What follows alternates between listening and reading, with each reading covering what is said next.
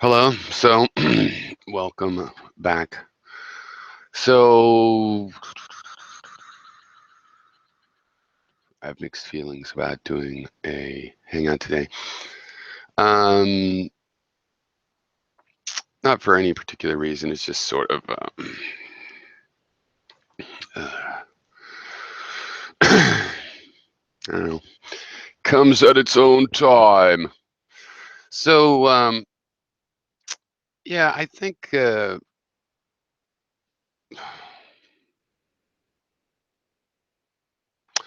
feeling very disappointed in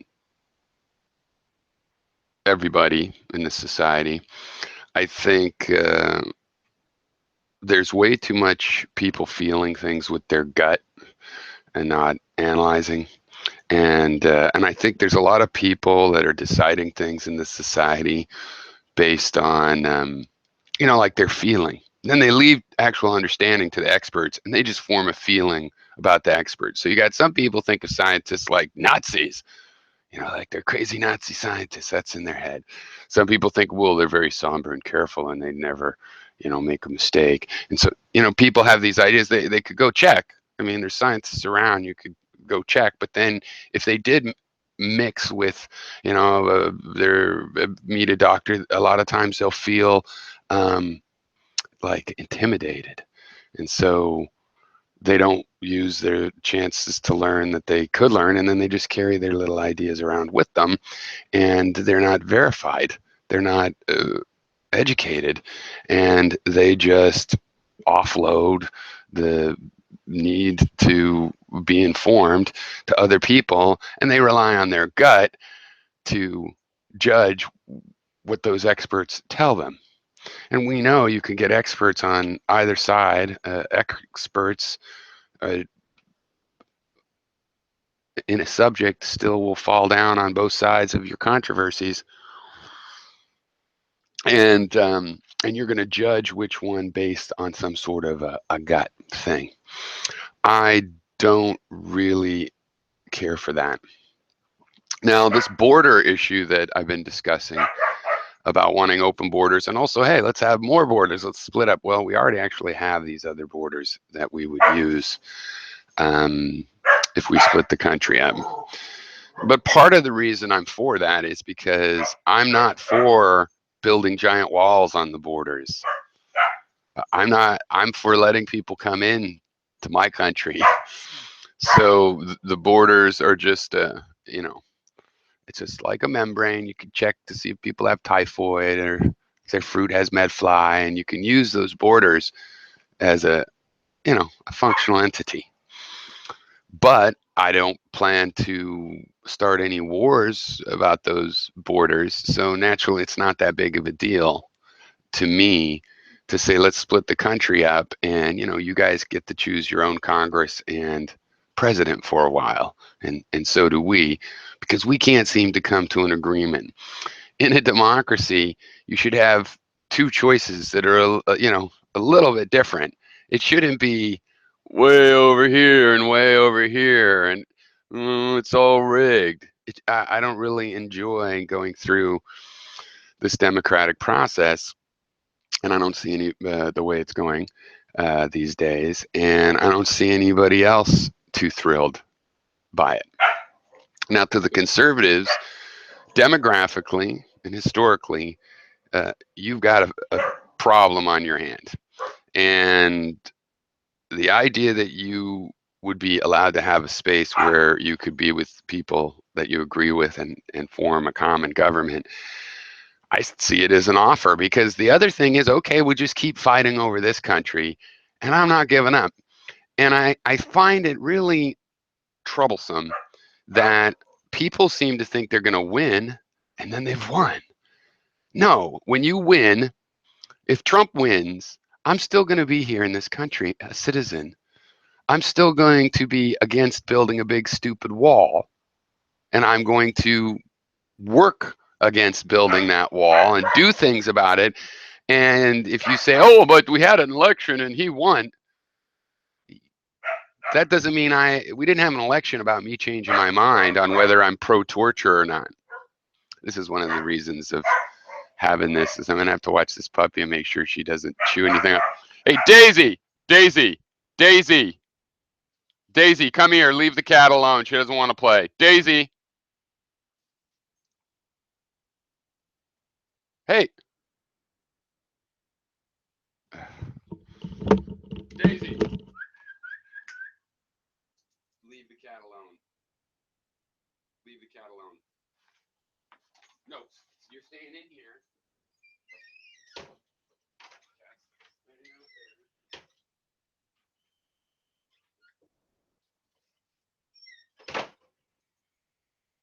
Little bits of wood everywhere. So anyway, the point is, I'm still going to be here 4 years and 8 years from now. So, hey, hey, Brent. So they change this all the time. I'm putting you in the broadcast. Nobody else could hear you. Yeah. Hello, Brent. I don't know if we've met. I don't. It's been a while. We talked a little bit about value system development. You know, I was mentioning to you about the idea of like a potential programming situation where we potentially work together, but that was Oh, yeah. I remember that a little bit. I'm kind of an integral theory kind of guy and a bit of a conspiracy theorist to some degree, but uh, yeah. How have you been? I've been doing okay. I'm looking for work at the moment, but I'm used to that. I've been consulting the last couple of years, so I spend a lot of time looking for work.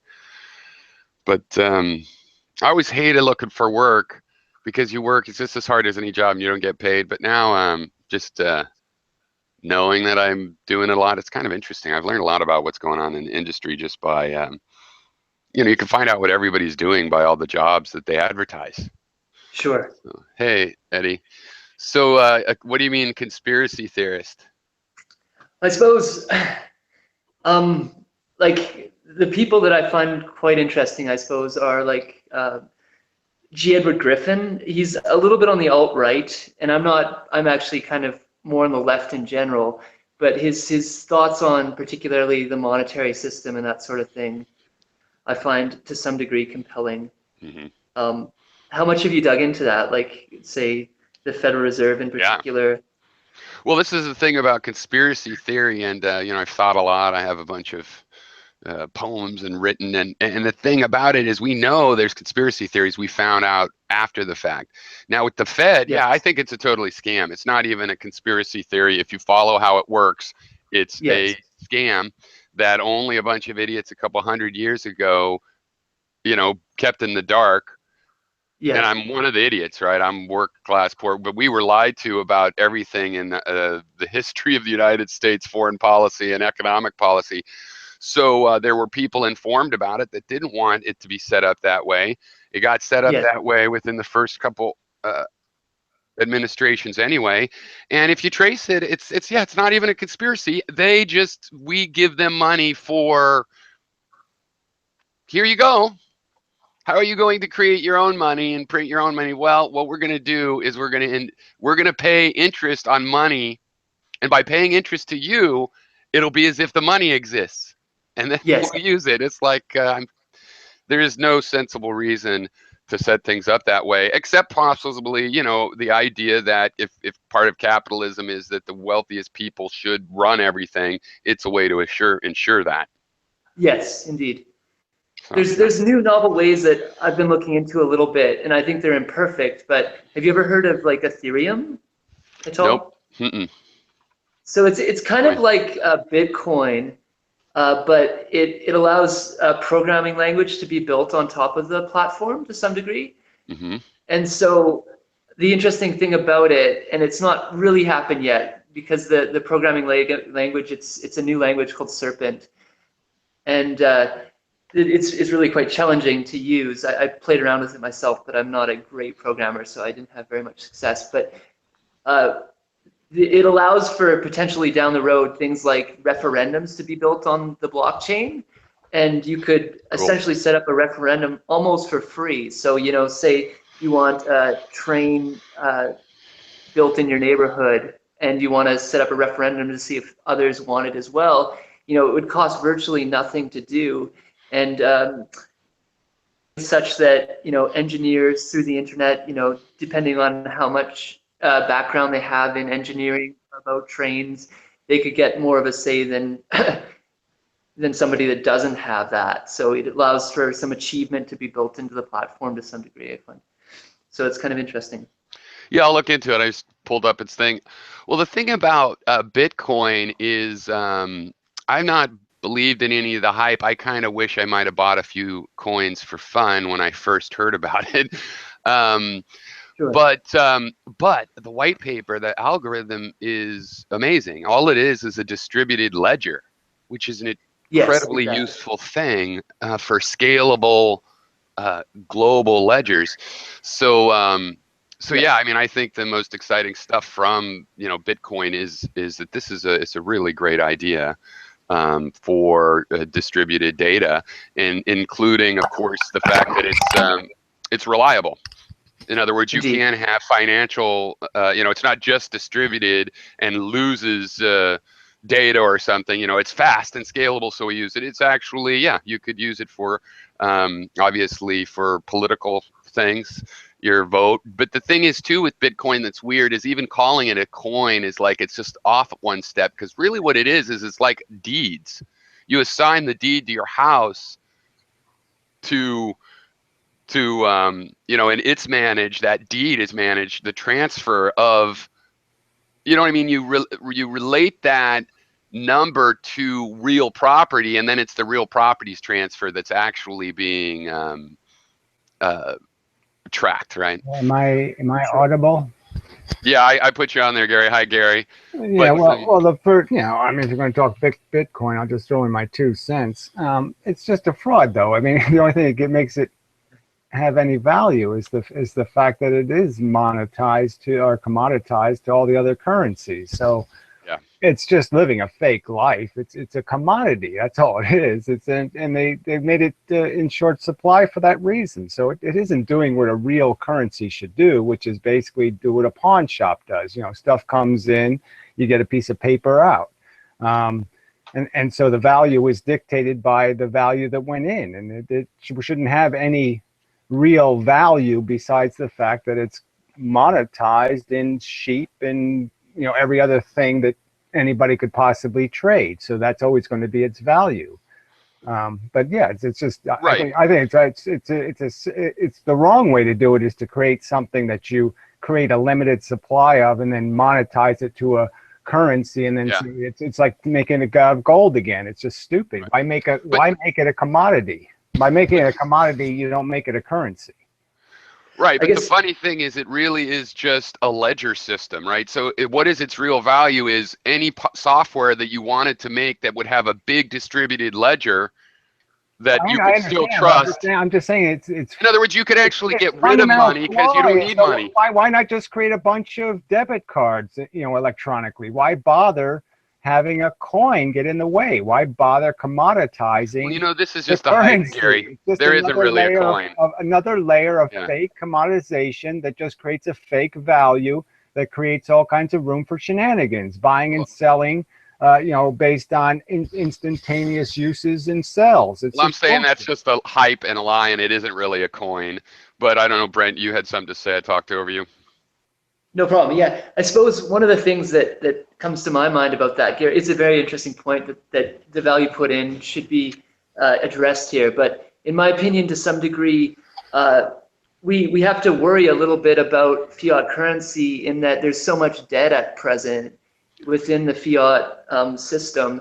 And so if people do lose, faith a little bit in, how the Fed and so forth is going to deal with this and the relationship. I'm just saying Bitcoin is just as vulnerable because it's commoditized in dollars and euros and all of that stuff. So it's still the same damn thing. You haven't changed anything. You've just made another commodity where I could buy tomatoes, or I could buy string beans, or I could buy gold, or I could buy silver, or I could buy Bitcoin.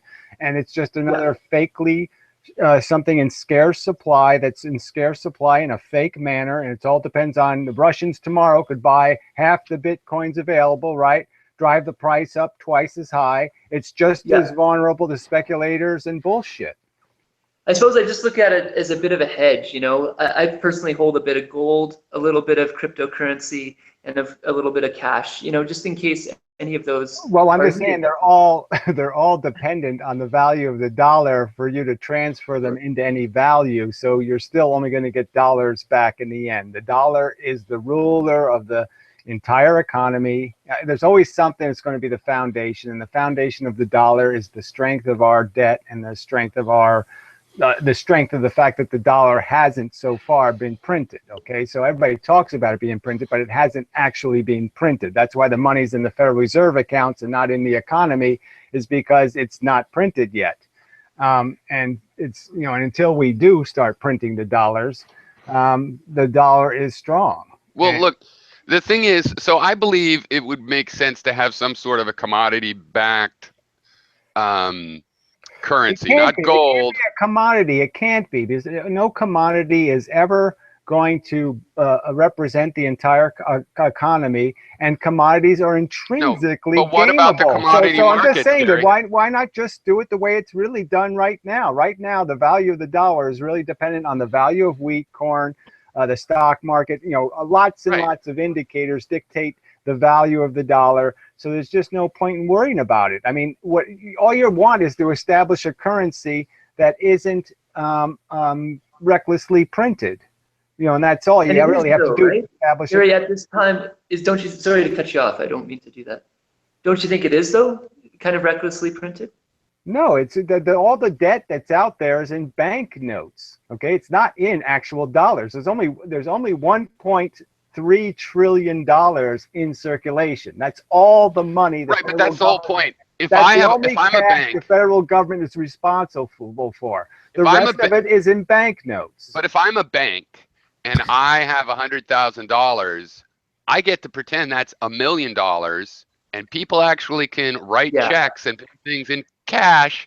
And why do they have that right? Why is there even a private bank? How does a private entity have the right to do that? As long as that debt is collateralized. So as long as I have the deed to your house, okay, it's perfectly legitimate for me to basically mortgage your house. While I'm the bank and I own it, there's no point in me saying, well, I have given away $170,000 worth of mortgage. Now I have to give that out in gold and put it in the vault somewhere. That would be retarded. But what about unsecured debt then? There's nothing wrong with fractional reserve banking, okay, as long as you don't lend money recklessly. So if I think the problem is letting private entities lend the money recklessly and you own the deed to the houses, it works perfectly fine. But what about unsecured debt then? You're saying like credit cards, they're allowed to just create the money. That shouldn't be part of any kind of thing called the banking system. That should be the jerk system, okay? That should be a system that people pay the rates for their irresponsibility that they're getting caught up in. But I'm just saying there should be a different. Banks shouldn't be making, like I said, the two businesses should be separate in the first place, and one shouldn't be mixed up with the other. One is a legitimate function. The other is speculators, okay? One of them's for example, how about have a different law? Venture capitalist and that kind of shit, and the other one's the banking system. Right, and so for example, if you're going to loan people money unsecured, you should actually maybe have to have that money. If it's uncollateralized, then you shouldn't be able to create more money in balance sheets. Mortgages on credit cards. I'm just saying credit cards should never be trillions of dollars in liability. All right. I'm just saying that credit card debt should never be where it is. They should never have allowed people to put $40,000 on credit cards. So that's not, I'm just saying that part of the banking system is always going to be vulnerable to bankruptcy, because that's almost like the insurance game or something. I mean, you can make huge, colossal miscalculations, over 70-year periods, because you don't account for 70-year floods or something, right? If I just say I'll only do the 50-year floods and I won't count the 70-year floods, obviously my premiums of the insurance I'm going to sell isn't going to be realistic, because the 70-year flood is going to show up and I'm going to have the liability hanging over my head. So you can almost argue that any insurance company that doesn't recognize that liability is doomed to bankruptcy. Do you know you could pay your federal taxes with a credit card? and Well, your state. I- So that's a weird thing. If I you don't think see about a real, that, so is I that don't not see a real real, money? I don't When see I'm a giving real money to the problem. government, I it's don't not see even a, real money. I don't even see a real problem with that, frankly, Well, I'm because glad I had to do it once. That's how I found out about it. But yeah, because it's usually not a I huge. had the cash to pay, but then I lost my job and was moving to Hawaii, and and it's like I better hold on to this $13,000, and Well, I'm just saying that's exactly it. It's that's not a like lot of fucking credit card. But I mean, it's better than going to jail for not paying my taxes or starving. yeah, that's exactly what it's good for. So I'm just saying. I mean, obviously the government doesn't have a problem. Why should the government have a problem with that? Because basically the credit card debt should be secured by your credit rating. So that shouldn't be like well, it's certainly It not. sounds like you use It's the credit certainly card not the for its banks. intended purpose. Yeah, and look over Although time. the problem is if something like that was 2000. So in 2000, a lot of software engineers went from having high paying jobs to not even being able to get a job. And since the government is involved, with the whole economy, if the whole nation has a problem all at once, suddenly those credit ratings, but why should the government care? Well, I mean, the credit cards are going to get caught holding the bag. So yeah, the why should they care is just that if it's true we're going towards a collapse, then there's going to be a point where it doesn't work out. Yeah, it's fine now when Yes. it does work out and people go ahead and respect your Well, dollars. I know, but there's nobody who's liable for anything anyway. Like Trump points out, they can go bankrupt 500 times, and you're never going to touch their wealth. So the point is when the banks go bust, it's not going to be on any of them to pay the bill. The rich people just walk away and say that's not really me. That's my other business that you just went bankrupt. So yeah, it doesn't have anything to do with me.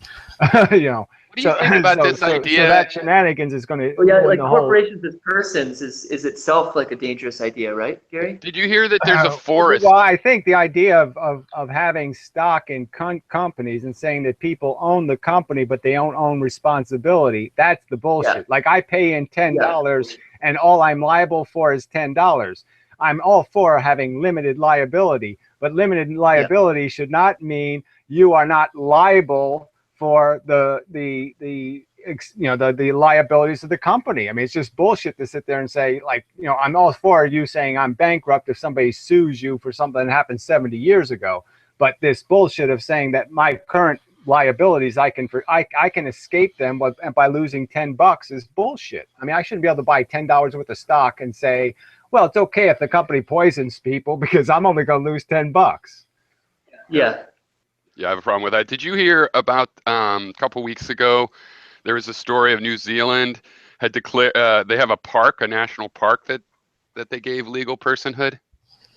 Yeah, well, I'm just saying this whole concept of if they are going to have it, let's push it forward. I mean, that makes a lot more sense to me than I would like. Companies could be legal persons if they go to jail when they do a crime, not as a way to never go to jail. That's ridiculous. They're a legal person that never has anything but a civil penalty. Exactly. Like look at Deutsche Bank right now, right?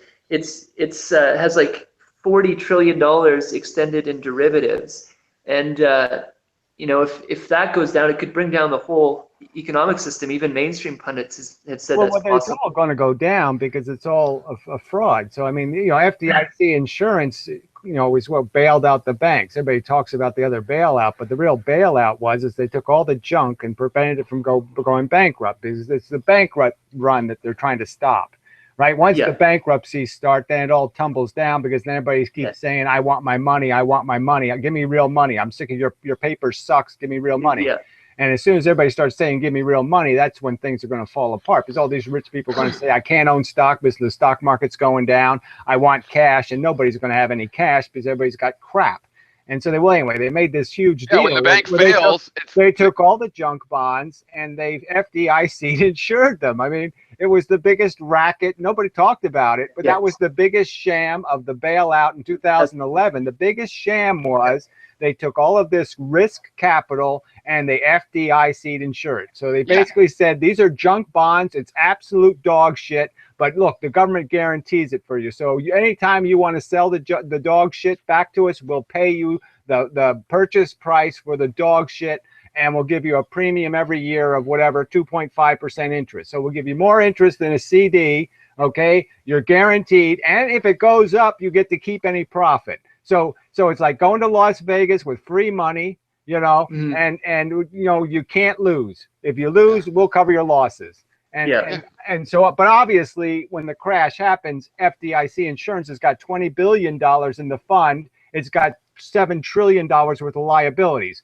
What do you think is going to happen? They're going to have to print cash, right? Is there any other answer? God, that sounds like a casino run by Trump. Well, I mean, it just can't work. Okay, and then they still got the $4 trillion of money in the reserve accounts that is really our debt. Okay, just moved over into the reserve accounts. Gary, Can't pay that money back.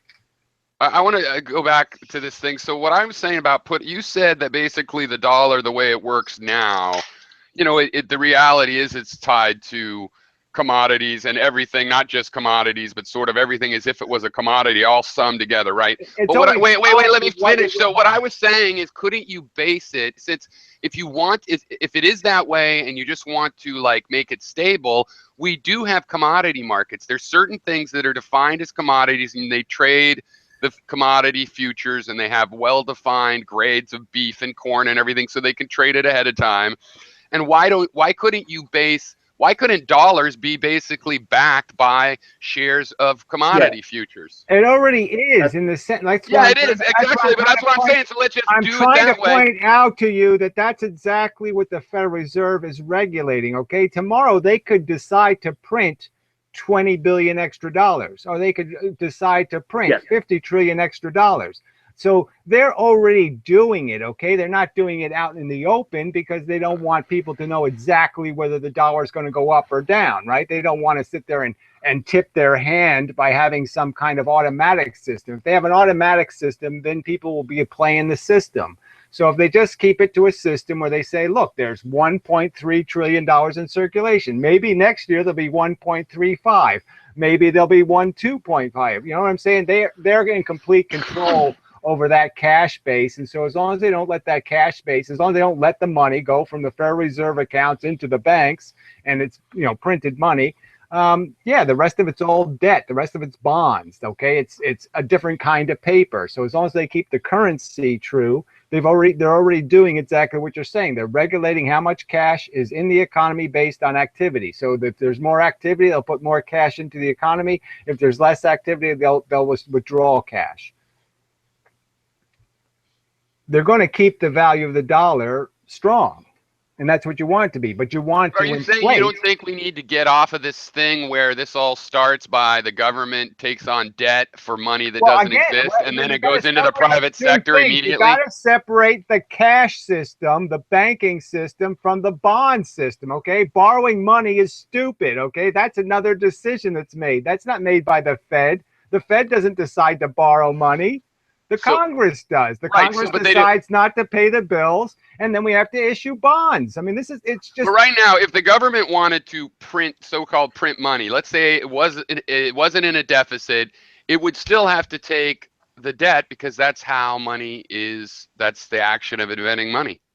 Well, you're saying it's the action of inventing money. I'm saying that's the action of borrowing money, okay? Right. So it doesn't have anything to do with the currency. What I'm saying is, so we need to switch that. The currency itself is not corrupted by whoever loans money. If I loan money to my next door neighbor, I haven't corrupted the currency, okay? I've made a contract with my neighbor. It's just completely separate. But the federal government borrows money that doesn't yet exist.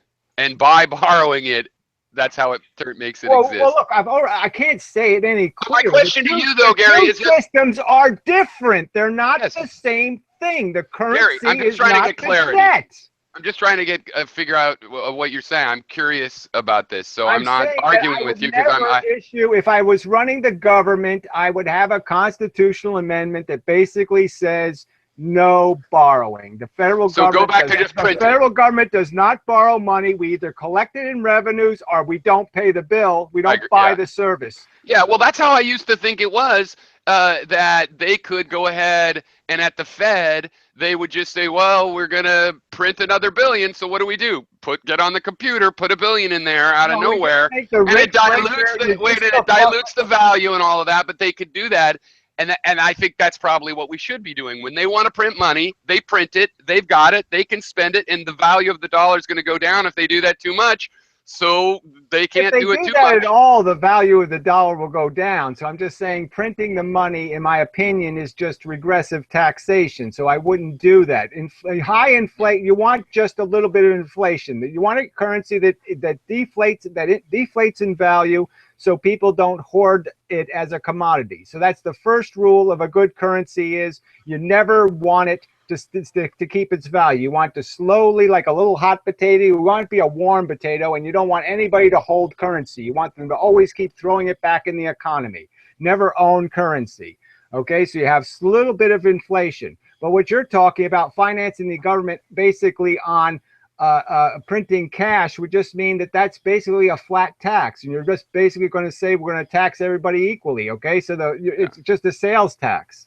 Well, and I'm not saying you do that all the time. Hopefully you would have a balanced budget or a surplus, and you have taxes and actual money. Look, the current system, all right. Point is, when you want more money, I don't understand. We've pre-financed Social Security, and we pre-financed a ton of stuff. All of your payroll taxes are essentially paid in advance taxes, right? And what happened to that money? The rich borrowed it for a tax cut, right? Reagan pulled all the money out of the trust fund, $2 trillion, put IOUs in there so he could give the richest people in the world a tax cut. So the working class man or the poor people pay into payroll taxes, an extra $2 trillion for the future to keep it secure. And what happens? The rich borrow it, steal it essentially, okay? And now they complain that the trust fund's empty. Well, the trust fund isn't empty. It has IOUs from the richest people in the world who should be paying it back in that fund. All right, but is that what's going to happen? No, that's not what's going to happen. They're going to fix it by soaking the workers again. They're going to soak the workers again, or going to fuck the retirees. But they're not going to go back. They're not going to go to the people who took the money, which are the richest people in the world. Well, there's no solution that doesn't involve the richest tenth of 1%. Well, there's lots putting money back in the system. I'm just saying, you get the money back in the system by not letting them inherit ownership of our economy. These people who think you can have it both ways, that you can let the richest people in the world own the apple, and somehow the apple's still going to be for sale. No, if they own the apple, you're not going to be able to buy the apple. Have you heard the story of Jekyll Island before? Yeah, I hate conspiracy theories, and it really doesn't add up to anything. Like I said, in my opinion, capitalism can't work with inheritance. If you get to inherit ownership of the system, that's a monopoly. I can't break monopolies, okay? You'll never have the working class break into the middle class if you have a system where there's owners who have all the advantage, okay? They have all the they own all your chess pieces. You're playing chess, and they're moving your pieces for you and basically ensuring you're going to lose. Yeah, indeed. So we got to get rid of this stupid attitude that it's the rich and the poor that are the problem. You get rid of the rich and you get rid of the poor, the rest of the human race can go. They can make shit, that's the actual American thing. They can trade shit. They can do real business, okay? But you're not going to do real business, with a bunch of poor people, pulling your clothes off, and with rich people, selling you a new set of clothes for 17 times the price. Sure. I think that's the actual American economic idea, was this idea of the middle class, that it would, the leather apron class, Benjamin Franklin called it, people that work and have skills, and, carpenters and, what was he, printers, and I think that there's a lot of truth to that. And, when you say eliminate the poor, you sometimes talk pretty harsh, so we never know whether you mean the red button. But I mean, when I hear it, I'm like, yeah, you eliminate the poor by creating a system where people don't get that poor. Yeah, well, you don't allow people to wait. We have to create a system that obliges the ghetto to become human again. Okay, this whole, I'm going to live in the ghetto and I'm not even going to speak fucking English anymore. I'm not going to have anything close to a rational value. Any notion of making a contribution to civilization, well, that's just absolute bullshit. Those people belong in fucking zoos, frankly, or worse. So in my opinion, if you're going to create a kid that broken, you might as well have shot it at birth. You're doing them a goddamn favor shooting them at birth, all right? Because they're fucking creatures. They're not goddamn humans. Well, that's just your idea in your head. I don't think if you go to the ghetto, most people are working and trying to survive in this shitty place. Don't pull Yeah, they that are. bullshit. No, I'm Yeah, they sorry. are. That is just such a Yeah, crock. no, it's a That's such minority of crock people that fucking are allowed to shit. prey It's such on a the ghetto. fucking crock of shit. No, Okay, I have lived what the next fuck? to the poor, the white trash. When? When here, right in this fucking The richest town. fucking I county have in the seen it goddamn over and over country. again. The To be ungrateful fair, Gary, motherfuckers. white trash doesn't usually live in ghettos. They live in trailer parks and stuff like that. Yeah, well, I'm just saying this is one of the People richest aren't counties in the country, and they had nothing to complain about. And I'll give yeah, Gary this. they squandered their welfare checks on lottery tickets and fucking goddamn $25 a pound shrimp. Because I'll give Gary this. The white trash is like probably the biggest fucking drain on our systems, on our like I social really don't like that nets. term. Why? Yeah. Well, I'm just saying the trash. I mean, People aren't there's trash. I don't care what color it is. I don't care. I'm just saying that the idea that there aren't a significant number of poor people who have really poor brains, okay? They're not just poor in terms of having dirty clothes. They have a dirty, stinking, lousy mental ethic. They have no desire to do anything, but they're just trying to figure out how they can steal more shit from the drugstore, how they can fuck somebody over for another $1. I mean, so they can buy another lottery ticket. They just have no concept sum of total of how much they responsibility.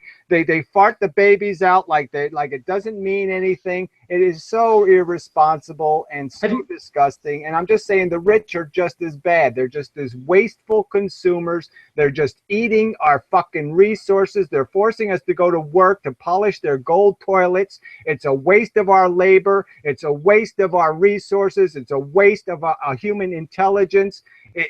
And that's all we're doing is doing work for them. And I wanted to fucking counter argue your stupid idea of this $15 a minimum wage that will not bring industry back to America. So yeah, you can't just let a bunch of foreigners in and say, let's have a $15 minimum wage, because you're not going to compete with China with a $15 minimum wage. You're not even going to come close to competing with China with a $15 minimum wage. So you're not going to bring back any fucking industry. You're not going to bring back any jobs. What fucking job are you going to pay $15 for? Stacking shelves in a grocery store. Well, how many people can possibly do that?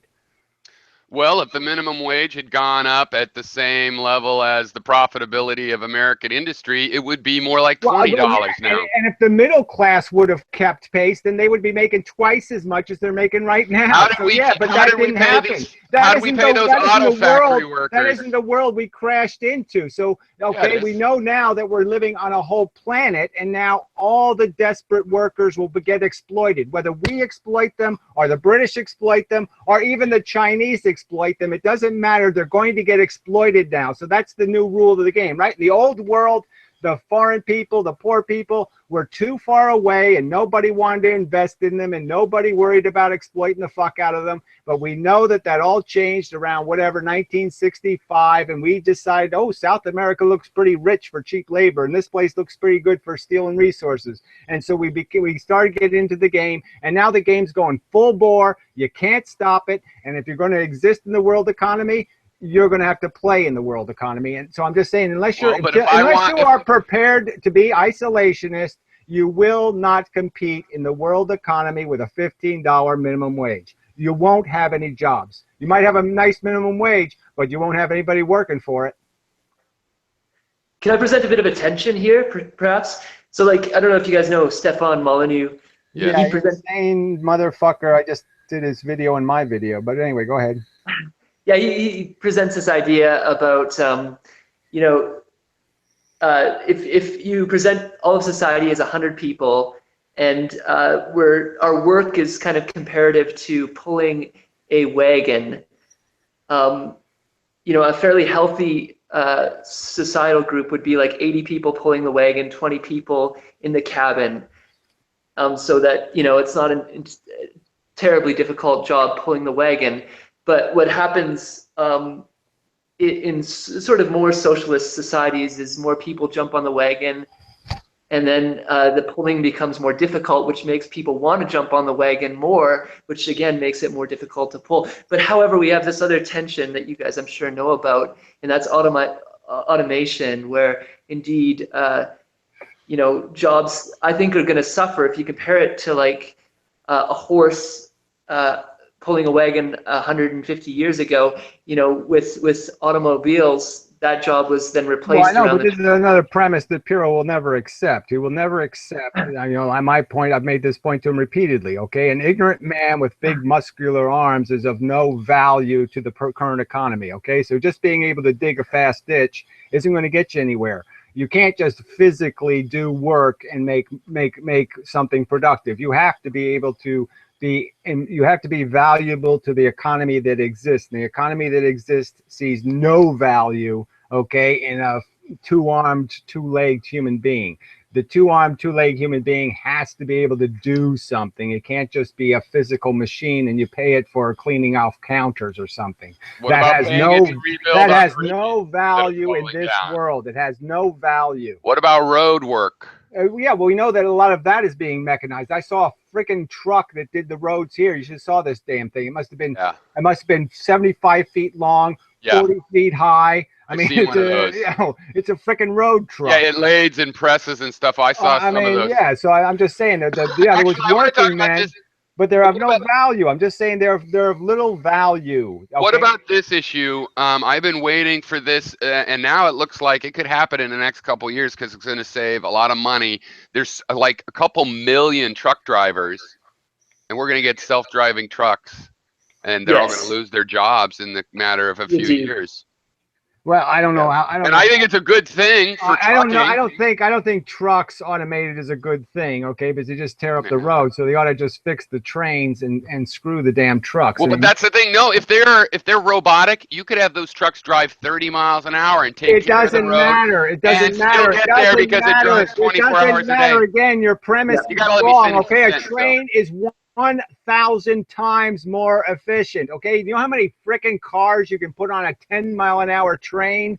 Okay. Yeah, no, I'm pro train. Fucking 100. I know you got to make everything like a big fight down. I'm pro trains, but what about this losing of? That's going to be a huge. That'll fuck up the economy. Just that one thing. Yes. What other jobs are those people going to do? There's not a lot of other skills. Truck drivers drive truck. I've known many men that did other things, but truck driving they go back to, and union jobs and non-union and buying a big truck, and you can just buy your own truck and then job out. I know, but we know that's all going to go away. They don't have other skills. This crisis has hit every industry. We know computer programmer 10 years ago was a lot more valuable than one today. There's lots of things that get, you know, you're getting fucked all over the place in this economy.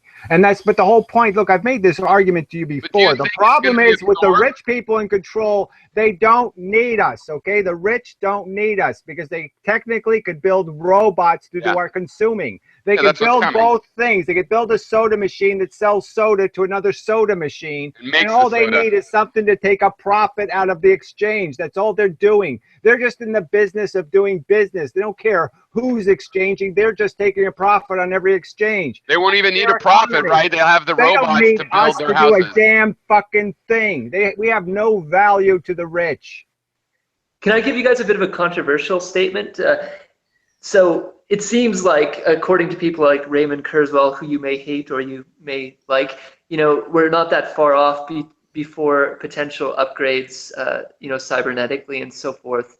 That would augment work quite a bit if we had enhanced cognitive capacities and so forth. How would you guys approach that?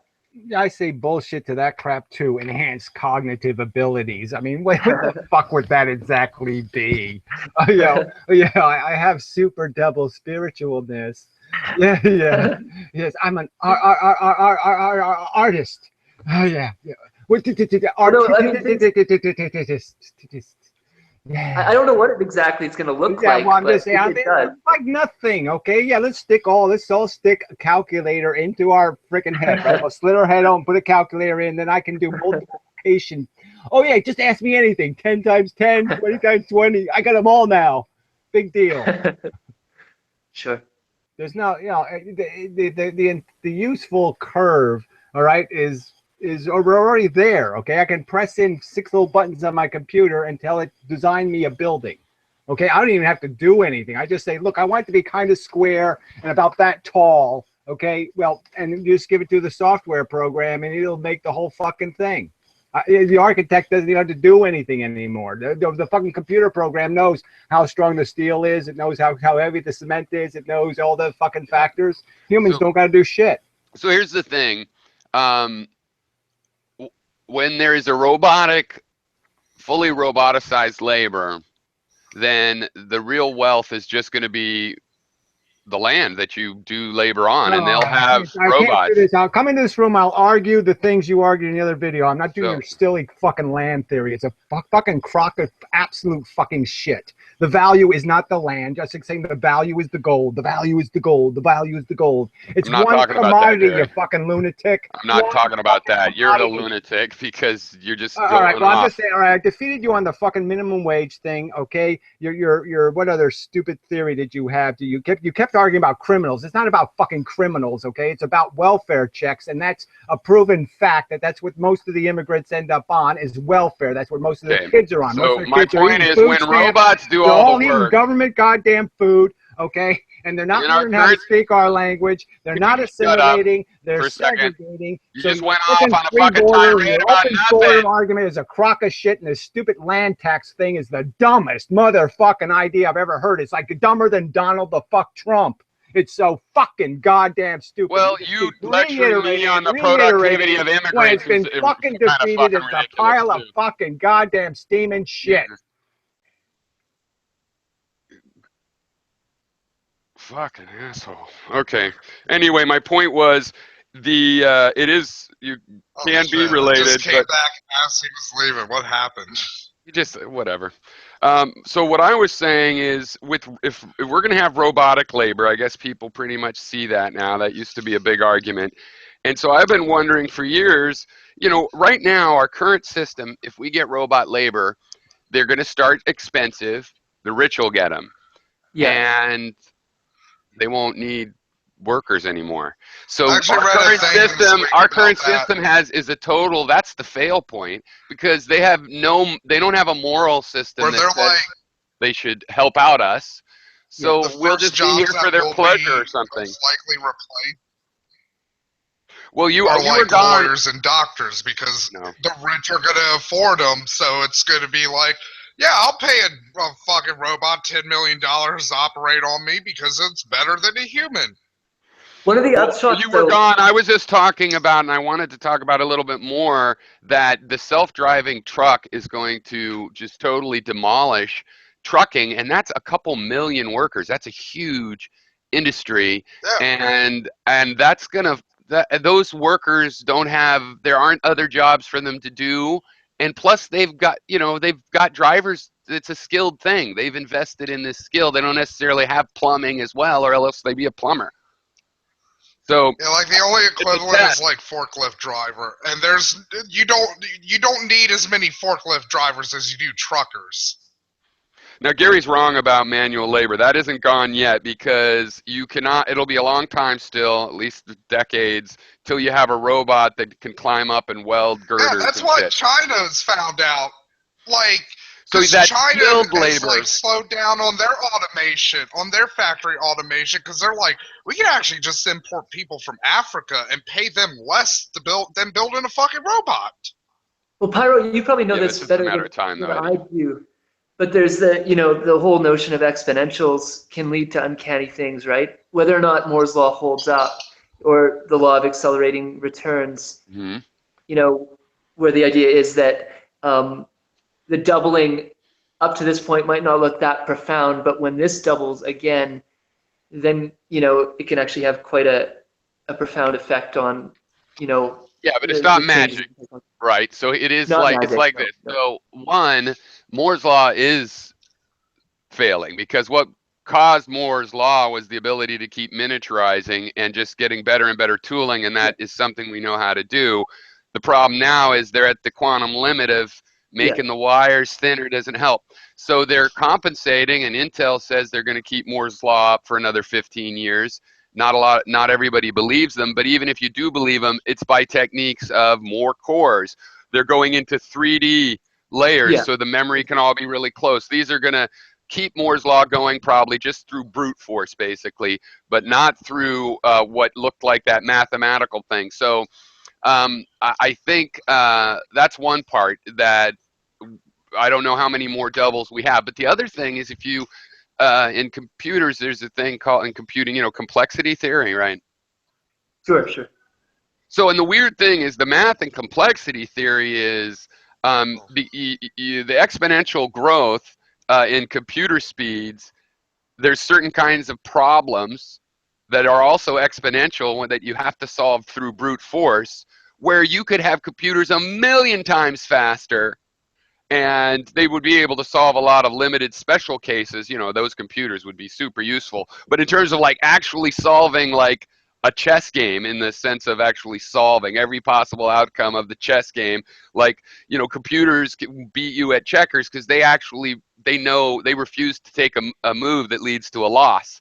So they can't do that with chess, and even a 1,000,000 times faster computer wouldn't be able to do it because it's such a big problem. Watson, the computer that played on Jeopardy, it's about to graduate from college with a degree in neurosurgery. Oh, I had a third thing, though, is that, on the other hand, I don't think I'm disagreeing with you, because I think the technological answers to solve these problems are here and are within Moore's law now, and within 15 years it'll just be cheaper, basically. You know what I mean? So I do, if you're saying that you could get some revolutionary thing that by this doubling, it's hard to even imagine, and it could come quite quickly if that could happen. But I also don't think I see that. I think I'm a kid that was in the 50s. They thought they'd have robots by the 80s. So in the 80s, we're like, yeah, well, the future isn't quite like that. And now it's 21st fucking century, and all that stuff like video phones that we thought we were going to have, and then we're like, no, we're not really going to get that. We all got it for free, and it just snuck up on us. So that's that curve of us read science fiction 100 years ago. That's the thing with all technology. And we slowly got to now, and it's all happening at once. So but the problem with the solution is 20 years after you expect. Literally, it's not just that, hey, the rich are going to own the robots and they won't treat us nice. You and me, how would we say the system should be run? Look at virtual reality. We'll lack an idea about what should happen when there's robots. What do you get paid for? Yeah. What do you get paid for? Because if you just get the minimum stipend because you're not rich, then we make sure you're not poorer than that. That's not opportunity. That's not. There's no way to. That's not. You might not starve, and you might even have medical care out of the altruism of those that own the robots. That's still not a future that we want, and that's not how our system works now. So, what system could work? When someone's born, they get a robot. You get paid for renting your robot out to do things. Everybody gets robots, and when we build a skyscraper, the guy building the skyscraper rents everybody's robots. That's how we get. How would we get paid? Money doesn't even make sense. When robots go mine the fucking shit and build robots, they go out and mine it. They drill the road, everything, and then where's the room even for money? Everything's directly labor at that point. Yeah, in my opinion, to some degree, there's a few points, like I said, I bring up. One is that I do think the way forward, for better or worse, seems to me to be a cyborg type thing. And then secondarily, I suppose, there's this, not only the exponential trends in technology, but I actually think psychologically there's exponential trends. So we actually have to adapt our own psychology in a fairly exponential way that kind of maps onto the exponential trends in technology, or else there's chaos because it's out of balance. This technology is so advanced, and we can't cognitively, put it to use within the boundaries of our values, and it just becomes dangerous. But well, here's the thing about the transhumanism stuff. I've always found it silly in the sense that I think people are missing the point that all that's really going on is we're thinking of this idea of transhumanism. In the olden days, we had religious metaphysics to make us feel special, and then we felt less special, and then it's like, okay, here's a transformation that really does make us different from other animals. But here's the thing, it's already happened. Clothes. our transhumanism, right? It Yes. doesn't have to be cyborg implants where it's getting really cool and all the powerful stuff you can imagine because you've never experienced it. You know. Also, though, technically pacemakers are cyborg enhancements. No, but you get my point, Eddie. Clothes are trans. Actually, we can't live anywhere on this planet practically. There's a few places you I was could, having but, you need talk clothes. with You don't have hair because of clothes. Clothes is a technology that we start wrapping our kids in, just like if they, we might start putting implants in when they're born.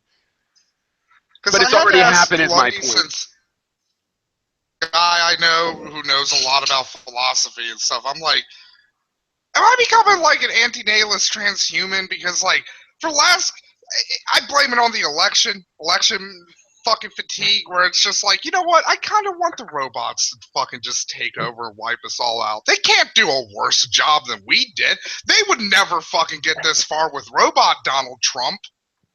Yeah.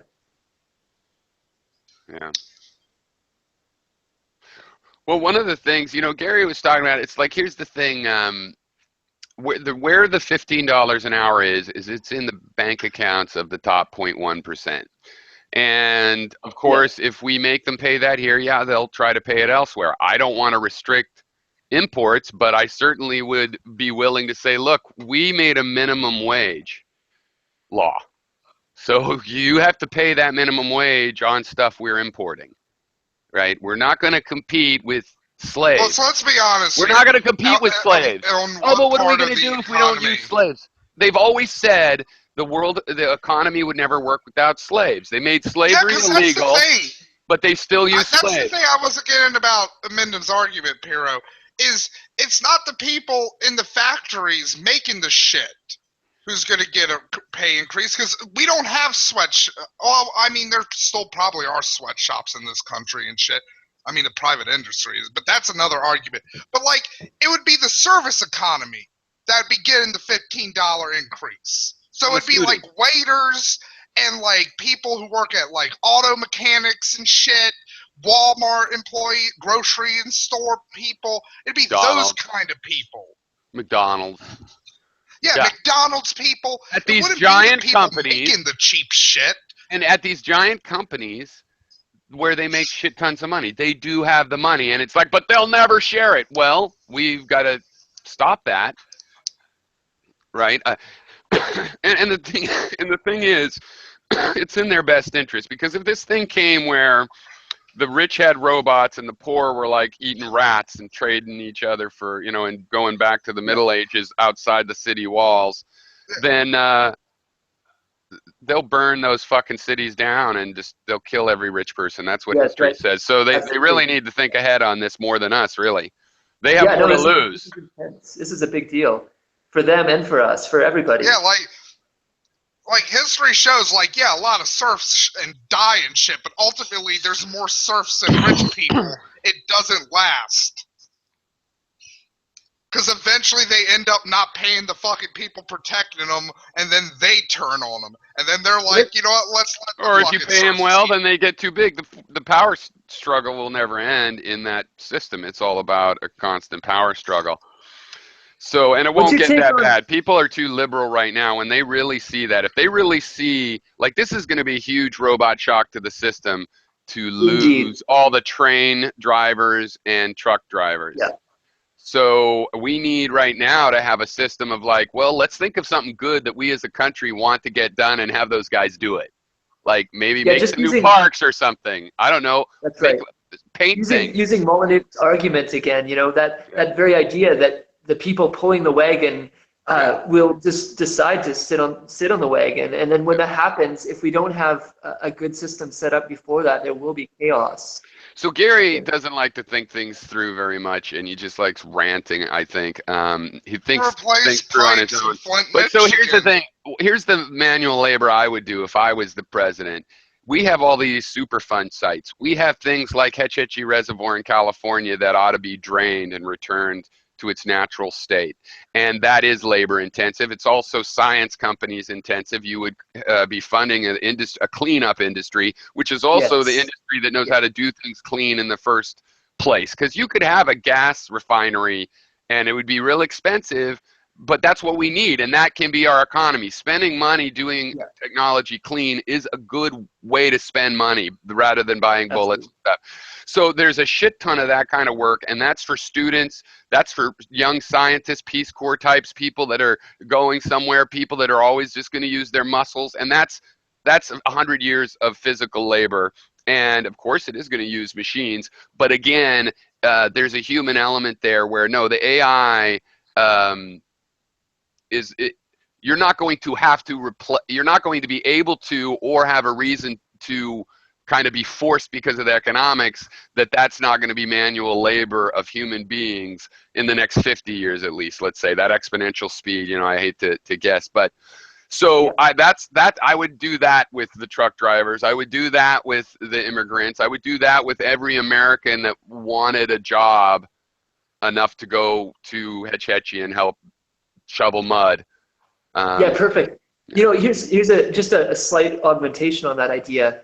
I've heard it said elsewhere, and it's just a play on basic income, but a sort of basic income wherein the individual actually has to kind of do a bit of volunteer-like work to do it. So, you know, where people vote on what needs to be done, and then, you know, particularly things like green projects and whatnot, I think would be ideal for that, you know, cleaning up our environment. The other thing is we need to rebuild our highways and bridges. So there's fucking totally. 50 years of work doing that, and robots aren't doing that yet either. Absolutely. I don't have you muted, but you're not having audio, Gary. I mean, draft science. You look just like this other guy that came in here a while ago and flamed out. I can't hear you. We can't hear you, Gary. Can't hear you. No, you're not muted in the room. It's your local mic or something. Well, it's not. Oh, there you go. There it is. Yeah, well, brilliant settings. I mean, I opened settings and it works, right? I didn't even click anything. I just opened settings. Yeah. But whatever. That happens to me sometimes. It won't recognize my mic, and then as soon as I open up settings, it's like, now your mic's working. Yeah, but you're all bitching at me about my software. It's not my fault. The mic, it said the mic was this mic and it was the other mic, and you had to. Anyway, that software's pretty good, but it's you know, not perfect, but free broadcast software. Oh, and it's not just broadcast. I mean, you can record things and do all of the playing videos and record it as well, and it'll record it as FLV or whatever. OBS Studio, totally free. Yeah, totally free and probably full of malware in about a week. No. Whatever. No, it's an open source thing. Yeah, it doesn't matter. So what does that mean? Why would it be full of malware? Just because you're insane? Well, because everybody figures out a way to make some money. That's why. So they always slip this crap in. You don't know anything about open source, I guess. I've seen it. That's all I'm saying. Anybody can distribute. Okay, and so it depends. Well, you have to get it from the source. Well, that's the problem sometimes. Not a problem for me. Yeah, well, whatever. I know where the sources are. Okay, Mr. Source. Right. Anyway, I just want to look. Everything you say is just so. You know, okay, we're not paying the bill, so yeah, so we're going to get all this money to do all this stuff, and why would we do it? Why would we do it on stuff that isn't efficient? The point is no, let's not clean up messes that really aren't bothering anybody. Let's make energy or do something else in a civil way, okay, like a Hoover Dam or something. You do something that is actually productive. You don't do something. I don't really want to talk to you about it. You don't know what the Superfund sites are, right? Because they are things that are bothering people. New Jersey, right? The most polluted state. And they're not bothering anybody, though. Right? The biggest Superfund state, right on the top of the Superfund list. What are you talking about not bothering anybody? New Jersey. Well, because I know it's you're in Midtown. Mess that you'll make more of a mess trying to clean it up. That's why they quit trying to clean them up, okay? I live in New Jersey. They quit trying to clean them up because as soon as they walked onto the site, they started putting all kinds of shit into the atmosphere. So the only way to clean it up is to cement it. And that's what they did to some of it here. They just poured freaking cement over it because you can't even go on some of these sites. Well, Gary, it depends a little bit how much money you're willing to spend on the effort. Well, I'm just saying that's an old issue. Like, do you hire scientists or do you let Brownie of FEMA do it? Well, it doesn't matter. The point is you're not going to employ enough people. Army Corps of Engineers to do it because they don't know what they're doing. People to justify it anyway, and you're not paying for it. So until you figure out how you're going to pay for something, All You of just this have bad hearing, conversation Gary. I is told you moot. there's no other solution but that the top 0.1% of the wealthy are going to have to pay for it. Right, and how are you going to get that done? So right there, you ought to just stop all conversation and say, look, everything else I'm talking about is premised on me being able to finance something, and the only way I can finance is I have to get to the wealthy. So why don't you just have conversations about how you're going to get to them without, number one, crashing the stock market, which now all of the union money and the pension money is invested in, right? So some of the biggest funds, some of the biggest chunks of the United States Stock Exchange is owned by international pension funds, like all of Norwegia and shit. So, Is got a huge block of stock. okay, so what They you own are mutual suggesting, funds I have a stock. question. What you're suggesting is that the top 1%, 0.1% keeps that money. No, And I'm suggesting that if you want to fix the problem, we have to get to that money, but you have to get it to it in such a way as you don't crash the entire economy. right, and I don't want to So steal it. somebody has Look, to figure out how to create some sort of soft landing and then Right. some mechanism. I'm saying inheritance would be the perfect way to do it, okay? I mean, if you just started That is a saying good that, way. look, over the next 10 years, we're not going to make it possible for people to inherit more than $10 million.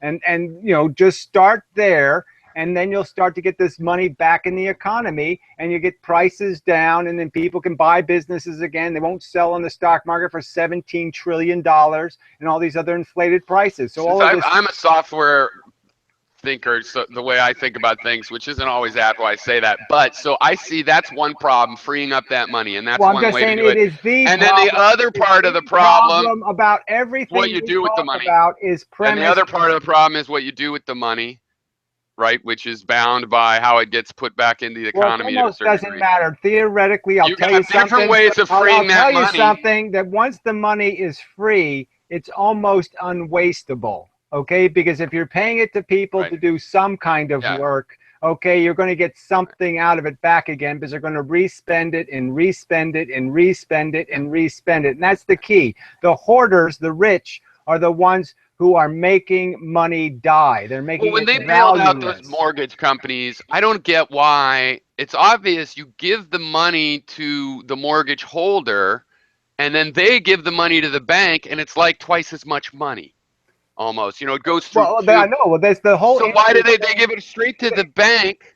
I don't There get. should be a national bank that lends money based purely on actuarial tables. Okay, so they just lend the money based on risk categories, and they'll know the return on the risk category, and the interest is commensurate to the risk category. So obviously, the people who put up mortgages would have very low interest rates. The people who put up different amounts of collateral have different interest rates, and the people who have different incomes would have different interest rates. And the people who buy insurance would have different interest rates. So I'm just saying we should just nationalize, not force the banks out of business. I'm just Have a saying public the national auction, federal basically. government should be the biggest lender there is A public because it auction can in- do it. It can do it. Well, I think It has the especially, I agree with that, especially for insurance. There needs to be a public insurance that just does the math. Just the math. Like the flood insurance is based on how much it costs to rebuild after the floods. Exactly. I'm just saying that all of this is actuarial tables. You know, you just use an algorithm and it's over. It's done. It tells you the answer. You have it running on one computer. You have 7 employees, and there's nothing else to figure out. I mean, all of these systems, like I said, even Social Security could be run from my frickin' house, and everybody should goddamn know that. It's just a database. If somebody needs to know what the address of a certain last address was of a certain individual and blah, blah, and how old he is and what color eyes he has and some whatever, you know, just the basic vital statistics, and then you have a rational economy. But yeah, this whole idea of everybody's a crook and a fraud. Hey, I want to Everybody's say just to Brent, gaming systems that should be rock solid. one answer I was going to add to, so the cybernetic thing, I'm kind of with Gary on. I'm not that excited. I think I can have a helmet and a VR helmet, but maybe it's just because, you know, I was born in the 20th century. But I was going to say there is an answer that will free up a lot of money and change a lot of things, but we could also misuse this, which is there is cheap energy. Did you see There's Yeah. cheap the energy Oculus available. Let's Rift just talk guy? about this cheap energy idea for a second, right? Because So- right now, the government's subsidizing these stupid solar panels on stupid roofs. Well, Okay, it's did I say 50% inefficient. Okay, if the government did, instead of subsidizing people putting these individual contraptions on their frickin' house, they should be subsidizing the solar farms, even small ones like 10 client size farms would make much more sense, where they could Yeah. track the No, you sun, always bring they that could up. track the sun. And so I'm just saying this, the investments in energy can't be through all these capitalists. We got to quit using capitalists as an answer, okay? Because they're just shysters and crooks. They're just there's two thieves. things? Okay, Yeah. Brent. Speaking One of them, thing I Pyrrha suppose- and sorry. Can Go Brent ahead, go in? Brent, sorry. Sorry about that. Yeah, one thing is that every 5 or so years, solar panels quality and abilities are doubling, and so it's still a few years off. But the cost ratio. Well, we know they can't double, I mean, there's only 1,000 Yeah. watts per square meter. So I'm just saying that's the thing is- maximum output is 1,000 watts per square meter. So I'm just saying you got a limited supply, and it's going to be never going to be nighttime solar. That's So true. you still have to integrate it with a regular system. I'm saying that's part of the racket now. Is California passed a law where they had to, the power companies had to buy back the energy from people's solar panels at the same rate they deliver energy, right? So they have all the infrastructure costs, and the guy with the solar panels is totally screwing them because he's getting 15 cents whatever per kilowatt, and the power company could buy the same energy from a solar farm for 6 cents. So they're being forced to pay 3 times as much for the energy on a stupid solar panel install on a roof. Okay, and they're completely getting the person with the solar panel isn't paying any of the delivery costs. In Hawaii, they only have to pay you the wholesale rate. But anyway, Eddie, you still want to go? So I can't remember the guy's name, the guy who created Oculus Rift, the VR thing. Since he's come out as like an alt-right asshole and shit, people have been digging up dumb speeches he's written. And he wrote this one about how he's like, the first adopters of VR are going to be people in third world nations. His words, third world nations, because they have, like, their lives are shit already, basically.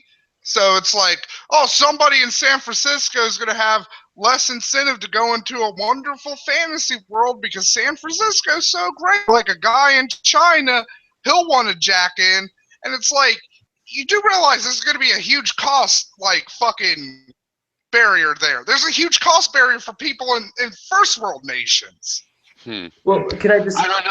Well, with ideally, the phone-based VR, I don't know. Obviously, once you get this thing actually integrated in the sense that they figure out how to plug you in, it's going to be really cheap to run VR. I mean, it's going to be a lot cheaper than your real life. Well, I know. I'm just saying that even if you could have a display device that you shared and everybody shared it, I'm just saying. But that once you manufacture something, you can manufacture it for, $2. It's what you're really paying for. Is you're really paying the developer cost, and you're paying the guy who invented it his patent cost, and all that kind of shit is really what you're paying for. But basically, the phone technology is catching up to have everything you need just to piece it together in that way. That's why these phones are having a little Halo helmet type stuff. But I mean, the thing is, I think solar in general, solar, wind, do all of those stuff. But no, it's nuclear energy. It's the cheapest. $100 at current refining practices. You could get enough thorium for $100 that it's your whole life. I just want everybody to know the context here. Everybody can know, Gary, because you don't like it when other people have it. But this is just fact. Now, I know. I just want to deal with facts. I just want to point out the facts that thorium wasn't invented 10 years ago. Okay, they've known about it for a long time, and they have. Nobody has conspired against it. Nobody has said, let's not go with a cleaner nuclear technology. There has been no conspiracy. That doesn't mean it's not a real thing. It just hasn't been used yet, Gary. No, it has been used, and that's my whole point. No, it has not been used for our power. No. People have tried to make thorium reactors They have that made are them. productive, okay? And they haven't had success yet. Now the Germans and the Chinese are You don't trying know what you're again, talking about. and maybe they'll I wanted to talk succeed. to Brent about it.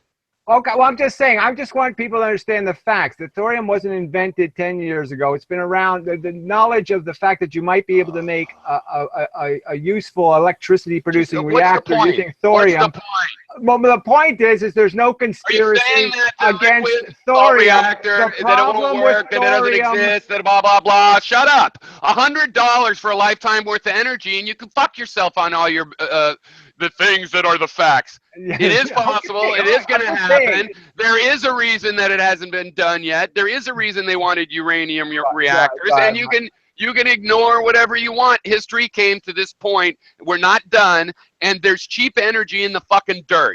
Okay, so when that happens, even if it costs $10 million a year for a town of 100,000 people, that's still $1,000 a year per person to get the fucking dirt energy. So I'm just saying, in 1980, that's going to mean that in 1980, that's going to mean you can distill seawater because it's so cheap. That's going to mean you can go hundreds of miles for pennies for the wear and tear on your car. That will have to liberate the economy, even if the capitalists try to stop it. The Chinese and the Russians and every other country that's known about this technology has not developed it, in your opinion, for what reason? Can I? I don't really care about that topic. A lot of people are developing it right now. There's projects all over the world. Yeah, I know, but they're not using any new special technology to develop it. They're still trying the old. There's only two methods, right? There's either pellets, there's either the dry or the wet method, and both of them have huge liabilities that make it expensive. Well, the one that's gonna no, the expense, the math works out, because instead of $6,000 a year and all the energy and all the goods that you buy.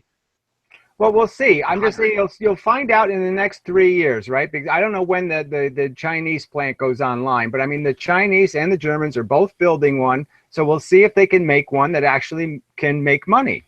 Well, I think it'll be like 50 years, because they're going to need to build these test reactors and then run them for years, and they are not going to have the proper alloys that they're going to need in the end that last a long time, and you really shouldn't jump on making a shitty one.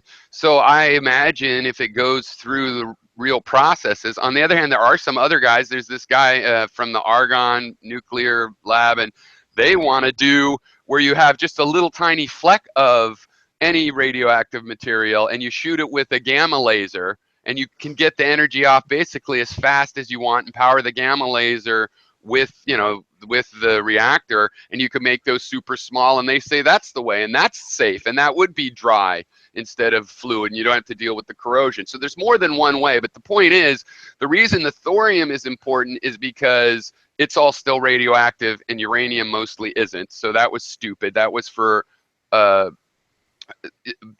more because that's high energy, the higher energy physics, and we wanted to build a bunch of plutonium warheads.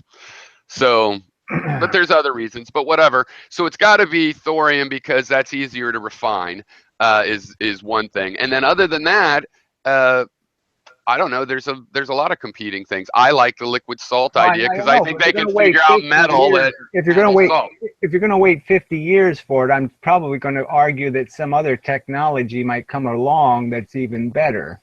What do you ever remember the things that I agreed with you on? Like, I agree with you, solar farms, because you can track the sun, because you can build $1 million things, because you're not on someone's roof where they party, and because you could keep the glass clean, and all of the reasons, obviously, yeah, I agree that that's good. I even think you could have massive ones in desert areas and, pipe the energy.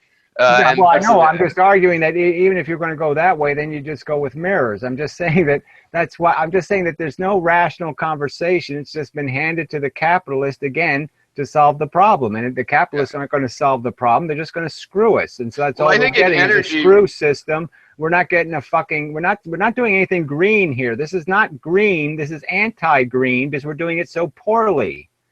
To me, there's an idea of sort of transcending the old capitalist system, which had its benefits for sure. But you know, the idea of sustainability, for better or worse, is that you can, you know, have a self-working system, and it wasn't really possible in many regards until you have like high-level technology, in my opinion. So, you know, things like solar panels integrated that's the into. fallacy, though. That's the fallacy. Hydroelectric is not new technology. It's really old technology, and it's basically getting energy from gravity, and it works. But It's I agree, but it's killer efficient. And I'm just saying, as an individual, it's a you're not. matter of will. It's not a matter of way. It's Hey, the way Sure. is there already. I gotta go for a sec. Yeah, I suppose that, you know, to some degree, as an individual, you still aren't, you know, in control of that. You're in control, the corporation that runs, like, so I'm from Manitoba in Canada, and we have Manitoba Hydro there. And so we're reliant on Manitoba Hydro to provide us with energy. However, if I had my own, you know, a solar panel system and, you know, some computers or some robots to help maintain it to some degree, then I could feel a little bit more secure in that I not only have enough energy for myself, but I can personally provide just find that for others. so stupid. I mean, because it's all this infrastructure cost, and then you all have to integrate. You all have to connect some way to a bigger system as your insurance. Yeah, So no doubt. so you have. This is another huge liability of these individual solar plants, is that they all have to have inverters. Go look up the price for a 5,000 watt inverter, and you'll see that it's not cheap. All right, and so this has to be on every single install. It's just a waste of hardware. It's a waste of the efficiency of the product. So I don't see why bother with this whole. Why don't we invest in your community, invest in your town, invest in your county? I don't care what you invest in, but invest in something besides this idiotic. Everybody's out for themselves capitalist model. It's just bullshit. That's the thing I would like to see more of. You bring up, Gary, is municipal things. Like municipal internet companies, municipal power. Yeah, when they can't do any of this stuff, Give because me they tie it all to options. these preposterous property taxes, right? They're financing the education system, and they're, you know, this town is, you know, gets hooked for $500,000 a year for 6 disabled kids. 6 kids, $500,000 for 6 kids. I mean, Like, you know, every year. I mean, you know, insensible slaughter. And so, yeah, nobody wants to even talk about the government because it's an evil, you know, blood-sucking horror. I mean, you know, when your taxes are $10,000 a year, you know, people lived here. You know, they bought a house years ago, and they just want to live in the town, and they can't because, you know, they're on a fixed income. They have a small pension, a little bit of Social Security, and property taxes alone eat it right away. They're done. Their $17,000 tax bill basically just says you can't live here anymore unless you mortgage your house. because we're a barely town, so like there's like no money. So whenever money does get injected into this shithole, it's like it's like a cow being dunked into the raptor tank in Jurassic Park. Just gets ripped apart. We got $5 million for like recovery after that earthquake happened on the East Coast in like 2010. Nobody knows where it went. Yeah, no, I mean, but $5 million just gone. I mean, there's got to be some better.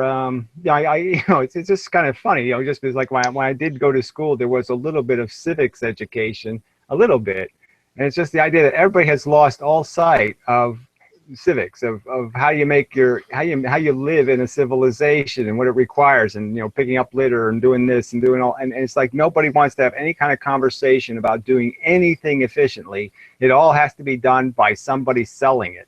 And it's just, to me, that's just so, God, you just, you know, it's just, that's just, like, it's throwing the baby out and hugging the bathwater.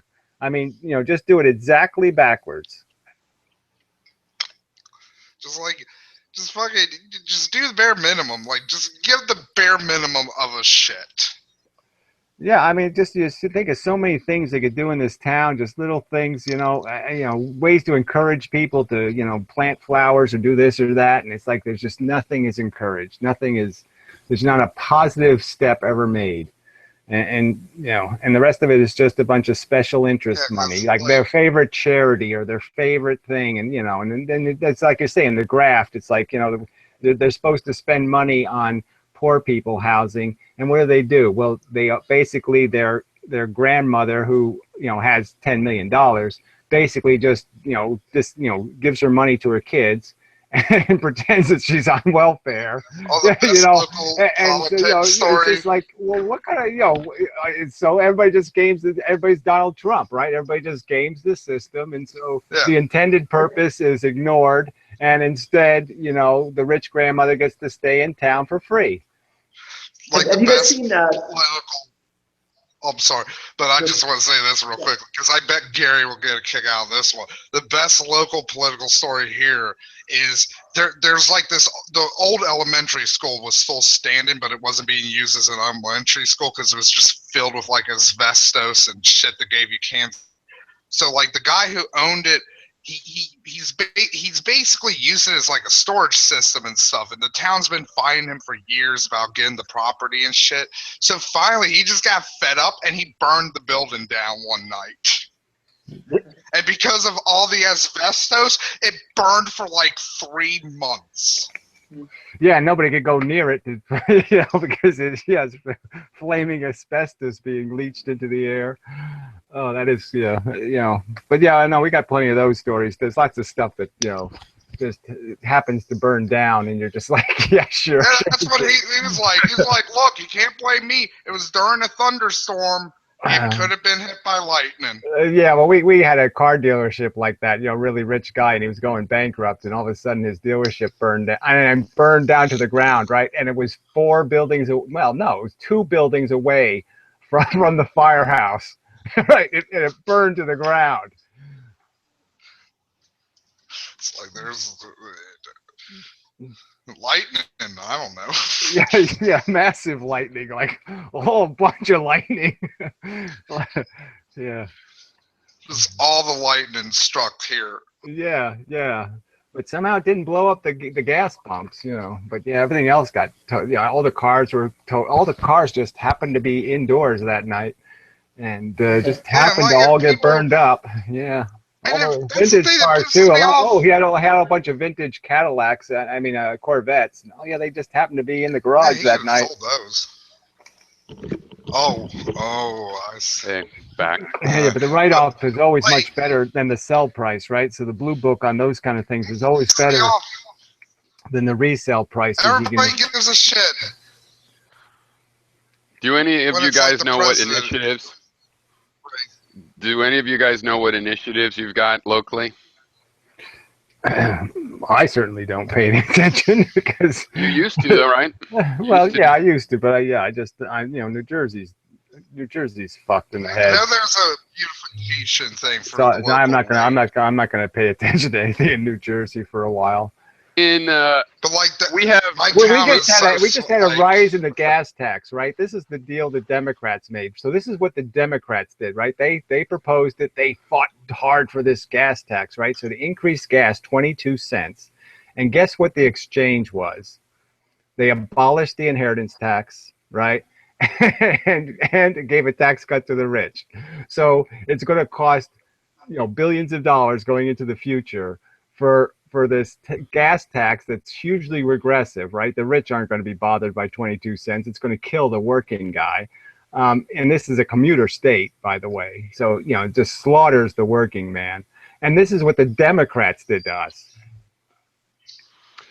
We have, I think, well, yeah.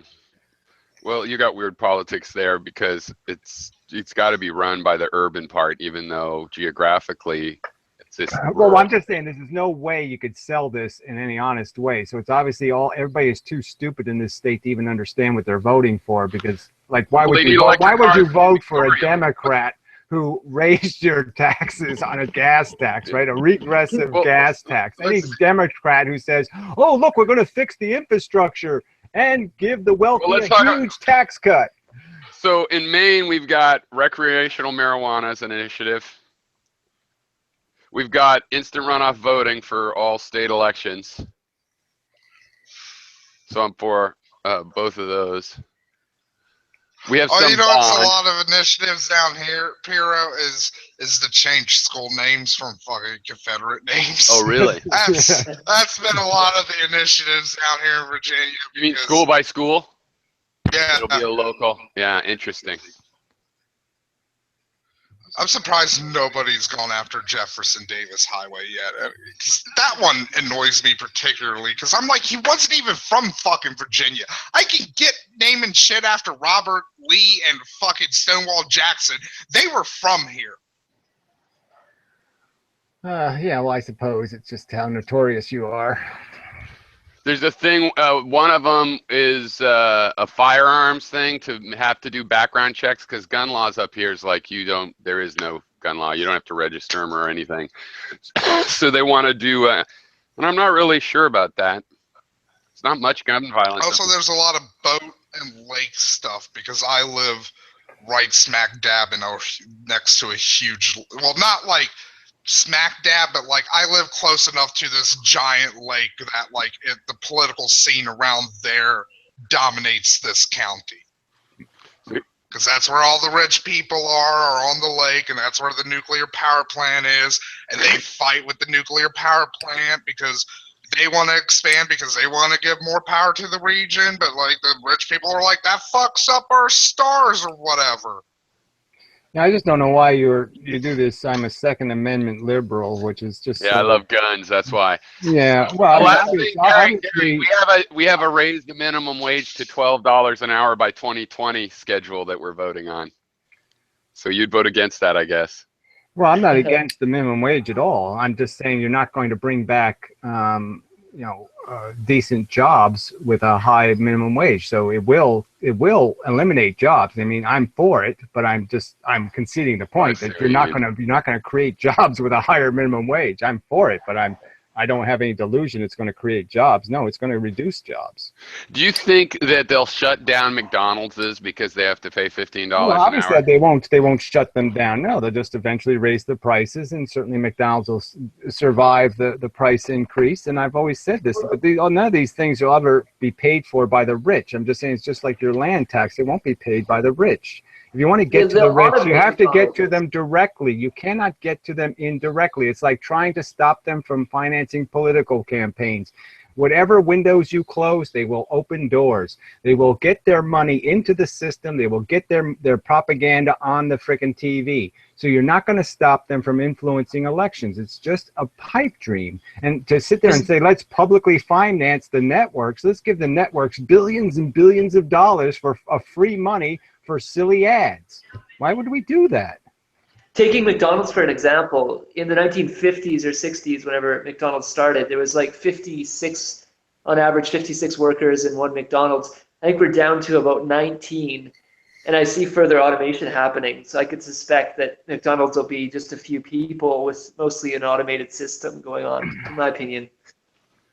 Yeah, well, everything is heading that way. I'm just saying everything is just somebody running the vacuum cleaner, and you're not going to pay the vacuum cleaner runner, guy driving the vacuum cleaner. You're not going to want to pay him anything but a minimum wage because it's not worth it. So, I mean, to be able to make sure the computer doesn't blow up is hardly a job you're going to get paid a lot of money for. So I'm just saying there's hardly any skill sets except for like maybe doctoring, but obviously we're letting a lot of foreign doctors in. So actually, Gary, even that getting diluted. I was reading an article about how like the next two big industries that are like going to be automated are going to be doctors and lawyers, because it's like we just pump all this information into a machine and get a lot more. Well, I just think the idea of machines doing your surgery is probably not going to appeal to too many people. So I'm sure they're going to want lots of skilled technicians tied to these big giant radioactive and like machines. Family doctors. I'm just saying that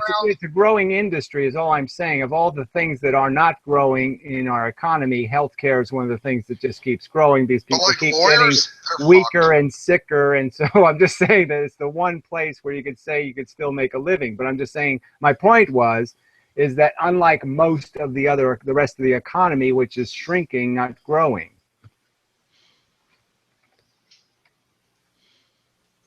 I'm just making a increased population is not going to get you out of this mess. I suppose. Yeah, lawyers are fucked because people don't like dealing with like human lawyers. So it's like, yeah, I'll take the robot over the person. Well, if we had a decent legal system, you wouldn't even need lawyers, Well, right? it seems to me if we had robots, what we would want, and I don't see how we could get there from here is the problem. We want the robots to do all the shit, and we call a robot, hey, bring me something, and they do it, and we'd be a bunch of assholes, probably artists and bad poets and stuff, but that would be the robots would just take care of everything, and if you wanted a house in the woods, you might have to wait, and the robots would build you a house in the woods. Well, they'd have to build you a second house because as soon as you had one house, the house would get a little dusty, and you'd say, "Oh, it's time for a new house." And look, the problem with this whole idea of even having our gratification or our satisfaction is you see that it doesn't really stop. I mean, the rich get rich, and what do? They live debaucherous, pitiful lives. With Donald Trump and his little desperate hair transplants and all the rest of the bullshit. So they just chase, some sort of, they just take it to a next level and to a next level. I mean, how many of them die, in some sort of bizarre sexual ritual because they can't get a hard on anymore. And it's pathetic. So I'm just saying that even if you get that, you're still, unless you're immersed in a world that keeps you, like I said, that's why the game idea would work. A virtual reality would work because you get caught up in the game. You'd be running and chasing, and you'd be fighting, and you'd be doing all this stuff, and you'd be all caught up in a real active environment. But if you're just stuck in this sterile world where there's nothing to argue anymore, there's nothing to do but pet the fucking cat, right, and take a nap. I mean, no way the human beings are going to thrive in that environment. So you have to give us something to fight for. You have to give us something to figure out and some kind of puzzle to solve. So I'm just saying that making us comfortable with robots will just make us insane with robots. We're just going to have robots. Remember back in the day, Gary, when it was like a couple of years of virtual reality theory from you, yeah? Yeah, well, I'm just saying I have thought about it a lot, so I know. It's funny how that goes. I know you our still believe the same thing, but you don't talk about it anymore. Our psychology fits right into it, but you have to really make it game software. You remember, like our big argument? You can't make it. Here's your plate of everything. Of a game that's here's everything. You win. That game won't go anywhere. You have to have a game where I have to fight for it.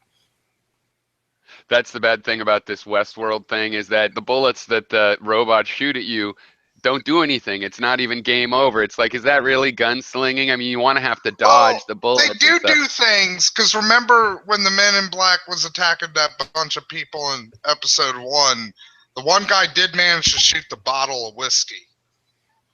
Well, the latest episode, they're like paintballs and they hurt a little. I think obviously creating a Westworld would be the functional retard way to do virtual reality, okay? Because that's like the most expensive possible way. Let's build castles and real moats and automated alligators and automated everything, and they'll be incredibly expensive, and we'll have to clean everything every night because everything gets broken, and we'll have to fix everything. No, that's not exactly the smart way to do it. The new Westworld even more because they might be their own planets. They might actually be planets. They don't really make it clear what exactly Westworld is. I'm just saying it would be really silly to create a real virtual reality. That's retarded.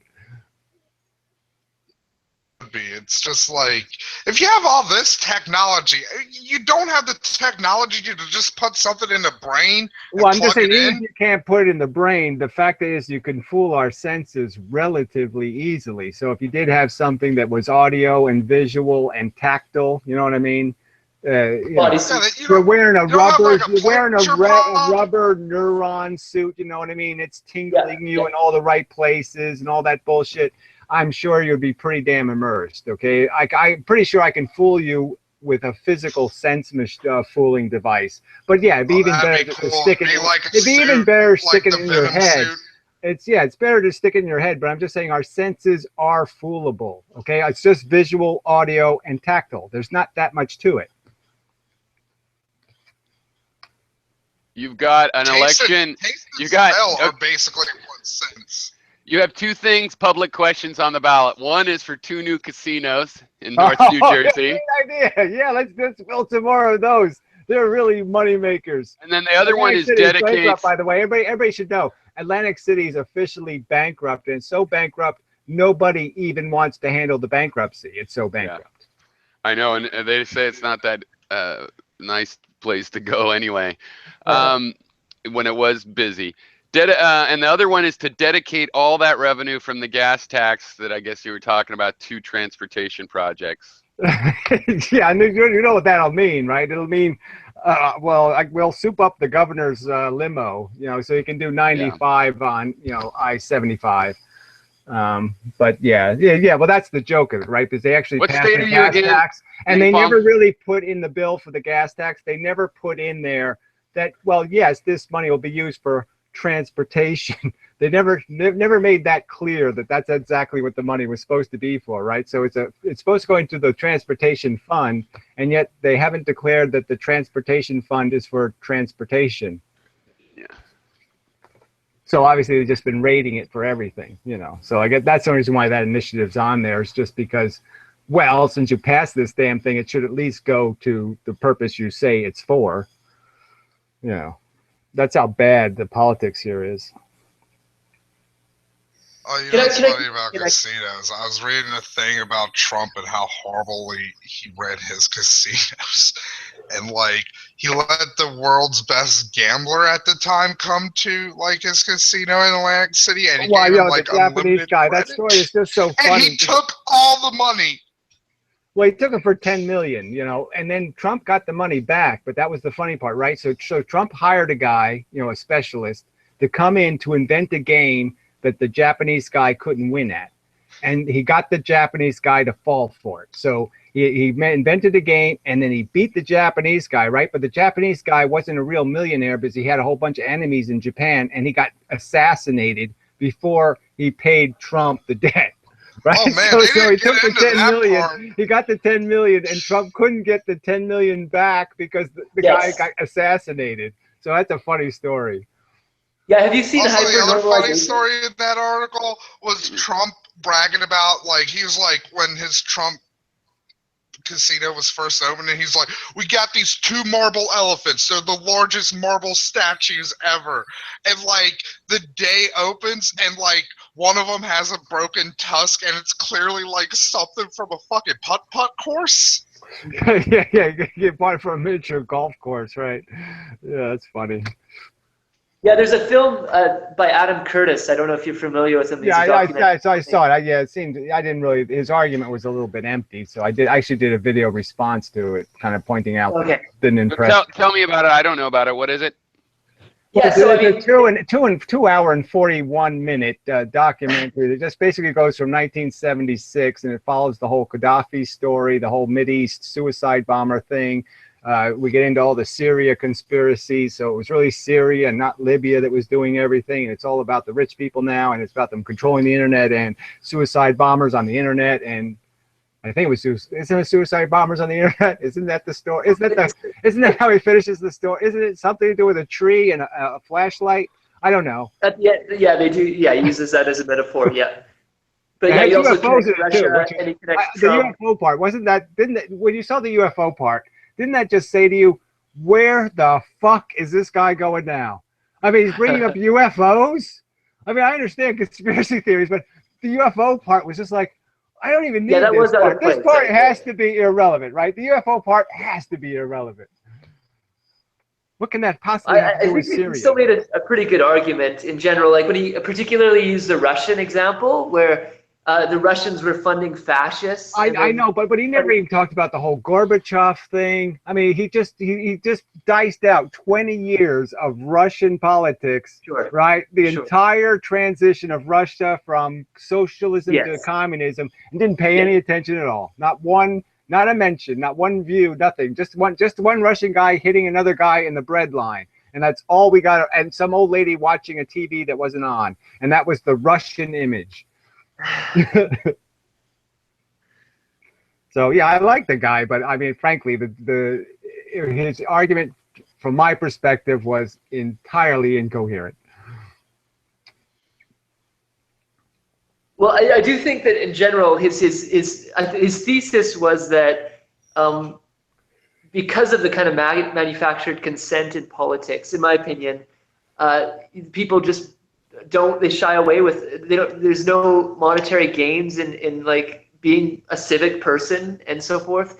And so they just don't tend to really debate politics anymore and so forth. Well, I think that's because there's no incentive to make it a game show. So I'm just saying, once we make this a real game show where people get humiliated and like have to, you know, they lose their pants and they have to show their wiener or something or whatever the fucking, I mean, the humiliation has to be pure. Like you go in as a professor at Harvard, you lose the argument, you get totally humiliated, and you're a homeless man the next day or something. It has to be a real show saying, look, ideas matter. We all got to care about the future. Yeah, we all got to be lose the presidential election. Because we know that the a average person just couldn't give a fuck. Okay, they're more interested in 15 minutes of SpongeBob than they are, you know, in any political science at all. They don't want to pay any attention to the real facts. They just say, it's like the solar argument I was just making. Everybody thinks solar is a great idea. Everybody thinks it's hugely beautiful, green, everything wonderful is going to happen. And the truth is totally lost in this conversation. There's no one even goes anywhere near a fact in the entire conversation. Good idea, but it's not the thing. Well, it's I'm just saying like, photovoltaics are not a good investment yet. Okay, and so there's much more bang for our dollar than rooftop solar. That's a guaranteed factual statement. There's much better ways to invest the money. Like my aunt was looking into rooftop solar here one time, and I was like, no, actually, it's like, yeah, you get the tax credit and stuff, and I guess that's nice. But like, other than that, it's kind of not worth it. It hasn't been. People haven't gotten clean. People haven't gotten ripped off yet. Okay, the rip off is going to come when every 5 years their panel starts producing 20% less electricity. That's when they're going to realize how ripped off they are. And then when they finally get to the end of the 20 years and they find out they have to uninstall this shit, you know, they have to fix their roof. They have all these expenses are going to be their expenses. Their utility company basically just forecloses on the experiment and says it's your problem now. I guess the argument here hinges on whether or not you believe in global warming. I actually am kind of an agnostic on the topic, but if you are a very strong believer in it, then you could make a pretty strong argument that a good investment now in solar, even if it costs more, would therefore save money down the road. Yeah, I know, but when you really look at the infrastructure costs, you see what happens now too is plants don't run at their full efficiency because they have to run harder at night, right? So you're supplementing the daylight energy, which means the plants have to tone down to 70% or 60%, or some of them shut down altogether. And there's huge startup costs. So it's like starting your car, you use a lot more gas. Well, when you come to an incinerator or some other, you know, something that's, you know, burning for the purpose of generating power, it's highly inefficient to ever turn them off. And to run them at lower capacity is, you know, you're degrading the efficiency with each 10% you go below optimum full capacity.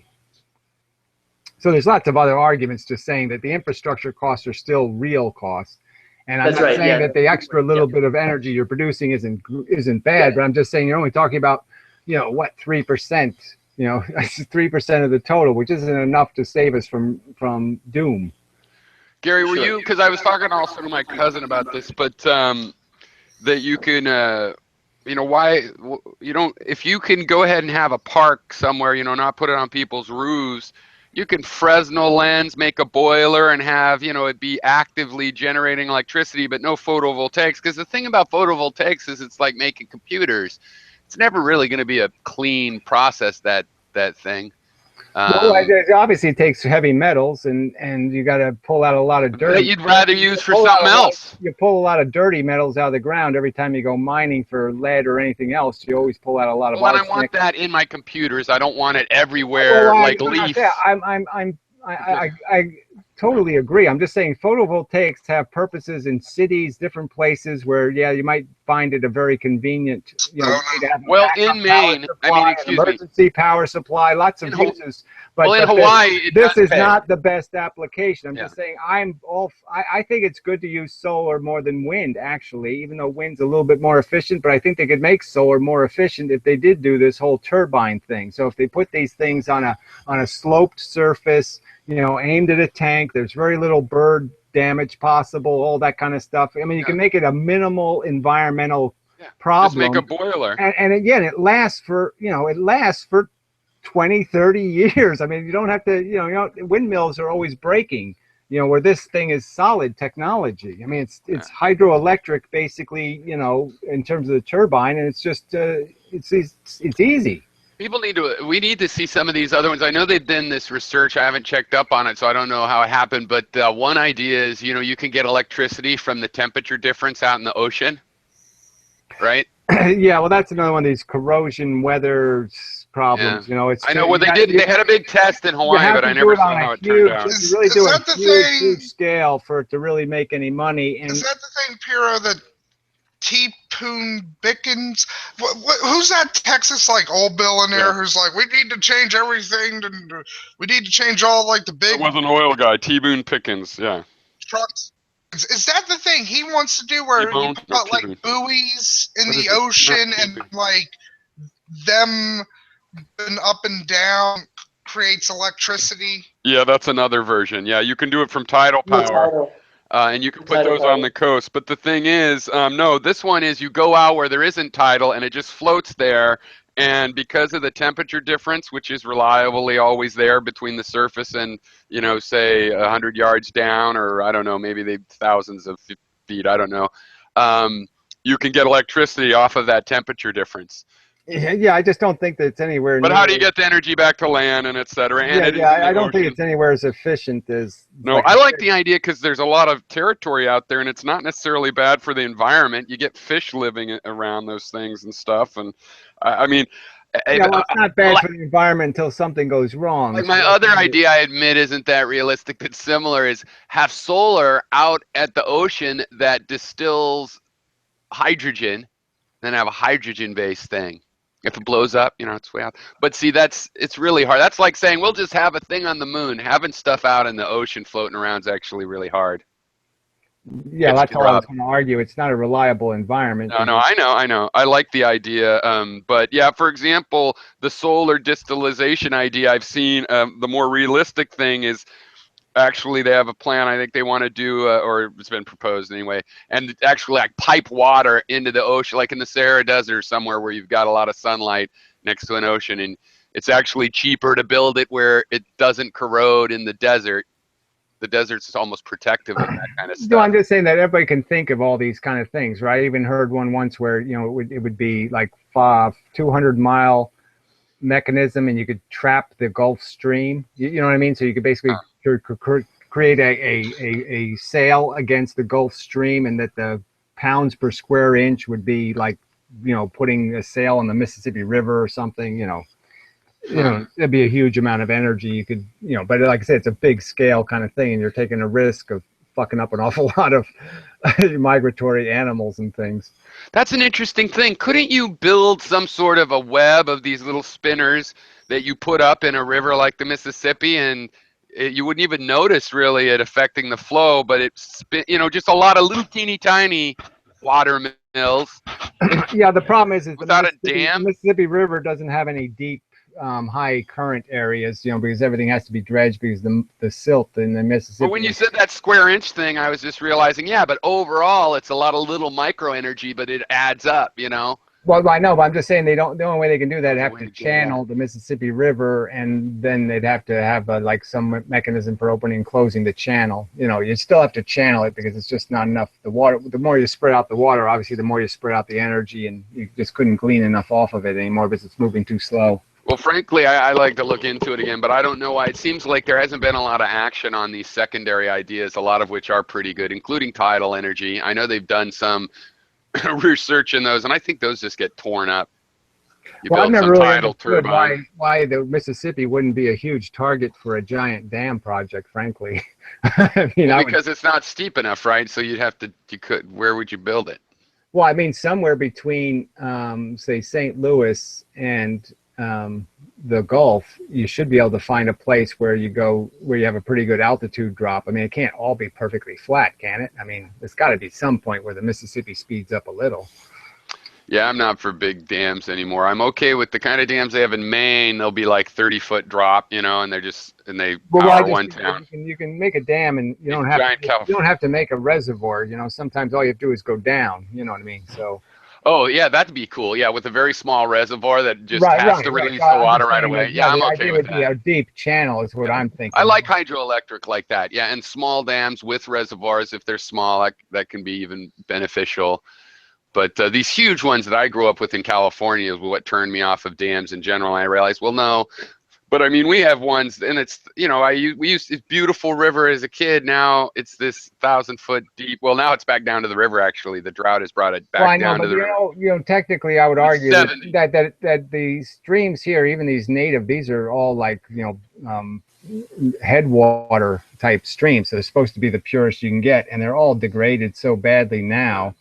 In terms of the wildlife doesn't exist anymore and all the other stuff, that I'd almost say you can't really hurt them because they're totally not in their pristine state anyway. If you don't make mega dams, you can actually, of course, help them. With at this point, the mosquitoes, that's pretty much the only thing in those fucking stacks. But the thing is, you can actually help them, right? You can make it so that they can have little hovels or whatever for the local mink or whatever you're trying to save.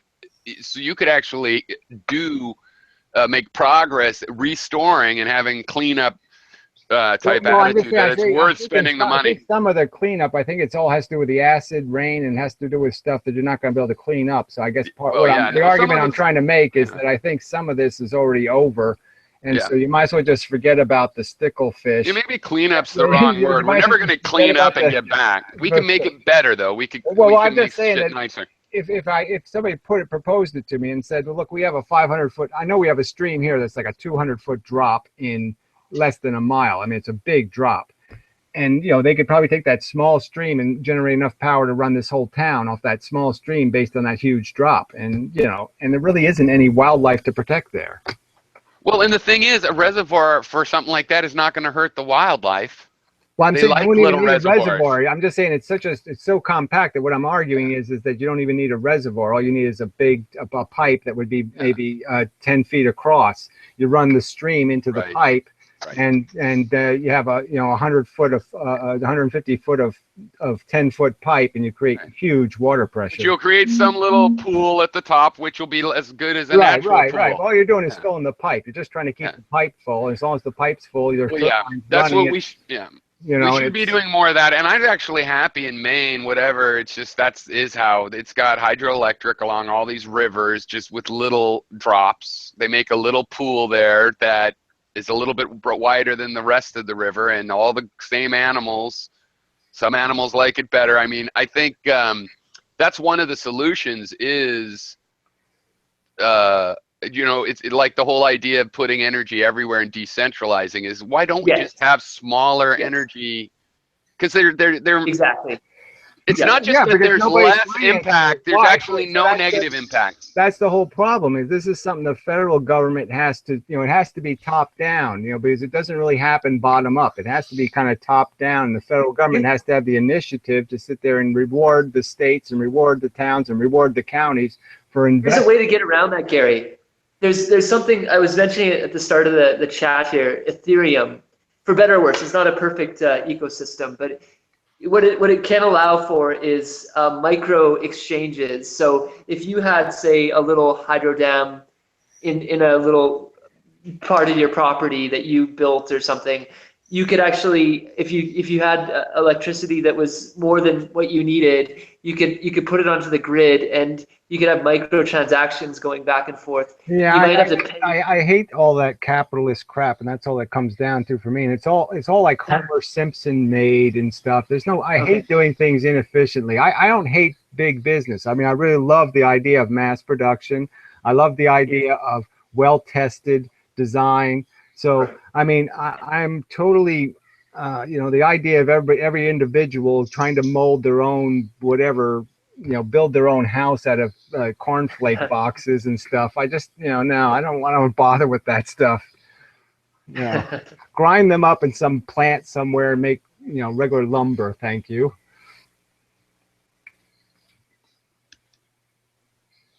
I'm just not an individualist kind of person. I mean, I am an individual. Don't get me wrong. I'm all for people doing whatever the fuck they want in their house and being, stupid and waste time and silly and whatever. I'm just saying I want the civilization to actually do civilization things. But I'm into what you're saying because, yeah, I think basically eventually, and every one of us has a computer and stuff and our websites, and they'll be in our house, and it won't matter because everything will be transactionally distributable, and there can be big proxies out there for the millions of people that are going to hit your website, and so your computer won't even.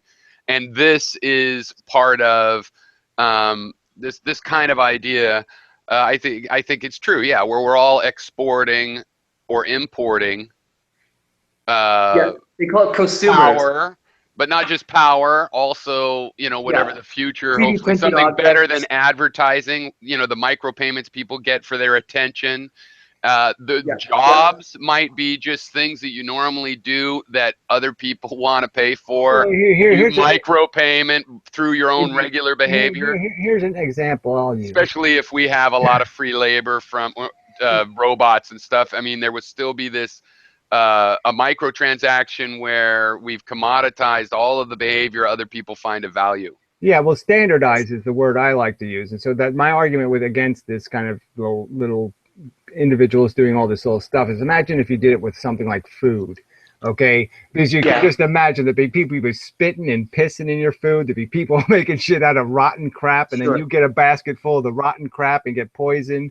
You can't have too free a system without some kind of, it has to be regulated and standardized, or you don't know what people are putting on your grid. What kind of viruses or nonsense or shit. So you really have to have some sort of but there's a reverse worry too with over centralization, and I think some of the conspiracies that we know are there's some grounding in it to some degree, in that when things get really, really centralized, there's worries about the dictates from the absolute top to some degree. So it kind of has a. Well, I'm just saying, if you have a reasonable democracy, I don't see that as a huge threat. But that's that's all part of your system design. I mean, I mean, if you're going to, there's no reason to have a dictator running it. There's no reason to make it anything obnoxious to your best interest. I'm just saying, you're going to just hire somebody to drive the bus. It might as well not be a guy who doesn't know how to do it.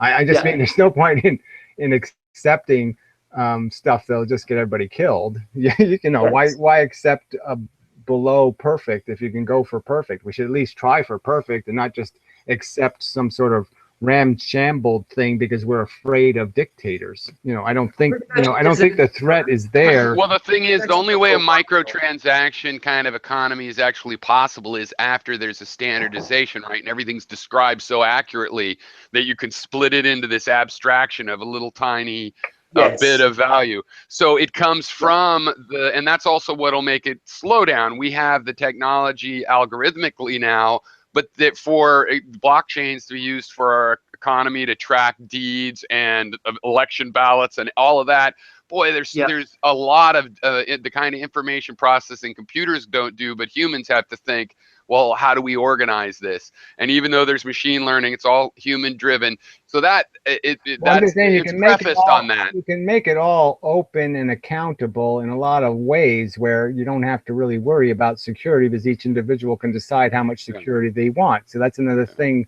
where right now I should be allowed to choose to vote online, and I'll give them anything they want. They want my birth certificate, they want my social security, they want this, they want that. I'll give them whatever they want. I know that's what I'm saying? I should be able to vote that way and be able to make, even if I wanted to make my vote publicly viewable, I should be allowed to do that. Now, I think it'd be nice to be able to password protect it, because that would be fine. Then everybody can hide their vote if they choose. But I'm just saying that infrastructure should already exist as a choice. And if you want to go to a polling place, you can. But I'm just saying, why don't we have the option that allows people who will account for who they are, will give you any information you want to make sure they are who they are, to have established an account with the government that says this is who I am and I want to vote under this account name. I mean, there's nothing. So for example, trading reason. electricity, we can only be talking about because electricity is the, it's the common energy. So we can go ahead and have, there's this hydrogen car coming out. You can have that and run that to power your house and sell that as electricity. It's really hydrogen burning. And that's what makes it possible. We could only do this kind of technological solution for things that, that there is some common thing it can be translated into so that it can be traded that way. So, Yes. And that's another limit. But I think there's not a big limit. I mean, I think so many things in labor and the way people are being paid for videos, if you monetize videos, it is where instead of having one specialty, a lot of your interests could generate a little bit of income just naturally by Absolutely. being better. No, there's nothing naturally about advertising though. So frankly, if Utopia still has advertising in it, then we're not there yet. But I mean, why don't I get signs of failure, in my opinion? But if I could get an email every day of little programming, right? I need this function and I got $5, and I need this function. Okay, and I'm going to do 20. Oh, I want a class system and it's $50 or whatever. Yes. There's people that want that, and the price could be right, but right now it's hard to find those people. It's just an investment finding people that I need. I can't have a microtransaction, but it's totally possible. In principle, I think you know that's. And as a result, I look for work 5 months, and I could be programming. So that's a loss to the fact that this world needs a lot of code. I know, but that has more to do with everybody having their own system. So we don't have standards. So there's standards. No standards I agree. between all of these different applications. Oh yeah, absolutely. Because because for example, one thing is people don't all want the same quality. Some people, a lot of businessmen specifically pride themselves on wanting quick and dirty, and it was good enough, aha, and it's the straightest path to the line. And other people, it's like, we want it made out of iron because of our industry or what kind of people. And so you'd need to be able to classify all of this stuff, and that's why it's difficult. That's what I like about the commodity markets, though, because a lot of that work has been done. It used to be just as hard to classify beef. It's all just beef, but some of it's rotten and some of it's not. Well, they got the scientists and everybody involved, and they can tell you what AAA grade beef is, a certain kind of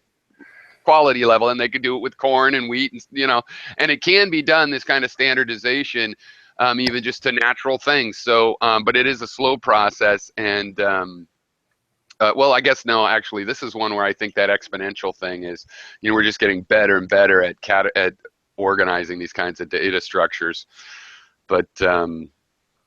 Yeah, but like the programming thing, I really wish, it's so inefficient the way people that can do work get in touch with the work.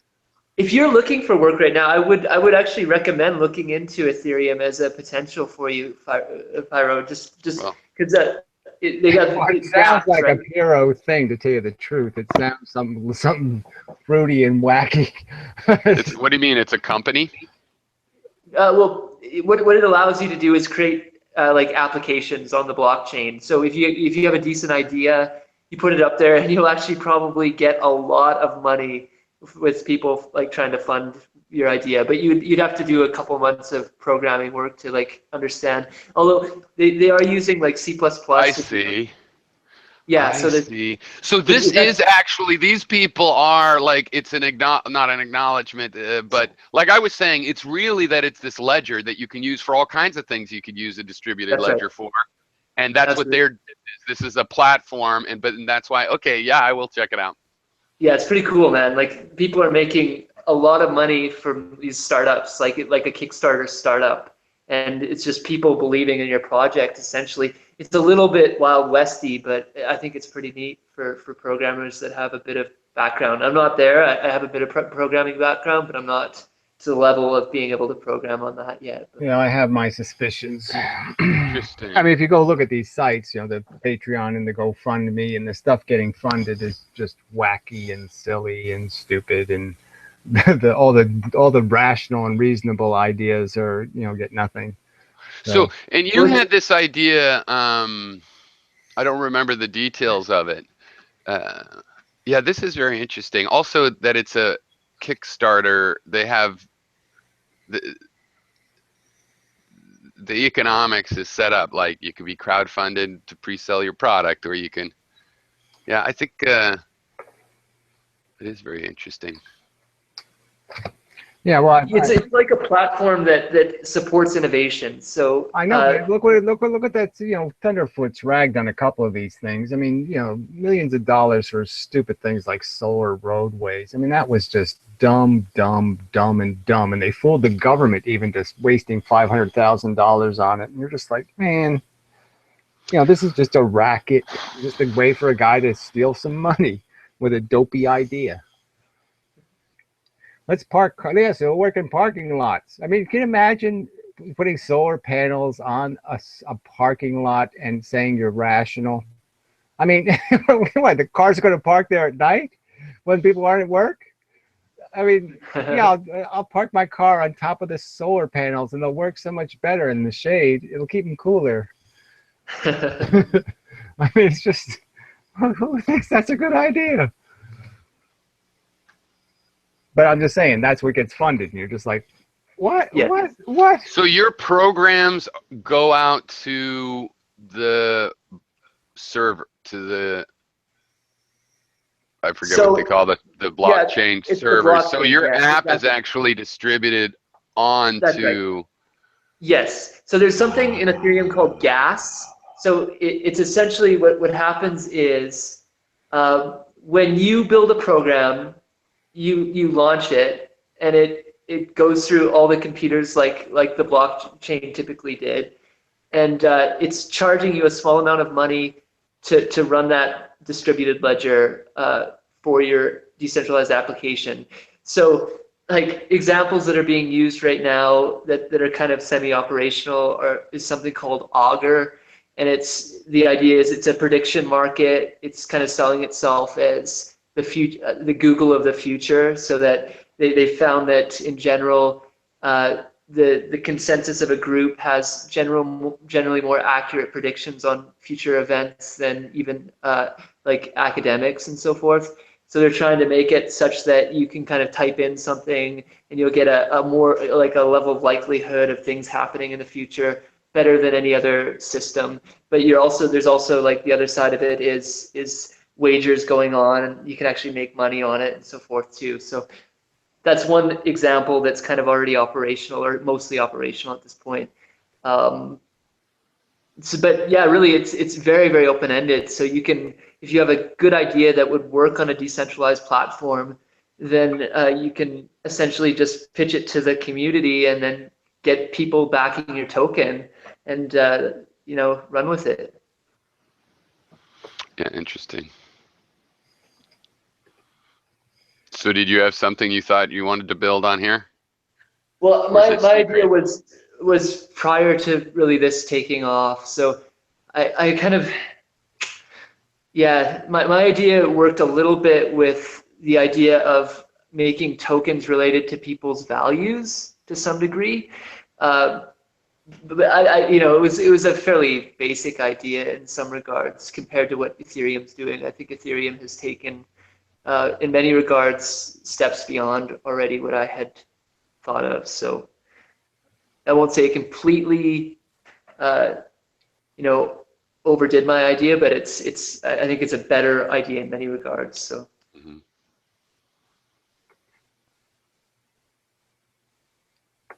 Yeah, I don't think it'll invent the next iPod, but whatever. That's true. Like hardware-wise, it's not going to do probably that. Although there is something called Slockit, which I found quite interesting. It didn't work. Unfortunately, that there was a bug in the code. But the idea was that you could buy these things called slocks, which were like electronic locks. And if, say, you wanted to rent out your bike, an insurance program would automatically start up once you swiped your phone over it. It would unlock the lock. You'd pay a microtransaction for that bike, say 5 cents, 15 cents, whatever, for an hour. And then when you lock it back up, the insurance ceases and the contract ends, and the Yeah, costs stop. it comes down to it's a new way of gambling. Maybe I don't know what it'll. In the end, that sounds like where it's heading. It's almost like you could set up one of these sites like Patreon, and then you could have a separate site where you bet on what ideas will get what funding, or what ideas will tank, and and then people could just make money off betting on who's a fool and who's not. And but I'm just saying it's just another game. It's not really it's not a solution to the I'm obviously you have to, it might be better to have some kind of system where you could actually solicit venture capital, where they would own a percentage of your idea, like you could sell a half interest in some idea and see if you can generate interest in people who want to invest. But yeah, this idea of people just giving away their money because they think you're fun. Well, but yeah, see, like Kevin Kelly, who's like a futurist or whatever, he for better or worse argues that we probably won't own very many things in the future. Rather, it'll be largely shared, and we will have a car that's owned by 20 people or 30 people, or not really owned by anybody at all, but we rent them. I don't know, but there's lots of things in our houses that just sit there stagnant, and this would allow a means to potentially monetize it if you buy it or something, and at least get more use out of it than just having it sit and decay. I don't know. Yeah, well, I'm not confident that's the road to it. That's all. I'm not saying it wouldn't be a good idea to de-invest the people who are hoarding, take away the hoarders' rights. I wouldn't mind doing that, but I don't, gimmick, I'm just not for gimmicks. Yeah.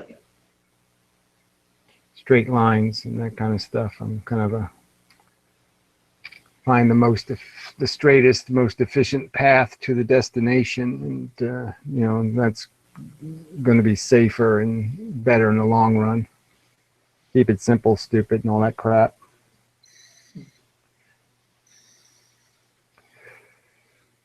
Rich. All right, guys. I think the best jet. All right. All right. You take care. All right. Thanks. This is really cool. I've just gotten into reading this stuff. Yeah. Very interesting. Awesome. Yeah, maybe we'll chat again. Yeah. All right. Take it easy. Be well, guys. Yeah.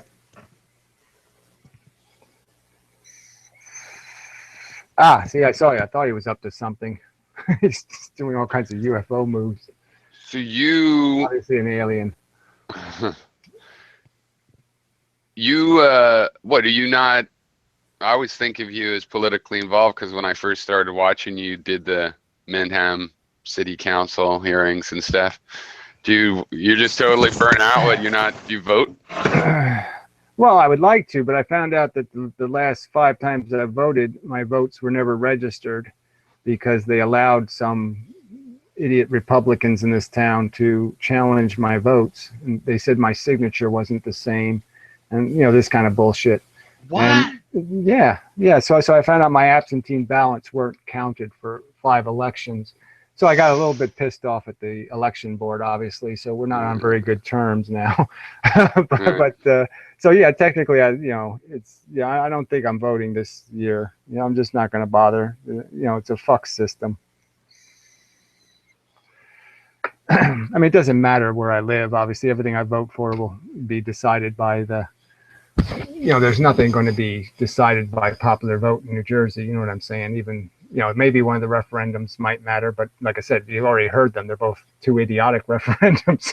So yeah. There's nothing at stake here. I'm not going to change the congressional elections. Not going to change. You think Christie's going to go to jail or get? Oh no, that'll never happen. No. Well, have you seen how much of the stuff those guys are turning on him? Yeah, I know, but he's a fucking lawyer. That's how he got into this whole thing. He was the asshole that was signing all the documents. When I was suing over the tobacco tax, his name was on all the documents of the my adversary in that case, fighting for my justice. He was the asshole fighting me. Basically, he was the attorney general, the cunt. But anyway, yeah, you can't. you know what I'm saying. You can't really mess with the governor. I mean, they got so many strings they can pull. So and by the time anybody gets to it, it's all going to be old news anyway. They've already waited too long. You know what I mean? They gave everybody immunity, so there's just no game to play. Yeah. So I don't know. We'll see. He gets away with it, and that's the way it is. But yeah, it was just chicanery everywhere. But like I said, even this last tax, he destroyed his career. So that's Trump destroyed his whatever. career. I mean, him sitting there saying Trump was a smart man for it's the most brilliant businessman ever. After he invaded. Well, after he admitted not paying federal taxes. And you sit there and say that's a brilliant businessman not paying taxes.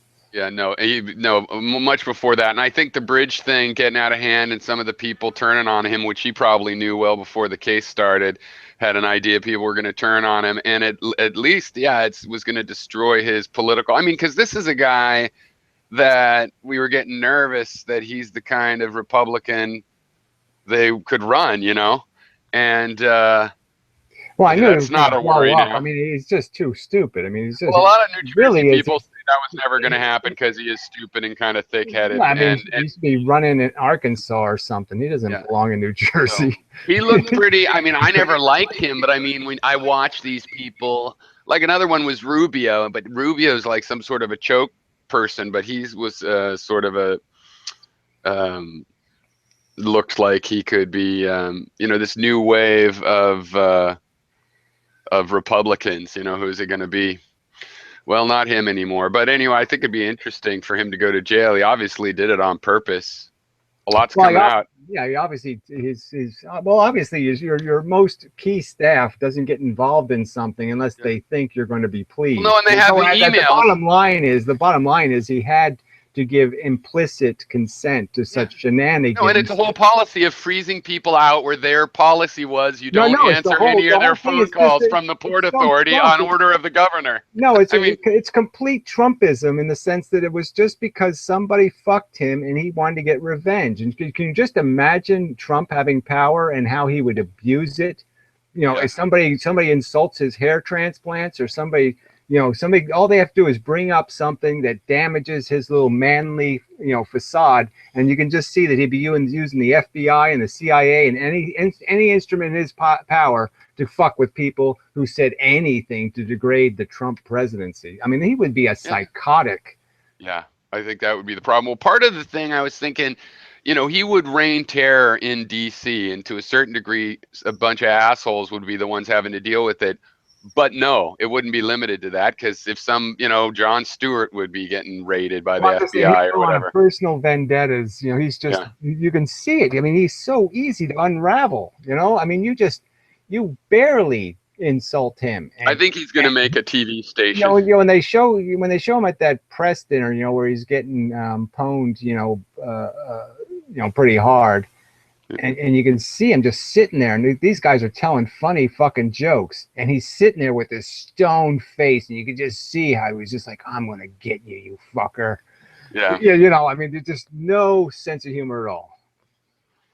I wonder what it's like to be Trump there with all the other billionaires that are kind of the real billionaires that think he's a joke, and because he's kind of guy that swaggers in where he's the richest guy and plays that into a rich kind of guy popularity, and he's probably not richer than that Catholic bishop at the Hal Davis dinner. Now he's made it so clear that in every deal he's always trying to fuck everybody, and he's made that so clear now that it's like, who would even do business with Trump without having like every lawyer go through it with a fine-tooth comb, because Trump's trying to game you. You know what I'm saying? Yeah. I mean, I wouldn't do business with him just from hearing him talk. I mean, there was a clip, nobody sees, but it was in that documentary, just a little clip where he was talking to one of those stupid morning shows, and he was laughing that Gaddafi had come to speak to the UN, and he fucked Gaddafi, renting him a place to put his tent in New Jersey. And he was laughing over the fact that he totally screwed him and charged him what he would charge somebody for 2 years rent, and he got it for 2 nights. And he's totally, he's laughing that he fucked him really good. I mean, the fact that we would even allow Trump to be our, our ambassador, to world leaders, that Trump is going to be their introduction to how you get treated in America. You get fucked, amazing that he could even get away with that the State Department wouldn't have done anything to say, you don't fuck, okay, people who are coming to speak to the United Nations, you asshole. Yeah. I know he really has made it clear. I mean, it's the same thing with he's a genius not to pay taxes, or he was a genius to not pay the people and use the bankruptcy so that the people that actually built the shit. A billionaire would be fucking a guy for a couple of $1,000. Even that, you're saying a billionaire who's running rackets for $2,000. Yeah. I mean, but that's a common thing. You be a billionaire if you're worried about making $2,000 today. That's a weird thing, though. I always thought that was weird, but I also couldn't understand how could you even mass $40 billion? I mean, you kind of get distracted by wanting to spend a lot of it. But no, nickel and diming is one of the things that's how big a liar he is. He never intended to come clean, but he's just a preposterous liar. The fact is, he only had $2 billion when he went belly up, and he had the $1 billion loss year, right? Mm-hmm. So he had a $1 billion loss year. He was only worth $2 billion then. And the fact is, he's admitted that he hasn't paid federal taxes since then, right? So he still hasn't made enough income to make up for that $1 billion loss. So technically, how could he possibly have $9 billion if he's only made $1 billion in income in the last 10 fucking years? Yeah, well, Not because fucking possible. You want to talk about quotes that are out there that people don't seem to pay attention. I remember him saying it's because his name is worth $7 billion, the brand. Yeah, well, I'm just. And he's admitted that depends on his mood that day. He obviously must have a huge, pile of mortgages and the rest of it, because his property somehow doesn't grant him any income. He doesn't sell anything. But I'm just saying, clearly he can't be worth what he claims to be worth, because his incidental income would have already paid that $1 billion loss. Yeah. Yep. Also, you would have to liquidate assets if you had those assets in the bankruptcy. They don't just let you do whatever you want. You do have to liquidate assets and stuff. And so he's writing those losses off. Yeah, and other people didn't get paid. Yeah, I know, but the bankruptcies really do separate one business. Oh, and also that's different. Yeah. So what I don't get is how he had $1 billion on his private taxes, and supposedly that's money he had borrowed, and yet somehow he doesn't have to pay. I don't know. It hasn't really come out to me exactly how that all works. Yeah, I mean, I understand the carry forward loss, and I figure he just gets to make up a number. Oh, that property used to be worth this much, my part in it that I lost when they seized it. Yeah, well, right. So that's his write-off of $1 billion of his part of a casino that wasn't really worth $3 billion, like he said. So I hope the IRS gets him, and I think it should happen after the election. But that'll be funny if this standard audit. Well, I guess we figured out why you're audited every year. Because he was going on about that in the early days. Like, I don't know why I get audited every year, because you don't pay taxes. The IRS doesn't audit billionaires that don't pay taxes. Yeah, like that wouldn't make any sense for that to be a flag that goes up when a billionaire pays no taxes. Yeah, I think it's time for the flag to go up. Duh. I suppose he doesn't think that's rational. Well, in which case, his bravado really has fucked him over, because he doesn't have enough money now with the enemies he's made to not be vulnerable to the IRS going a little more. The IRS takes a lot of leeway with rich guys, whether they want to look on the positive side or not of your stuff. He's really made it. He's really made it inevitable. I think. I mean, obviously, I don't think Hillary's going to say it publicly, but I'm sure Hillary's a little pissed off about some asshole saying he's going to send her to prison if he's president. So I'm sure that when Hillary's president, she's going to give a note to the IRS that she wants to see his fucking tax return. I don't think she'll have to. We hate so many people. Hate him. I'm just saying that you wouldn't even have to. I'm saying everybody thinks sure she should go to wants jail. Her lawyers to take a good look at his tax return. Yeah, no, I agree with you in sentiment, both that maybe she would do it, and it doesn't really matter though, because it's so obviously in the air.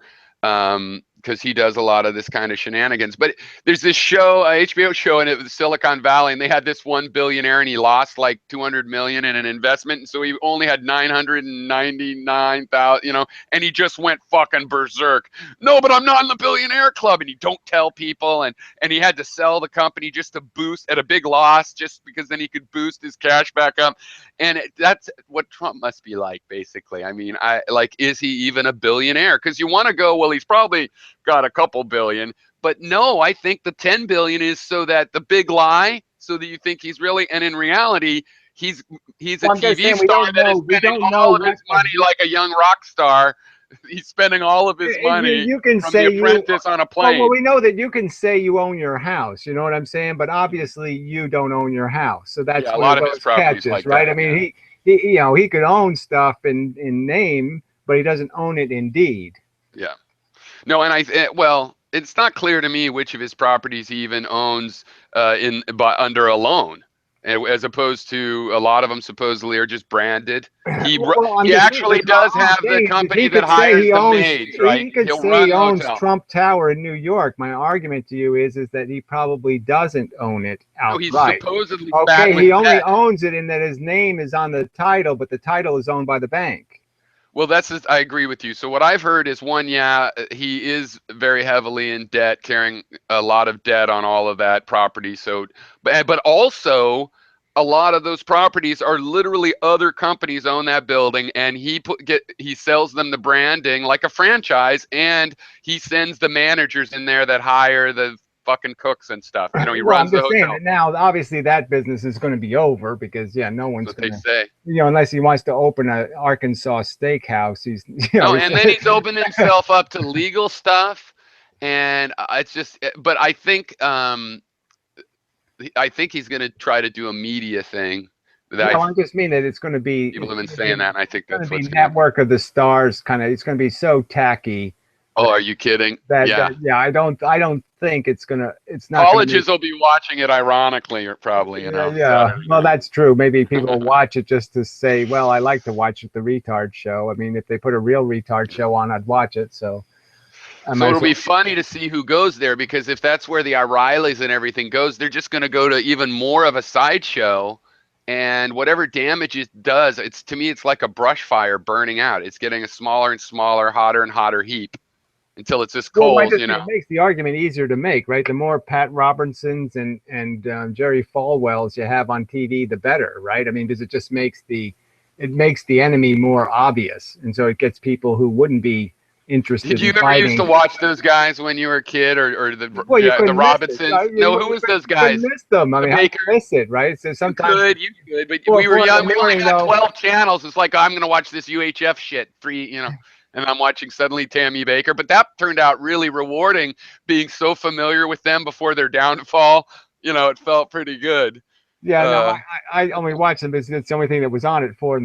You know, I was always up at night, and you're like, I just need a little bit of, and so you'd watch an infomercial, you'd watch the half-hour mop show. You probably had more of that, because in California, we only got the UHF kind of late. My understanding is on the East Coast, even in the 60s and 70s, you had more than just the 3 channels. You even have more than one CBS because you're close to everything.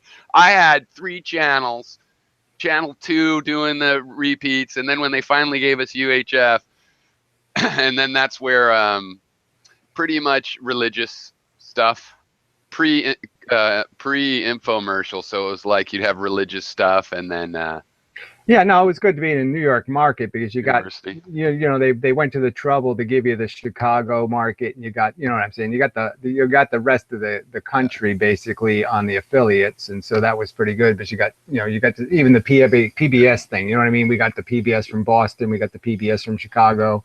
But I always watched them out of interest. Who's that other guy? Oh, Pat Robertson, of course, has been around forever, but maybe that's more the 90s when I started to notice. Who was that one guy? And his son, Jimmy Swaggart, he used to be on there. Yeah, he didn't have a son back then, as far as I knew. But that, Swaggart. I think Swaggart is the guy. He's got a son now. Yeah, his son might be doing something now. But I just remember he was the guy who used to do the piano playing, and he'd cry and all the, he'd always be crying. And yeah, and he had some big scandal he cried. Oh, yeah, the hookers. He was the hooker guy. I've Yeah. sinned, and he did his whole crying thing, and everybody forgave him, and then he did it again, and everybody forgives him. The religious people are just such dupes. You say how they fall for this shit. I never took it seriously. I never clicked with me that there were people in the audience actually watching that seriously until I got to YouTube, and there was this big argument with Young Earth Creation, and I'm like, there really are people like that? And it's like, oh yeah, that's where the mega churches come from. But mega churches, there's churches all over California, but little normal ones. So these giant mall-sized churches, it's so far away from anywhere I've ever lived and with the YouTube, of course, we go like, wow, not only are they out there, but they've been growing with the population too. Yeah, I thought they were dwindling away like flat earthers. No, that's not how culture works. I ended up incidentally, getting a lot of inside stuff to how the whole thing was run, because the girl I dated, her father was the head of the religious broadcasters. And so, they all networked through this one company, that basically got them all access to the cable TV and, did all the infrastructure. Usually that's the Pat Robertson one. That's how he built that shit. We're in it. 700 Club, Falwell. They got on in the late 80s, the cable thing. I'm pretty sure I've seen them from back then. So it started off with this, thing that was developed in the 40s. And I'm just saying it was like their version of a network, that would give them access to all the affiliates and radio stations. Yeah. So it was really kind of a big business, but it was just kind of funny because it's the hypocrisy.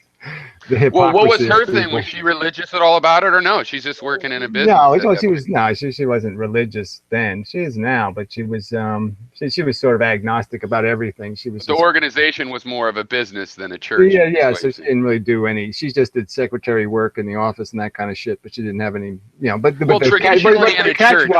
catch was that she went to the White House. She went to White House dinners and shit. But see, traditionally in a real church, it is memories. I got a picture of her with like George Bush, Interesting. Yeah, that's right. That's what they. Well, when did they start sewing up? Well, it's the whole Reagan thing. He's the Reagan, I guess, sewed up. Yeah, Reagan's the one that got all the. Yeah, he started that whole prayer thing, where they. Because before that, they weren't into politics. They did the prayer breakfast and all that kind of stuff, and it just kind of, solidified their. Traditionally, your secretary at a church is a member of the congregation, not just somebody higher. Yeah. The born again Christians used to be blue dog Democrats, and then they, the whole civil rights thing turned them all into Nazi Republicans, So that was a big change. Really, you think it's that simple? I guess so. That's what a lot of people say. That's another one of those that I hear that, but it seems so weird to me. I don't really get. See, I guess I was the stupid California kid that thought there really was going to be a post-racial thing going on. Growing up in the 70s, it's like, boy, even in the old days, they used to be racist. Yeah, now it's just such a conundrum. Because the whole urban black thing just isn't going anywhere. I don't know what the cure for it is, but they gotta fix this. The cultures are diverging so dramatically that I don't even know how you fix it. It's like jobs. Well, yeah, it has to be some kind of thing like that. I mean, you have to do some sort of integration that that happens in some sort of polite way. Not where you have to live together, but somehow we have to be able to commune in some kind of ways that make it possible for us to gain a common language and a common values, because the separation now has gotten so stark that I don't even know if you could go to places like Harlem and actually talk to somebody in the street and know what the hell they're saying.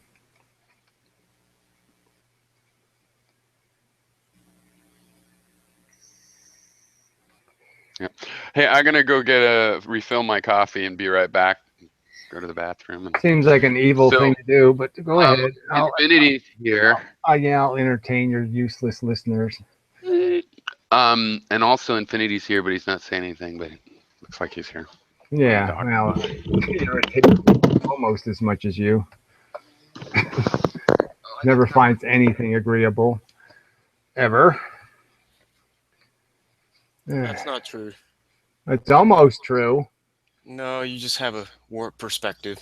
Yes, that's what they all say, but they're of course wrong.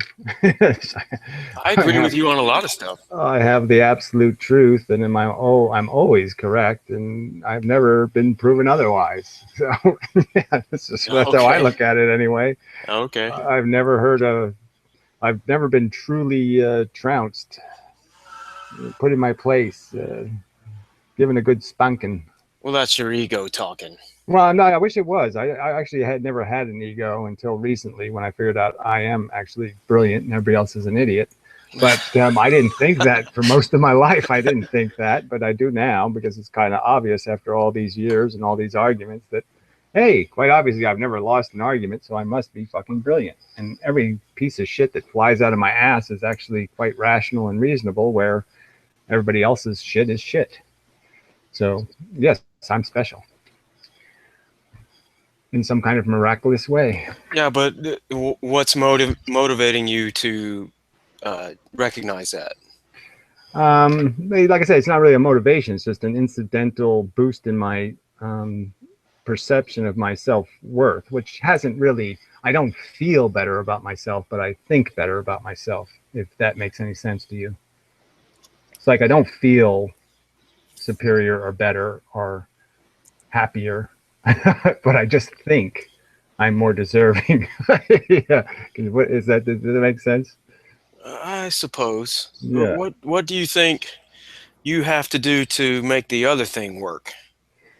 As far as getting both the thinking and the feeling. It's my bad for not being a better persuader. So I do understand that I have to find a better way to communicate with people in a sense that, but I don't want to do the compromise. You know what I mean? I just don't want to go to like taking an image of a pretty goldfish or something and then morphing my head into the pretty goldfish. And yeah, I mean, I don't want to be a clown, or I don't want to do dances for people. I don't want to compromise the message.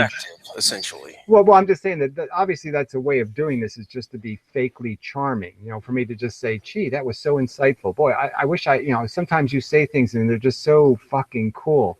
You know, I could do that kind of shit with you, right? I mean, I could just blow smoke up your ass and you would start to listen to me more, right? Because I was blowing so much shit up your ass, so much charming stuff about, you really do, you encourage the best out of me. You really get me thinking. I could say all kinds of upbeat, positive things, and yeah, doing that will work. And I hate to admit it, and I won't. It's like I can't functionally admit it. I admit it as, Gary, you have to be a nicer person to be able to talk to people. I don't think you have to blow smoke up people's asses. I think you just have to not completely berate them. Well, I suppose that's yes, part of that's true, and I guess that's exactly my I guess part of the point I'm trying to make is that I'm so caught up in this idea of the dome, the gladiator thing, the truth is right. I know the truth can win. I just got to get into the fight. I just got to somehow pick a fight. I got to just make a fight and the truth is going to win. I'm so convinced of that. I just can't put the sword down and say, okay, it's not a sword fight. You have to do this back and forth thing and try to maneuver your truth into their brains. And, I hate speak. I hate strategy. I can't even stand combing my hair, quite obviously. I just can't stand pretense. Well, no, I don't think you have to have pretense in order to make your arguments more effective. Well, you sort of know that you do have to have civility and stuff, and some of that, I guess, is all I'm saying is civility. I don't equate that with pretense. I know. I'm not saying that for me. I'm just kind of associating those kind of two words that are, that civility is pretense, and I guess that's an exaggeration on my part. I'm making too big of a difference, or too little a difference, and there's a big difference between, my requirement not to be a bastard, and I'm just not fulfilling that requirement. So I concede the point that I'm just not doing it right. Hello. There is a better way to do it, but I'm also kind of transcendent in the idea that I don't want to give up on the idea that this is a battle of ideas. This should be a war, and I'm ready to fight. All the young activists grow old and want to become warriors. It's like I'm sick. It's like we're like the vultures that go, "Fuck it, I'm gonna kill something." Well, I'm just saying, most of us, right? You know, I'd say you're too loop-de-doo to be any good from the beginning. But it is kind of you brought up. I mean, you brought up Darwin's hamster, and that's kind of an annoying example, right? Because you know, I've What's always with been. him? Did he always hate Well, me? I'm I just saying, probably just I've forgot. always been very encouraging of Joe's contributions and all that stuff. And he Yeah, used I to be thought I a was reasonable too. person, and now he's this unreasonable person. He got What all really, happened? he got colossally pissed off at me because he made a video that was basically a truther theory about the moon landing. And so it's like I pointed out how no, the truth is, look, you can see it's a reflection in the fucking glass. Okay, it's a window. Do you understand windows? And when the thing turns, the sun is going to be moving every time the damn thing turns. You know, anyway. And he really got pissed off that I debunked him or that I insulted his intelligence in some way by He's pointing out crazy. that you're falling for a frickin', nonsense. And well, anyway, and so that was like the beginning of the end of our ability to communicate with each other. And then he mocked my physics, of course, but he just did an aside comment like, "Your physics is too ludicrous for me to even bother with." So it's the same kind of thing you did. This dismissive, I will not even touch the nonsensical nonsense that is the nonsense that you're nonsensing. And that's just so irritating. Because he has a physics degree, for fuck's sake. I mean, he would, I would love to be able to get into an argument with him about physics. Well, yeah, but he's gone nuts. I don't know. He's a big trumper. I know. I'm just saying that's the downside is that he has done this loony old man thing. I mean, all the He says that he's held back all these conference years. report, the modern mystic, and Darwin's hamster are all my generation, and they've all turned into incredibly old, Crazy. stinking farts. I know you're doing pretty good in comparison. Well, I'm just saying, yeah, I feel like totally abandoned by my generation. It's like, oh fuck, I guess I got to do all the work. Because yeah, they're just going to eat sandwiches and fart. So I was thinking about the fact that our constant idea for years now of that we need some better kind of platform, and this ledger, this distributed ledger thing. If when you posted a video, it went into this ledger, the rules of how it goes in the ledger and the reply rules are all part of that's a part of the application. You can't change it because the application's all distributed. So it might be an interesting way to do that, because the problem is continued to be storage, but maybe everybody can deal with their own storage. I don't even care about that part. Yeah, I mean, I think presenting your idea should be your choice, whether it's in an MP3 or a video or in written text. I don't want to discriminate against how arguments are made or exchanged. So I just want the quality of obviously you've seen the text arguments are absolutely useless on YouTube, right? I mean, that's just the deadest, stupidest, moronicest world. And you no point in even going there because it's all just troll food. Pretty much. And so we just don't have any way to elevate these conversations, and nobody makes response videos. I mean, your response video to my video was like the first response video I've gotten in like 700 years. Well, because the software has to help with it. You call me lazy, but the fact that it's like physics, man.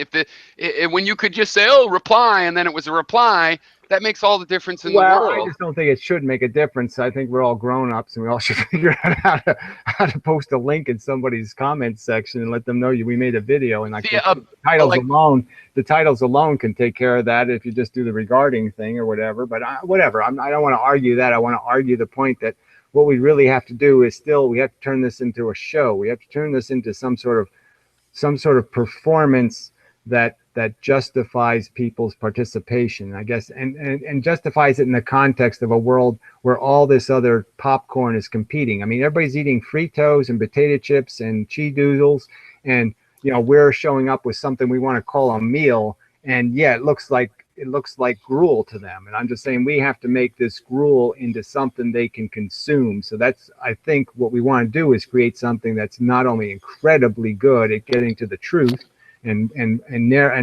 winding all this bullshit into real concepts, but something that does it in a way that is creative and interesting and entertaining. We do need to make a dome. We need to make a theater, and we got to let the lions loose. Well, do you think that the technology is ready maybe with the live streaming? I mean, if there's now, it doesn't cost a lot of money to do the live streams, everybody can have the key to the same stream, and you could have 24 people well, I know, with but an hour a who day. wants to do that? Because that's like, you can't even have a good presidential debate with just 2 people in the damn debate. And even that turns to shit. So I'm saying the game's really got to be more of a game. There's got to be a moderator, and there's got to be a way that arguments are, even if you compose them in some other form, like I said, even text, that the arguments are dealt with. And so that And then what's your current thinking on how you vote that? I mean, how is it adjudicated? People vote for who won, or? No, I think it's got to be like a wiki page. You know, we have 2 competing wiki pages, and they both evolve to the argument each page is making. So you have one on the right and one on the left, and they make their argument, and they change it and modify it to deal with the counter arguments being made in the other page. And then, yes, then you vote on the who's winning this battle of argument design. And then you can have a point system and whatever. And so then, you know, there's this whole thing where there's some money at stake or something at stake. So people have a real incentive to make really good arguments. So yeah, that would be my argument is that it would be, you'd be judged on the presentation of an argument, like even a kid's, you know, sorry, debate I wasn't class. here for 5 minutes. You know, just Cat just destroyed this fucking shit. Anyway, so yeah, but well, I was just well, going through, the format has to be something that's entertaining and productive, and it has to be, I was talking about wiki pages doing both arguments, like the right argument, the left argument. The 2 wiki pages would be constantly edited to improve their argument. So when they get defeated by some counter argument, then they change their argument. They modify the argument. On how the defeat works? You vote, people vote, you yeah, have well, judges. people vote, yeah, you have to have some sort of editor voting system, but obviously it can't just be some sort of public vote. It has to be an informed, you know, it has to be a, whatever they call that when there's a group that judges something. What do you call that for publication? They call it something, juried. Mm-hmm. It has to be juried. Yeah, like peer-reviewed juries. Yeah. So it can't be just, you know, common people voting, because we know that turns into shit anyway. But anyway, some kind of system, and then you have some sort of prize that's at stake, and some sort of reputations are at stake, and all of that kind of crap. And I think that's what needs to be done, is you have to have these arguments get boiled down to the hard, what you're really fighting about, you know, instead of fighting about nonsense. I think. Yeah, I think so too. It's just a matter, partly it's the time, but also it's the technology becomes easier and easier, and bigger pieces of it are being made. You know, I want to just Piro, Don's not shown in the call. Well, who is Don? I don't know if you want to show him or not, but he's not shown. I don't think he knew he was there. No, I knew he was there. I said, hello, Don, but I don't just put people on the broadcast right away, because some people use it to hack and shit. So yeah, that's why I don't. Don, you can unmute now. I only by request allow people in the room now. Well, your link doesn't work again, just to let you know. Well, yeah, you got to do it twice. I couldn't get in either. All you do is refresh the page, and it works. Well, I took the EID equals whatever out of it, and okay, good to know. Yeah, so I mean, I think a refresh. If you're using, I'm using Firefox, and the refresh worked. So just refresh on the dead page. Yeah, I'm on Chrome. I didn't refresh. I just took that part out. Oh, he just left. I was looking. I don't know. It said yeah, well, I think his problem was his own technology wasn't. His computer wasn't finding his camera and mic. Well, I mean, the thing is, so this is something I try to work on. I haven't worked on in a couple of years, though. Now, the last thing I did, that my responder thing still works, like as a, you know, that approach. But I just don't know. I mean, it would be great if we could move forward on it. I just want to move to something that's not proprietary to any platform, and it's like, you know, it's just completely above any platform, you know. It just, and but it creates this. I'm just saying, the thing is, we got to create a show. We got to create a thing, one, like all the little pieces add up to one show piece, and the show piece is the cumulation of all the rest of the crap that goes on to make. Then we talk about all these voting systems, and that's like we have to require. But when you talk about a show, I mean, we could always revisit this. I mean, you have had shows, and people have tried various shows, but it doesn't mean we can't learn and try it again. I mean, when you say a show, is it something that we could build without the software that's going to help us annotate everything with the side-by-side wiki pages? I mean, you could kind of do that with the regular wiki. Do we just do that? Well, can we put something together right now? You have to have enough people to do it. And I'm just saying, I've never been able to get enough people motivated to actually create something. But obviously, yes, to manage all this, you'd have to have people editing the wiki pages. You have to have people, that are doing these arguments and then saying, well, let's edit out the best part of my 2-hour video and condense it into this, 4-minute argument. And we'll use that 4-minute argument as our first statement in the debate. And then the second argument will be made by old fan live in the room or some other, this kind of thing where you'd piece all this together into a half-hour show, and we just make a half-hour kick-ass show on each subject and just nail it. And, from the two sides giving their best effort to make an argument, and then people could vote on, who nailed it and who fucked it up and who dropped the ball and all that kind of crap. And, so people get, like I said, you make something at stake here, your reputations and your you get points and you lose points and that kind of thing. I'm just saying this is a vague system because there's never been enough people interested to do anything more than what I'm doing. And I obviously am quite distracted about with 9 million other projects. I'm just trying to do way too many things and, spread way too thin. I can put effort into a channel idea, like a TV channel where we try to fill the schedule. I'm just thinking. I'm thinking long-term ambition would be infomercials are actually sell to the cable networks a half-hour show. So I'm thinking about doing something that gets to a big audience. Something that can migrate to a real audience and be something that's like I said, that's really valuable because people love game shows. What I'm just saying is let's make a really kick-ass, interesting game show where people aren't just answering multiple choice questions and you're not doing all this silly shit, but you have a real fight. Okay. What if we do a real battle of ideas? I mean, do it real and gritty, but very, very methodical, like firing line, except not boring. But you made me think there's some other possibilities too. Like one thing we know is we know a lot of trivia about things we disagree with. Like when that guy brought up this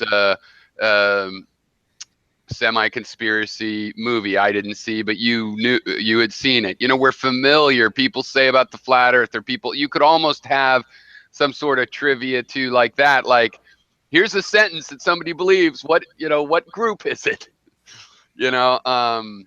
Because we become experts in the arguments, and the part that's interesting to me, because this is why I do it, is spin-off. So that would be like Mark and Mindy. That would be a spin-off. Yeah, no, I know that would be, but that's the thing you're saying. So if we can make some sugary versions that touch on what we do, we can also have the crossfire. And I think it would be great if you could have a crossfire where there's votes. Like I'd be willing to let people, just fans, vote for the person they're fan of if they had to put $1 behind it, and then that money goes to the person. I'm fine with extra stuff. So I'm just saying as I would just argue that I want a real vote for the one that matters. Okay, I don't mind having all kinds of other public interest. The trolls can do all the voting they want to, and you can create a system for them to have fun and be trolly. But I just mean I want the infrastructure not to be made out of trolls.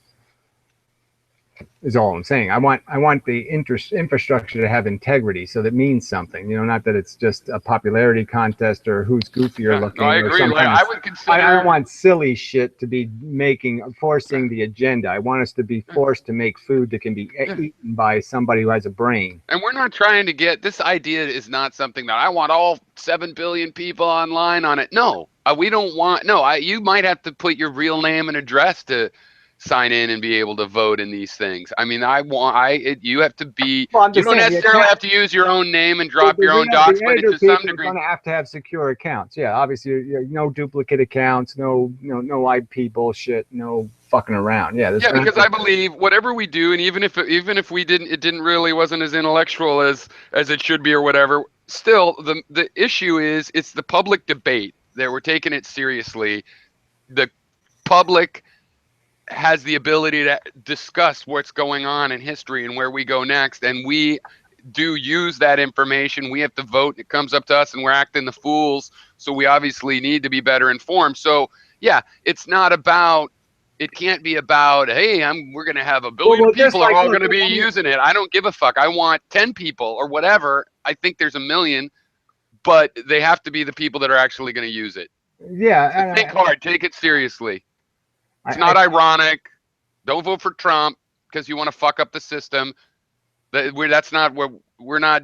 It's not a popular thing. It's open to the public, but there's got to be a self-selecting mechanism. And one of them is just standing by your words, right? That you are, no sock accounts, that kind of shit.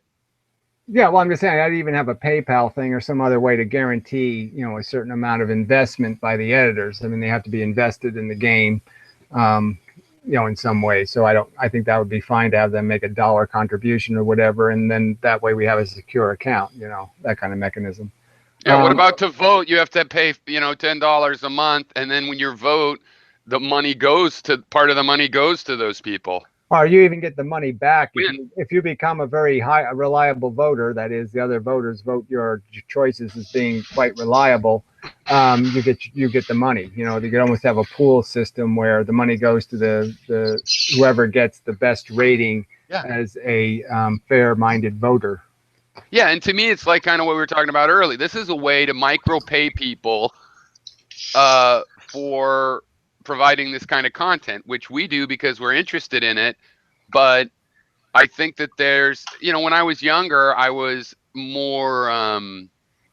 Well, I would have thought if we can get this on, I'm just saying if you get to the point where you get this on cable TV, I'm just saying then you can really generate talent. So you can actually pay talent to come on the damn show. You know what I'm saying? The thing is, do you even need that, Gary? Look, the Young Turks have dozens of employees and they're all making a lot of money. You can have a TV channel on the web now. Well, I understand, but I wouldn't use the Young Turks as much of an example because I don't think they're going anywhere. But that's just. Well, they're making money is all. I mean, in a way, it's because there's a vapid element to what they do, right? That otherwise they wouldn't, Like Anna Kasparian is a big idiot. They're getting more and more commercial, which indicates that they're getting a little more desperate for their own financing. So I'm just saying it's not looking. In my opinion, I think they might have overspent. They've got I'm just saying they're not programs. They're not looking in control exactly. But we'll see. I mean, I might be wrong. We'll see how it goes. They might fuck it up as a business, but I would argue they've shown that you can get a revenue and a TV station kind of a business model online. Yeah, no, I'm not saying they haven't. What they do is rather impressive when you think about the budget they're probably working under. It's quite impressive. So. They're getting better ratings than a lot of cable channels. Yeah, but I'm saying I think we can make something that's more than just like I said, there's no depth, obviously, in my opinion. Anyway, I'm all into getting onto all the kinds of media you can get on. But my point is, if you just center on this web thing, if you have success, they'll want you on there. You won't even need that. It will become a part of it. But basically, you can reach whatever the critical mass audience is. I'm just saying, the more money you get, the more you make this thing a higher and higher quality product. That's all I'm saying. So one thing I was thinking about a long time ago in my political stuff too is like a debate platform, so that local, county and city, when they have their debates, they could have online debates because they already have debates on people's blogs and stuff. And if you could have something like that and fact checking and people and sort of the crowdsourcing of people.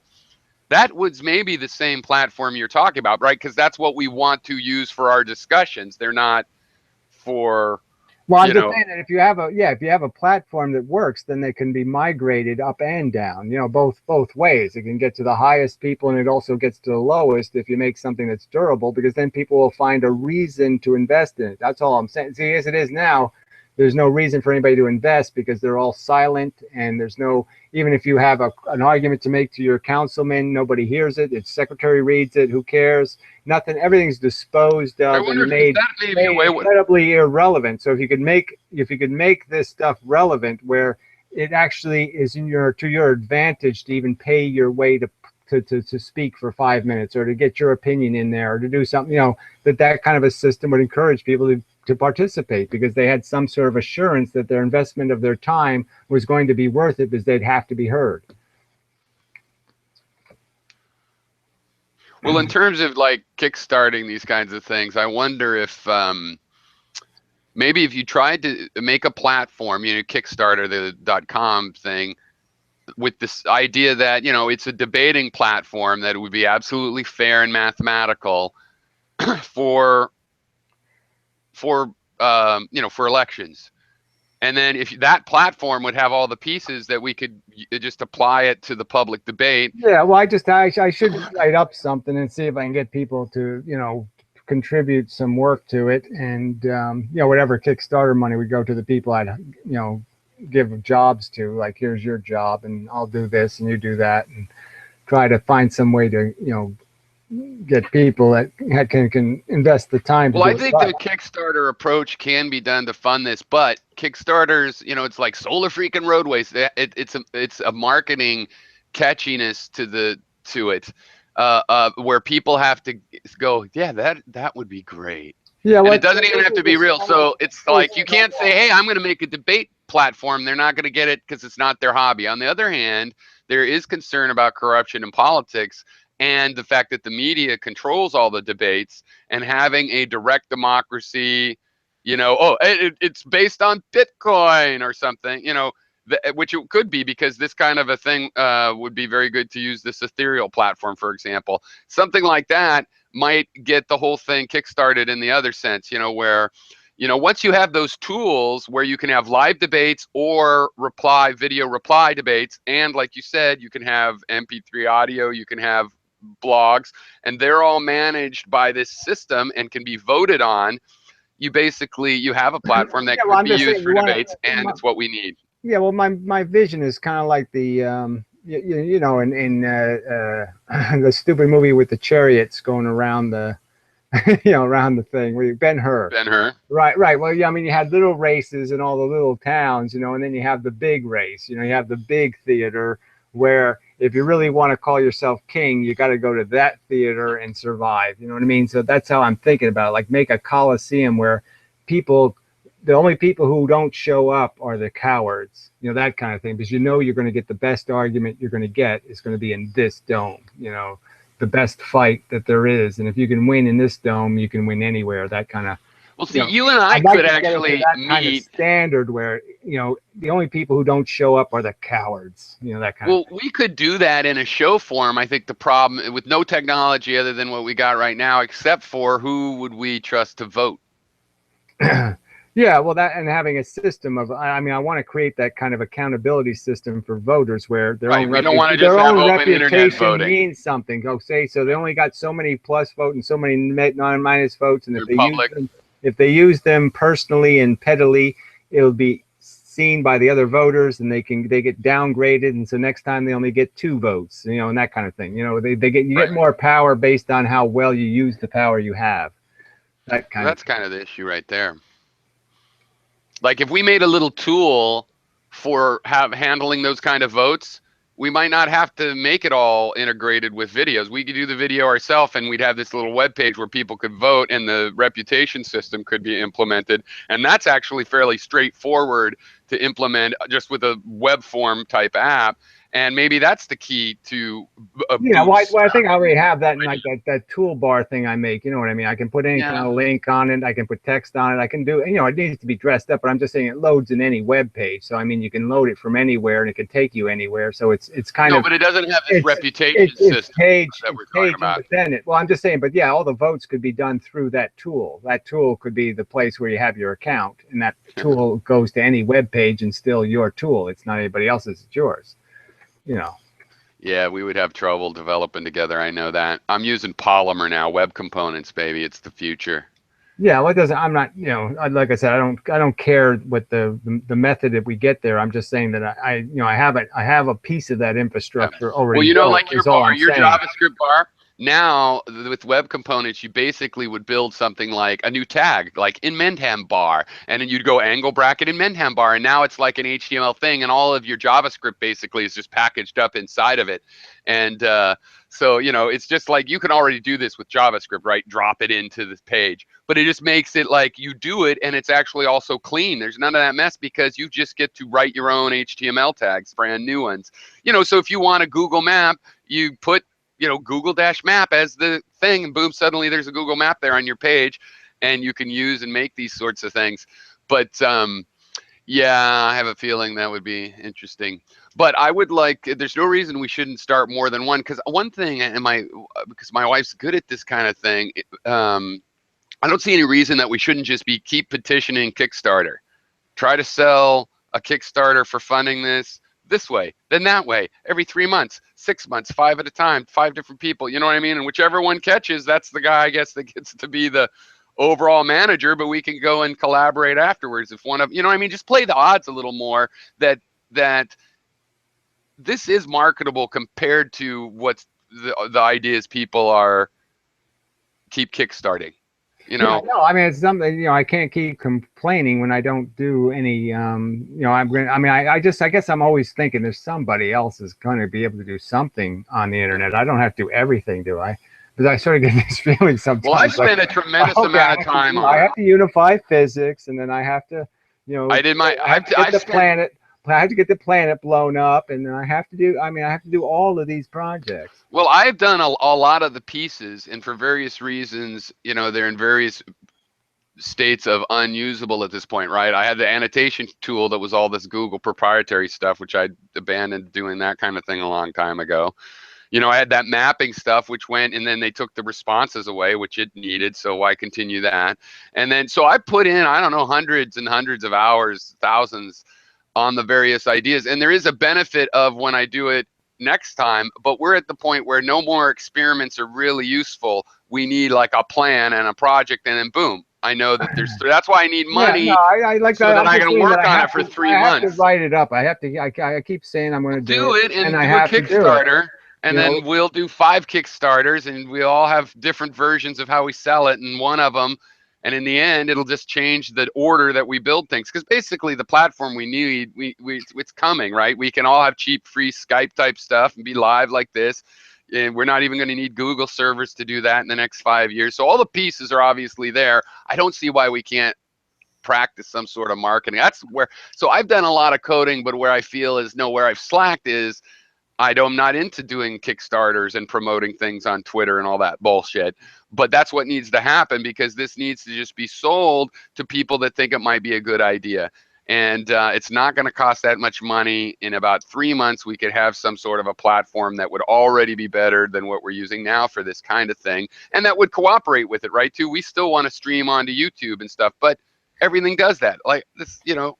You don't need this tool. You can stream open source straight up to live stream and Google and all of the streaming services. There's a standard interface.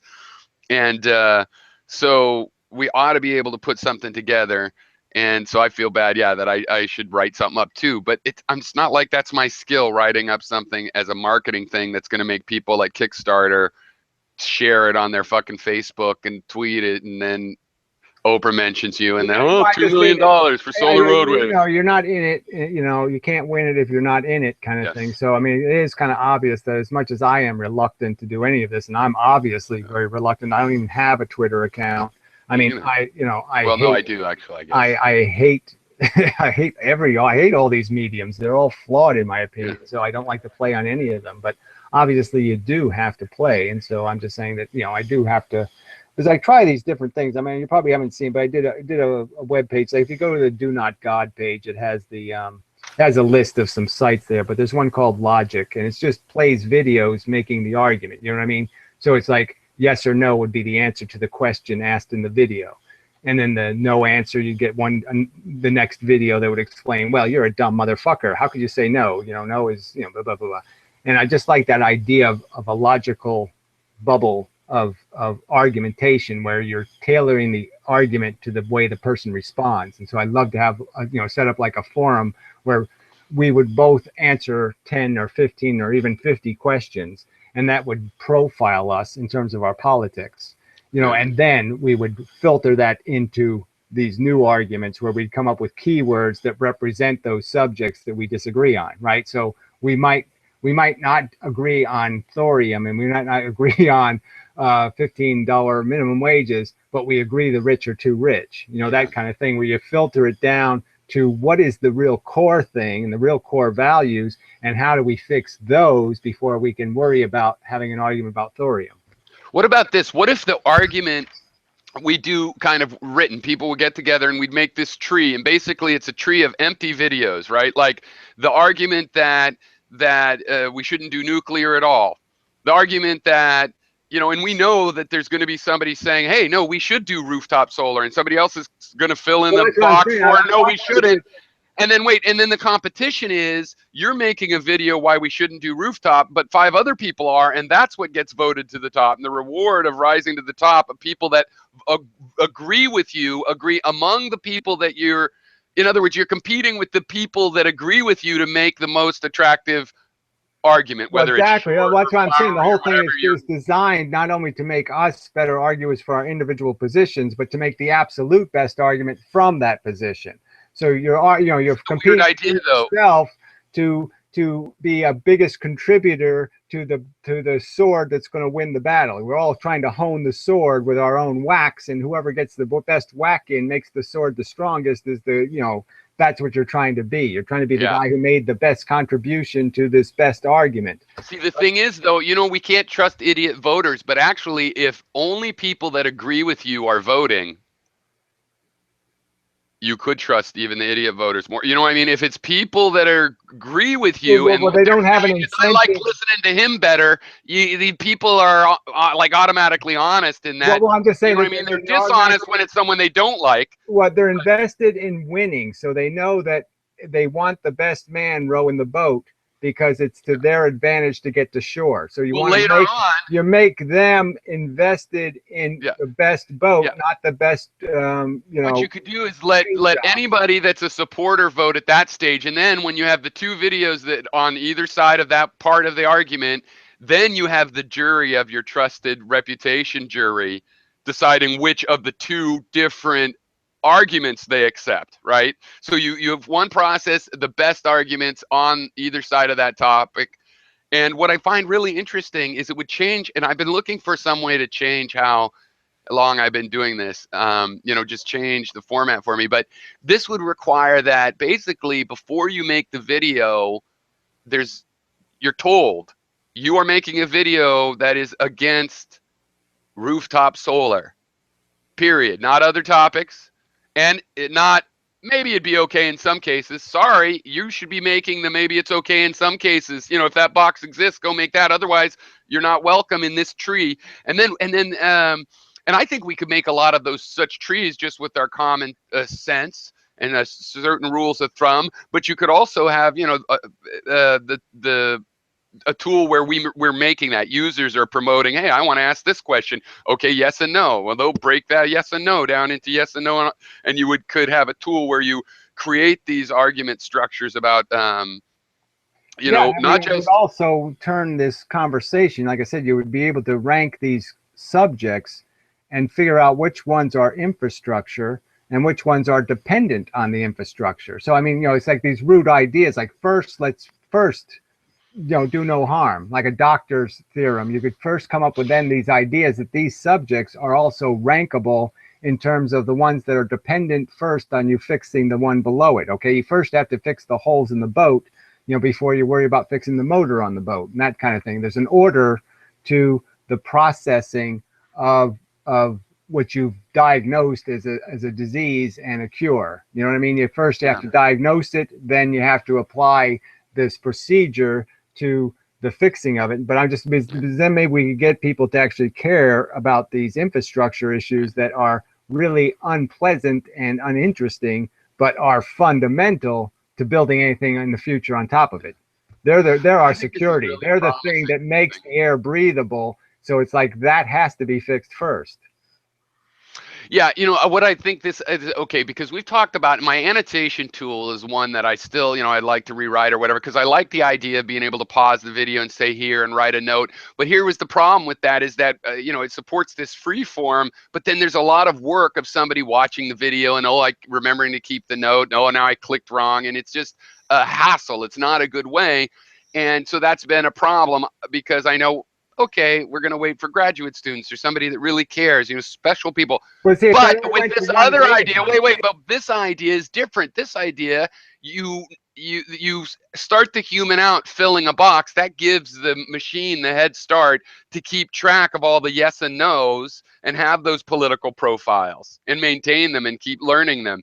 So I think it's a huge technological or logical key there that this will make this, because I can imagine in the solar argument, for example, there's pro-solar and against solar, but on the pro-solar, there's fuck your roof solar. You know, there's pro-solar, but fuck roof solar, and pro-solar and pro-roof solar. And then there's a guy over here that he's not for roof solar because he's against solar in general. You know what I mean? And that's whole argument about solar, forget the thorium, just solar. I can see this lattice work in my head, but I've been planning on, well, when two people argue, you'd want an AI that can listen and write that structure from listening. And that's fantasy right now. But if we have the lattice work up anticipating, because you can just anticipate for eating babies or not, yes side and no side. Maybe nobody comes to the yes side, but you know what I mean? You can easily create for solar, against solar, okay, for this kind of solar, for that, you know, passive versus regular. You can anticipate all of those. The argument is about making the argument. Plus, it keeps the videos to 5 or 10 minutes. Necessarily against specific people making arguments. You're making arguments designed to be a counter argument or to pre-guess their argument. So if it's both open source and we're seeing how somebody else's argument's developing, you can design it into your argument that you've already defeated that counter argument. So your argument's already getting strong. And then when those two face each other, yes, there'll be some surprises in what their argument is versus what your argument is, and then you can do this process all over again. But I'm just saying it's going to be this constant challenge to build an argument rather than being an individual arguing a point. Yes. It's going to be making an argument that is from top to bottom solid and irrefutable. Yeah, no, and the thing is, we know from the open conversations where the questions of controversy lie, that people like to say, I'm on this side or that side. And so, you know, in the young earth creationism versus, you know, the reformed atheists or whatever you want to call the amazing atheist crowd. So we know the structures because we've been through that. So obviously people still have open discussions and we'll go, well, let's create one of these structures to argue it out. But we, on the top of our head, could do abortion and immigration. We could put the empty boxes, right? We're not great at filling the boxes. We all get lost and tangented, but we can make those empty boxes and then go and fill them in. I think it's possible to make a simple tool for that kind of the voting, right? I mean, whatever we do, we're not going to abandon YouTube, right? Because everybody wants to publish their shit there. Even if you have another site like that Fire Talk, they all, you know, so we just use that for video. And all we need really is this voting system slash, you know, if it's ever, like I said, I'm not even blank somewhere. I'm not even, like I said, I don't really care about the platform, whether it's podcast or video or text. I'm just saying that we'll support all my first priority is just getting the argument made. And obviously, it's a presentation issue for mass consumption. You want it in a form that's mass consumable, and so that obviously would be video in the end. You'd want to have video because that's the one that's going to be able to glean I want to support text. But basically, we'll just do video that covers audio, and we'll support text because, you know, text is just type text in JavaScript. Well, you can save that easier than you can do text for free is the point if you're handling MP3. You know, if you're handling binary data. It's going to be a technical argument, so it's going to have to be text-based anyway. I'm not saying we should just perform it word for word, but I'm just saying however your final presentation of an argument is going to be made in a documentary forum. So I'm 100% try to make a documentary, a 15-minute documentary that just completely nails the subject. Well, here's the thing. I still believe in the annotation tool kind of thing where every video would have a text part. like a wiki page or written even by the person that did it. Maybe it's a policy of whoever made the video. And there's also one that, but an annotation and a fact check, and you can have more than one of these. So I see every video actually is including text. And, so I definitely want to make that part happen, because I do think it's important to have the text component for fact checking and asterisks and links to other stuff and just a general purpose, ability it'd be hugely helpful mark stuff up. If I would have annotated all my own videos, even I would have went to the trouble of, pointing out at what time code I say this and what time code I say that. I mean, somebody else actually doing that on my videos now. They're not posting a lot, but they'll give you 5 time codes and quotes from those five time codes, and I think that's a really nice thing to have on a video. And I wanted to have a tool that helped people do that, but I found it's still a lot of work. It's fun. You go into Zen mode, you watch a lot of videos. Sometimes it could be fun to like do this and your memory process. So, but it's also, is it something a scholar will do? And we'd like a system that sort of organically produced that. Well, I just mean that if no matter what side you're on, you can find quotes that you find compelling or interesting. And I'm just saying, even if that's all you did was annotate quotes out of the video, that would be valuable. Yep. No, and I will remake that, because it could be made a lot easier now than it was the first time I did it. So, that's just a few days thing with all the other stuff we're talking about. That's actually something, since I've done it, I think it would come along really quickly to do the annotation, Well, you can almost spider the internet now for free. So, you know what I'm saying? With some hosting companies, you can get away with it. And, you could just spider the pages and actually just rip it out of the pages themselves without going through any Google, you know what I'm saying? Just steal it off their own source. Well, right. Or there's general purpose players now that I think YouTube might have upgraded to, with the HTML5 players, that it's standard. Any video, if you play in the standard player, the API is through that player, and it doesn't matter, because they've handled all the fact that Google has had to be. Well, I just mean you can database off the page by just merely, allowing the person to go to the page through your mechanism, and then, you know what I'm saying? You're basically just stealing the page, and so you'll know what page. I think this Ethereum that this guy, because they've got a whole crowdfunding base. I think he's right. I think that if we put the database of annotations out here in this blockchain ledger, it might be the thing hip enough for the 20-year-olds to blow $5 a Kickstarter on. And it would actually be really good, because we don't have to have a server with this system. The Ethereal is the server. People are running the server for you, right? So your back end of all the reply logic is built into the servers itself, and you actually just write a JavaScript web page to do the rest of it. And there is no server in a sense, because this blockchain is the server, and all it does though is blockchain transactions, so that, which, like, it's great at voting, it's great at giving an award, it's great at certificates, basically, and anything a certificate can. Yeah, well, I'm not for taking whatever modules we can from existing platforms and stealing. Well, I meant more like the marketing, Gary. Stealing their. I mean, you can almost steal Twitter's functionality in a sense that you could use it for some element, And so I'm not opposed to that. I just saying, I guess I still want to have the basic mechanism be something that is more proprietary. Help like that. I'm talking about like the marketing. You need this sexy little marketing thing, like solar fucking roadways, and people go, yeah, I'll put $5 into that idea for 10 minutes instead of buying, a Coke, or I'll also buy a Coke, but instead of a lotto ticket, or in addition to, there has to be something sort of sexy. It's like, is my impression with the Kickstarters. Yeah, or else you give some sort of points for your participation. Like you could you pay $10 now, and it guarantees you a certain place in the hierarchy. Yeah, I gave up on that. I thought that we might be able to get the community, but I decided that the community can't emotionally, whether they have the money or not, afford to pay directly for their free speech, because basically it's a hobby, we enjoy it, but it's also enough work and hard thought and sometimes hard emotions that we don't really want to have to fucking pay to do it. I'm talking about a Kickstarter, though. I'm just saying that somebody who's putting money in, you can give them incentive to put the money in early. That's all I'm saying, because they let them be the voters. That's what I'm saying. I agree. I know. A higher share in the editors, ring or something. Yeah, yeah. So So I'm sorry. The part I was saying is we can't go to all us video makers and expect us to do the Kickstarter. There has to be broader. But I think that is perfect. The judges, and I'd be willing to do that. You have to choose your original judge group somehow. I'm just saying it'd be like selling stock. I'm just saying we can't sell it like stock. We can't give them a money return, but we It would can be give like them. selling stock. We could give them a value for value return and say, look, if this succeeds, you're going to get something for your early contribution. You're going to be appreciated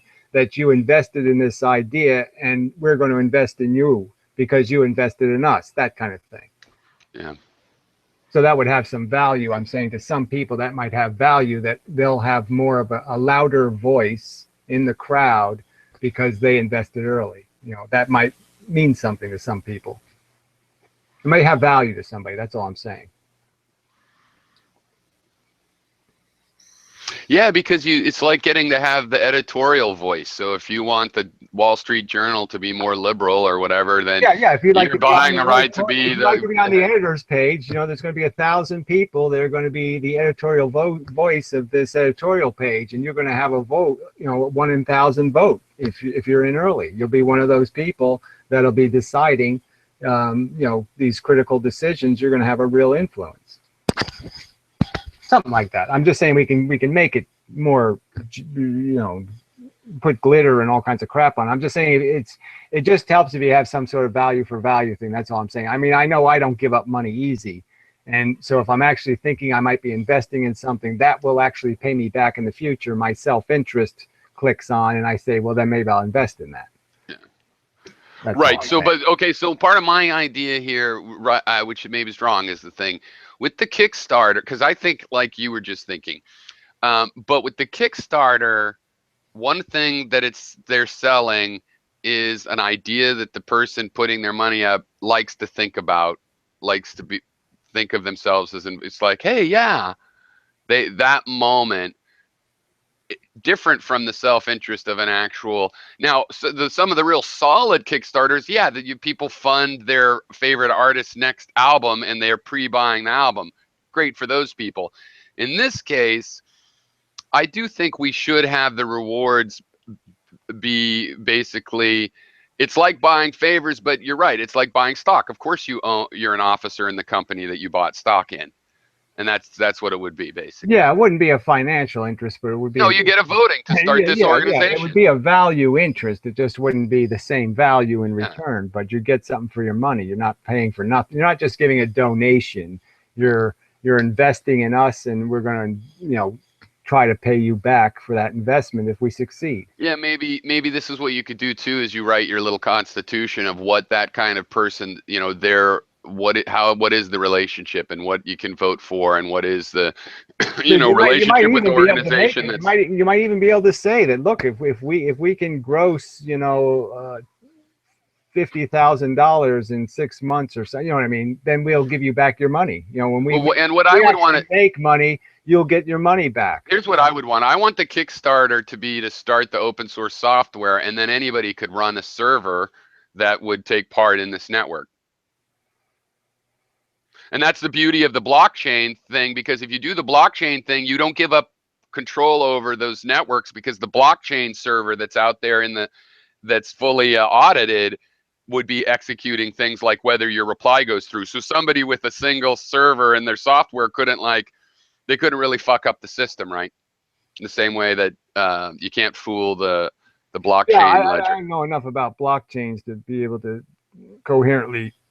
Well, what about this idea of, I think it would be nice to have a Kickstarter where we made the software, and then yes, I would run a server that ran that software, and there would have to be a way to monetize that for the server runner, but it wouldn't be just us. Other people could run those servers. They'd be doing a service. I'm just saying that my perception of how this ideally goes is, like I said, we either turn into an infomercial that's self-financing, okay, that people, like, you know what I'm saying, it runs on TV, but it makes as much money on each episode that it's almost like a non-network, you know, monetized TV program. Like, you put on any cable station that'll run an infomercial. You mean like literally make a infomercial, get the 5 or 10 grand, whatever it is, to start putting it up somewhere. On, and you just say at the end of the commercial that. And what are you selling? You're saying, hey, fund this this Well, I'm just software saying, idea. if you want this show to remain on TV, yeah, you got to fund it. That's the only way it stays on. I see what you You mean. know, so you just say it's a self-financing TV show in that sense that if people don't support it, it won't be on.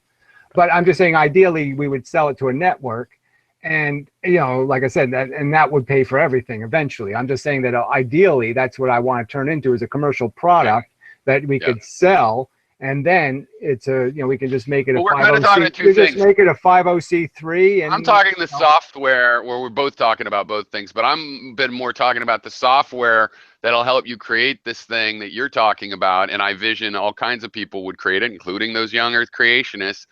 And the second thing, though, is the idea that we could actually, the particular show that you would create or I would create or we would create together. And I would love if we had software where we would help us, cooperate with this wider group. Well, if a computer could be making that highlights, I wouldn't mind if Darwin's hamster showed up in there. I don't want to humanly choose that myself. I'd rather have an algorithm of, with voters and whatever. My point is that we want to try to make something that has all these production values and all this other shit, and that's going to cost some money. So I'm just saying, if we want to do it like the Young Turks and have our the big screen TV in the background and do all, what I'm saying? You know what I was thinking about that, because I got the green sheet. You want to be able to make it You know what I need? I was thinking about that, Gary. Well, first of all, the live streaming hardware stuff, that you can buy, it's getting cheaper and cheaper. So ignoring how you put that together, really what I need to have a better, because like when you change the mics back and forth, it doesn't work as well. What I need is a computer that sits there and it's there with the camera and it's in the studio thing. You can't use it for browsing the web and stuff and have an actually production quality stuff, because the settings get changed and it's this or that, and it's not just us, it's also this computer. When you switch back devices and different programs, it gets confused. I'd have to reboot and take all this time. So the thing is, what I'm hoping is, I wish I didn't need Windows, because really, for a lot of the software to do it now, you still need Windows. I know it's possible to make video. I mean, big studios have Linux-based video, but they spend a lot of money on hardware and have engineers that. Yeah, well, that's why I sort of de-invested in Linux, because I knew my future's video, and they just don't have the software to edit it or render it or do anything with it. I mean, it's just unfortunately there's some that are coming along, but I haven't found one that's really very good yet. Except for that, this thing is that I was using for the other channels. It has recorded. It hasn't failed ever. And it sees all my audio devices, and it can see multiple video cameras and multiple windows. It's pretty good. But yeah, mostly all the editing software, when you're actually editing and doing clips, that shit, it's like you'll lose hours of work by it just fucking up. Yeah. So that's not worth it. So, and the open source on Windows, but there's freeware and the prices are fairly decent for editing software. So yeah, exactly. But still, okay, so I have to pay for Windows. I don't know what that's down to with Windows 10, and I have to put up with it. But I could buy a $300 machine. You could buy a $50 video card. You could buy a $50 machine, get free Windows.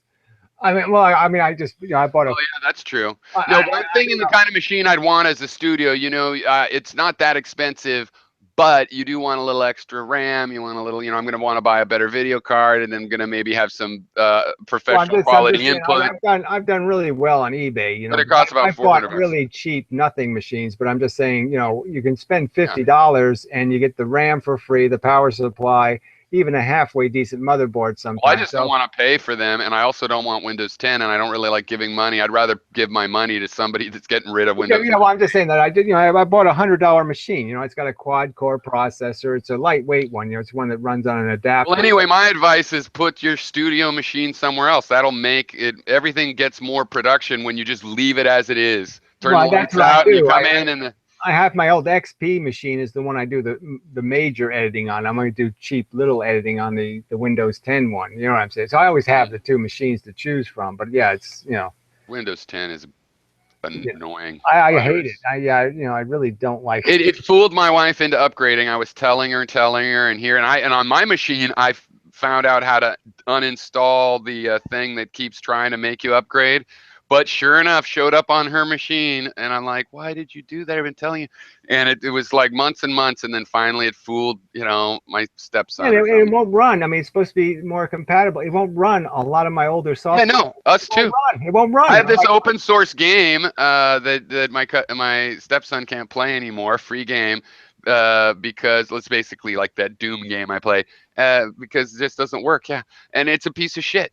In every other way, it's also a fucking virus that downloads itself from the internet. And Windows upgrades, they've never got it down. They're the only ones that don't seem to know this, that automatically upgrading whenever Microsoft wants is not for your benefit and not ever going to be a I good love how idea. mine upgrades too, because it stalls in the middle of the upgrade, and it just gives you this stupid little spinning thing, and it says, "Don't turn off your computer." Yeah, And whenever it it'll wants. do that. It'll do it for a week if I don't turn off the Yeah, computer. and whenever you're it just like, wants. how can you be this stupid? After all this time, you actually put this message on my screen after all these years, and you're going to allow the computer to freeze on that message, you retards. Yeah. I mean, it say anything, but don't turn off my computer. It should say, don't turn off your computer unless this took more than an hour. Or don't turn off, something. I mean, Yeah, but no, just don't totally turn off my computer. unself-reflective, Well, yeah, thank you. Okay, for what? Ever. Yes, don't ever turn it off. Okay, I'll just. Well, it's a little bit like speed that are slower, so the little town can pull you over. I mean, if they put that up there, whenever anything goes wrong, you violated it. You didn't read the agreement before you clicked. It said don't turn the. Did you turn your computer off? Well, Yeah, I it had gives to. It them was 5 excuses. days. Oh, it's your Broke it. fault. Yes, of course I broke it. Yes, yeah, it wasn't broken before I turned it off. No, I broke it. Yeah, it sounds like Microsoft. Ugh. But yeah, no, there's little tiny things about Windows 10 you say is okay, but yeah, it's just really irritating. I mean, I like the task manager just because you can see more shit. You can see what the CPU's doing, different things. So I like that, but See, otherwise this it just Ethereum sucks. thing, one of the demos it has is basically the simplest app to do, and it is a voting app. So that's a demo app. And then, like he was saying, this is an active community. They're looking for ways to use this algorithm they think is cool because they love it and it's mathematically beautiful or whatever, are all our emotional reasons that are also good reasons, because it is a neat algorithm. I think Bitcoin's bullshit, but the algorithm that this distributed ledger thing is cool and it works. It's, mathematically it's all out there. It's straightforward and clever, but not super clever like there's any room for that it's something it doesn't seem to be. And this community might be into, they might want to use this for something just like this, because I do think this is, but making the public conversation like work better the way we're talking about really is what we need to do to revolutionize democracy. Like, democracy is not going to work if everybody gets to be uninformed. And like, I've known 2 people in my family, I don't like IRV. It feels like you're getting extra votes. It just doesn't feel right to me. And I was talking to these doctors. I was at dinner to the doctors, and they're like, well, I've heard IRV doesn't always work. There might be something bad about it. Yeah, it's got math in it, and that math. I know, and I'm like, it's fucking math. There's no argument. There's all kinds of shenanigans in there. It's a thing I haven't heard of, and I don't know. That's not. We usually we burn the chicken bones to see who's the lead around here. No, I mean, I did this. And why do you vote? Well, we like voting too. We don't like it counting. One of the debate subjects is pointless and useless skepticism. Right. So I mean, you there's agree? a point where you just don't say no because saying no is fun. There's a point where you have to actually think about what you're saying before you just say no. Yeah, or at least that's safe. Safe. No is a really safe answer. I love using no. Or abstain. Yeah, exactly. And so there's a point where you actually have to think about it and say, is no really the right answer, or is that just being a dumb fuck? So this kind of system sold on the Ethereum thing is what you would argue, what you would be creating is you're creating a community of transparent, there's this idea of trustlessness because everything's transparent. It's not trust because you actually see every transaction, right? So we would have a distributed system for the public debate that was accountable. The accountability is a part of, like, people don't realize that with Bitcoin too, because it's been used for the black market, but that's just because you actually are very highly recorded, but nobody knows who that number was because you've logged in with your name, but in reality, everything that happens with that Bitcoin, every place that ever, if it went from a drug dealer to a drug dealer to another, you know, a black market, that's all recorded. And all you need is to know that number 55 was Joe Smith. We showed that with the account information, and you have something that's way more tracked. So, I mean, it's kind of funny that it's not for the black market really in the long run. But with what we've been talking about, you and I both agree, we want the white, the, you know, well, what is the term? We want the open market. We want the transparency and a kind of Yeah, accountability. well, it's just like the wiki. As bad as, you know, as much as I don't like wiki for a lot of reasons, but I'm just saying you Wikipedia, you just say, well, you can always look back, and you go back 10 years. I mean, you can look back at edits, you know, that go way back, and just see what people have done and for what cause, you know. Hey, So I just had an idea. Okay, so what if it's like this? What if basically you pay $1 to get your ID, right? You know, the public-private key. I'll generate IDs. That ID is your password. It's the modern way to have a password, and it allows you to log into this system and be a part of this system. And you just do it like that. Because $1 million, if 1 million people wanted to be a part yeah, it's of, like everything's open except your PIN, your password. You know what I'm saying? I mean, everything else is a record of records. You know, as part of the record. There's nothing that needs to be secure. well, that's the beautiful thing about the public-private key we all ultimately are using, but it really is like that. You have a private key you don't give anybody, and you have a public key that you give everybody else. And between those two things, you can have secrets and you can prove your identity, that it was you, because you encrypt it with your private key, and your public key can unencrypt it. Nobody else can encrypt into that but you. So why not pay for this passport that puts you into this network? And then this network is data light in terms of the database. You could have it in this distributed ledger, and all the heavy data is all the bits in the videos that stays on YouTube or Vimeo or wherever. And we are getting to the time now finally where that really is true. We could have a website that has a web viewer that can view videos from all of those sites at our webpage with no server to speak of. It just, you know, embedding it like it was always meant to be embedded, like images, you know. And so what we don't have that I've been waiting for that should be coming is to have the recording ability. They do have recording ability with WebRTC and stuff, and I've been playing with it. So but it's not quite ready to just grab it and put it. But, you know, because you also want that. You really be nice to be able to put, you know, a record my video, start streaming, click button to make it really easy to put your data into this network. Yeah, but that's doesn't really matter. You go to YouTube or Vimeo and do it their my way. only argument against that is that, yeah, I just don't want all the casual noise or the sloppy part. So, you know, I'm saying, you know, go ahead, maybe rich text features for comment. You know what I'm saying? Just because. But here's the thing, Gary. People are still going to be putting up. I can't spend 10 hours a day listening to a bunch of, you know, idiots. Well, look, that's a separate thing. I mean, I'm talking just about we all put up our wavy head.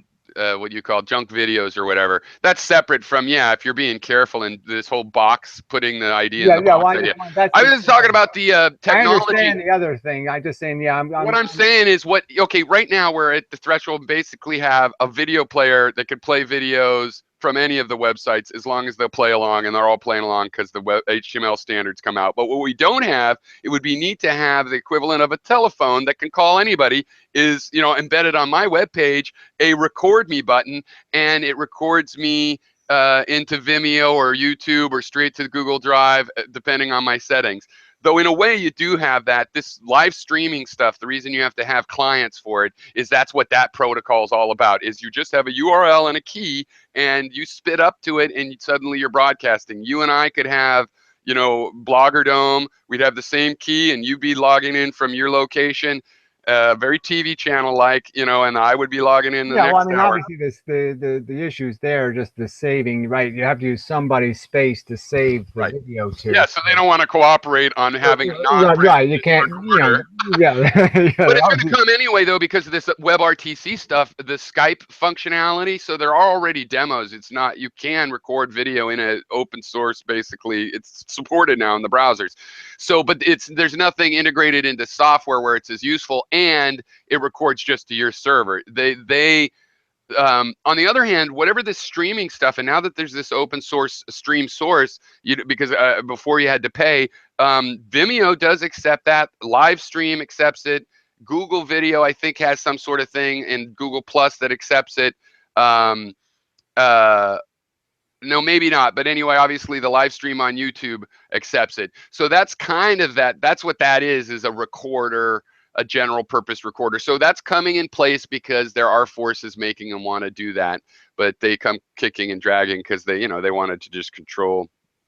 But yeah, well, I'm sure that I haven't really researched it, but I'm pretty sure there's probably an Android app that can do audio files and then FTP them to servers. And Yes. that would be a viable method, just to automate that process, where, you just hit the button, Hey, you do well, this is 10 a cool minutes thing. of audio, and, it's saved on your device. Here's the thing that's cool. That's been coming up. Okay, now web pages for Android type devices, they know about swipes. They can record audio and video and stuff. So you actually in your web page can make those kinds of tools now. So, and they basically can be made to look like an app if you care about that, but I don't give a damn about that. I just want it to be usable. I don't care if it looks like a web page. But because it understands swipes and stuff, there is some, I hate using these fucking phones and stuff if you've used them, even an iPad. But you need to support the swipes or it's even worse. But anyway, so that's cool. We're going to get all of those platforms kind of for free. These HTML5 web standards, they're going onto the devices as faster than they are into the desktop browsers. The only thing is, of course, those are really slow processors. So when you're talking about some things, they won't do that well, but they all have built-in video equipment. So they're great at that. Well, I'm just saying, even if you can record the video and just FTP it to a server, like I said, I can give people FTP access, and I can delete their videos after 10 days. It's not a big deal. So lots of stuff could take place where, you're just giving them a place to temporarily store it anyway would be of some value.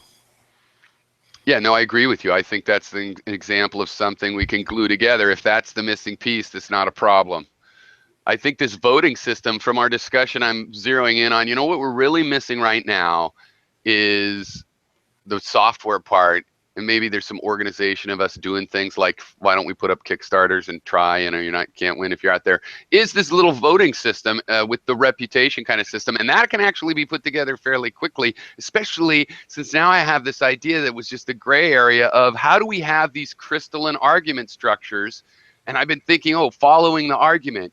We could do that in the future. I really like machine learning, but no, creating this structure ahead of time and having people compete to do the best argument. Because I think the videos will be short because they're narrow, but they wouldn't have to be. If somebody could win with their hour-long argument going, this is all as important, an hour of why I hate the rooftop thing. If that's how it wins, then that's probably is good so. Well, I'm not saying that's not possible, but I'm still going to argue. They will be shorter. Believe me, this is what we're talking about. We'll have 5 and 7 I'm still saying I want to really percolate it into a documentary style performances in the end. So I want it to be good enough for real TV. But remember, this is what I've been talking about. I had this idea, okay, people are doing the annotation, and then the computer looks at the annotation and goes and makes a highlight thing because people are voting.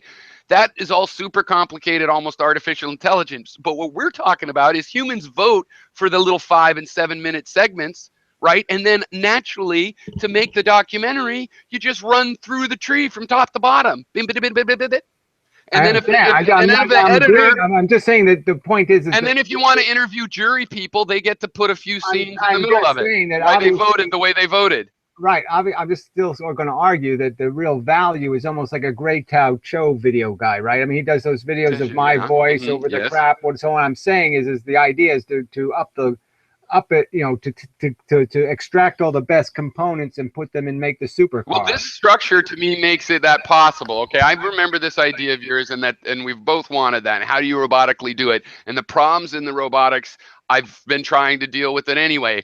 But this solves that.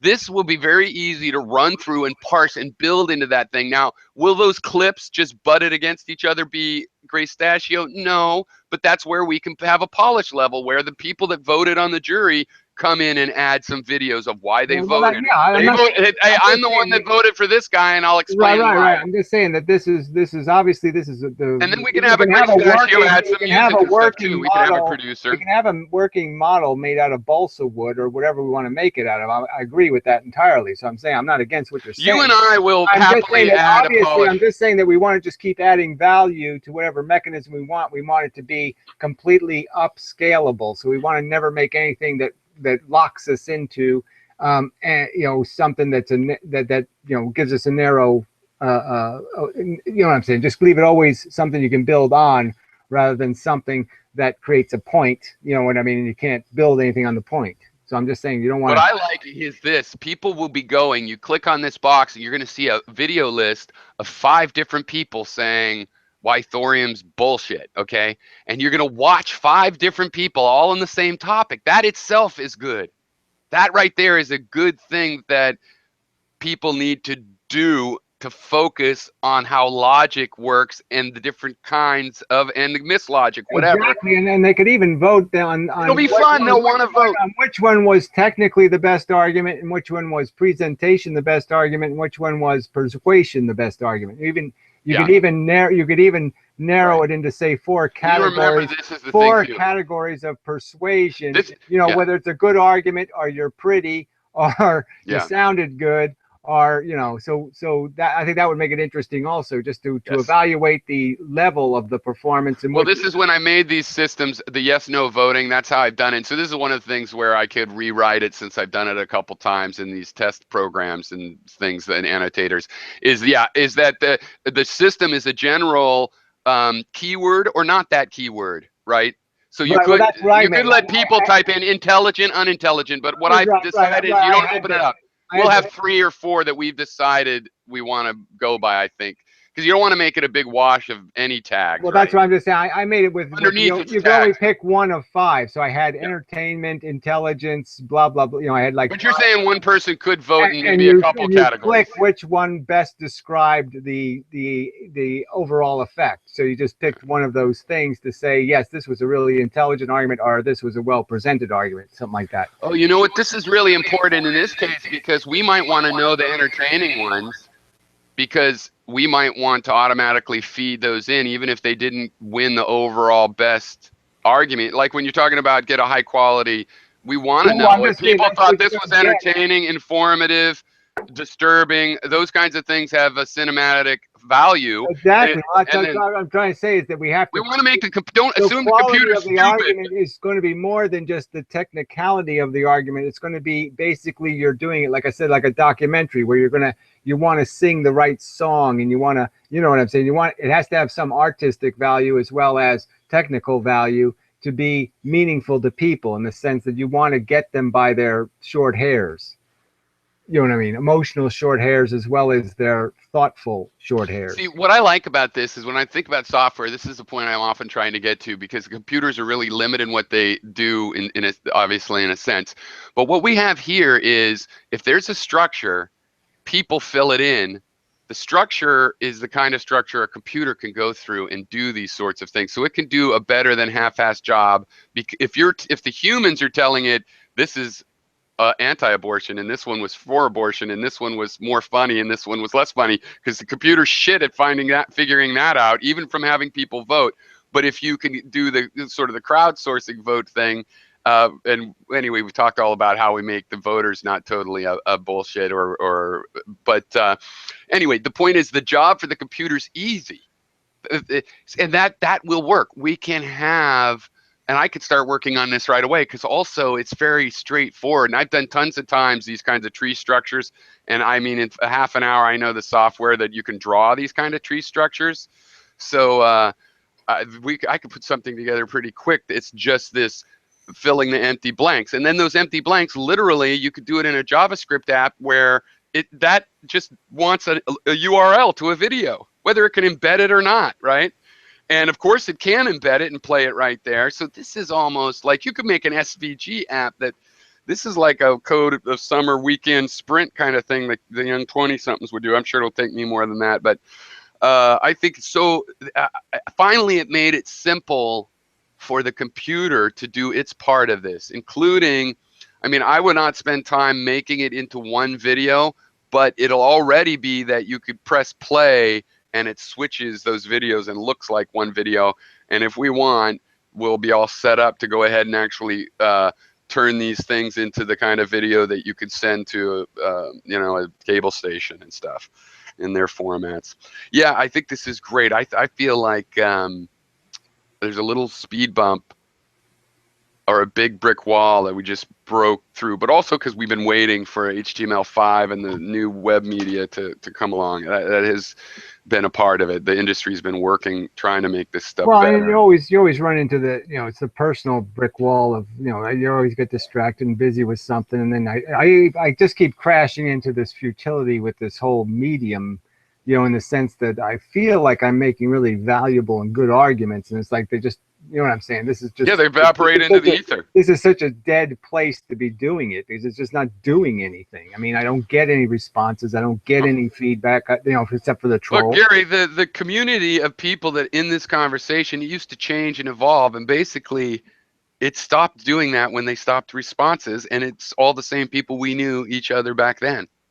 Well, I'm not. The only exception is like old man Mystic comes back and we start talking to him again. They were already declining, and people's ability to get involved in the argument. No, there's more than one effect, but I'm saying you need relationships built into the software, or else statistically you're going to be frictioning and burning up the relationships is all. You know, sure, people could go out of their way, but that's just not really, we would never have found each other. We have to make it a stakes game is all I'm saying. It's like people don't pay attention. There's lots of horse races every day, and the only one they watch are the Kentucky Derby and the Preakness and the whatever it is. So I'm just saying we have to make, you know, the level of importance of the arguments being made is going to have to be upped so we can generate the obligation for the people to come to this medium. You know what I mean? It's like we can't wait to get invited to have a conversation with Sam Harris. We have to kind of make it so Sam Harris wants to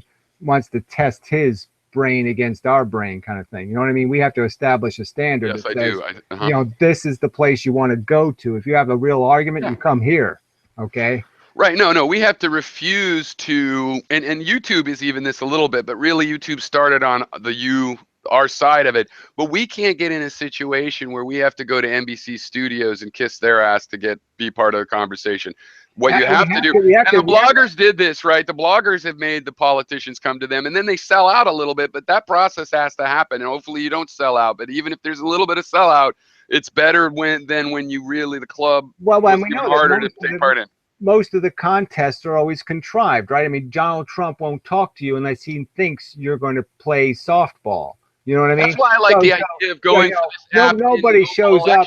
Nobody shows up to get into a real fight. You know what I'm saying? They show up to have the pretend fight. And I'm just saying, if you give these two sides their own playing field, in a sense, right? I mean, it's there's you know what I'm saying? It's just creating the Coliseum. You're not creating the. So what do you think about this vibe? I'm saying let's sell it on.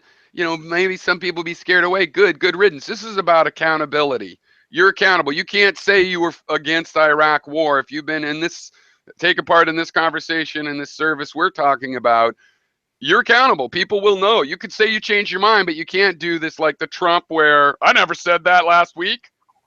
I mean, it's just amazing.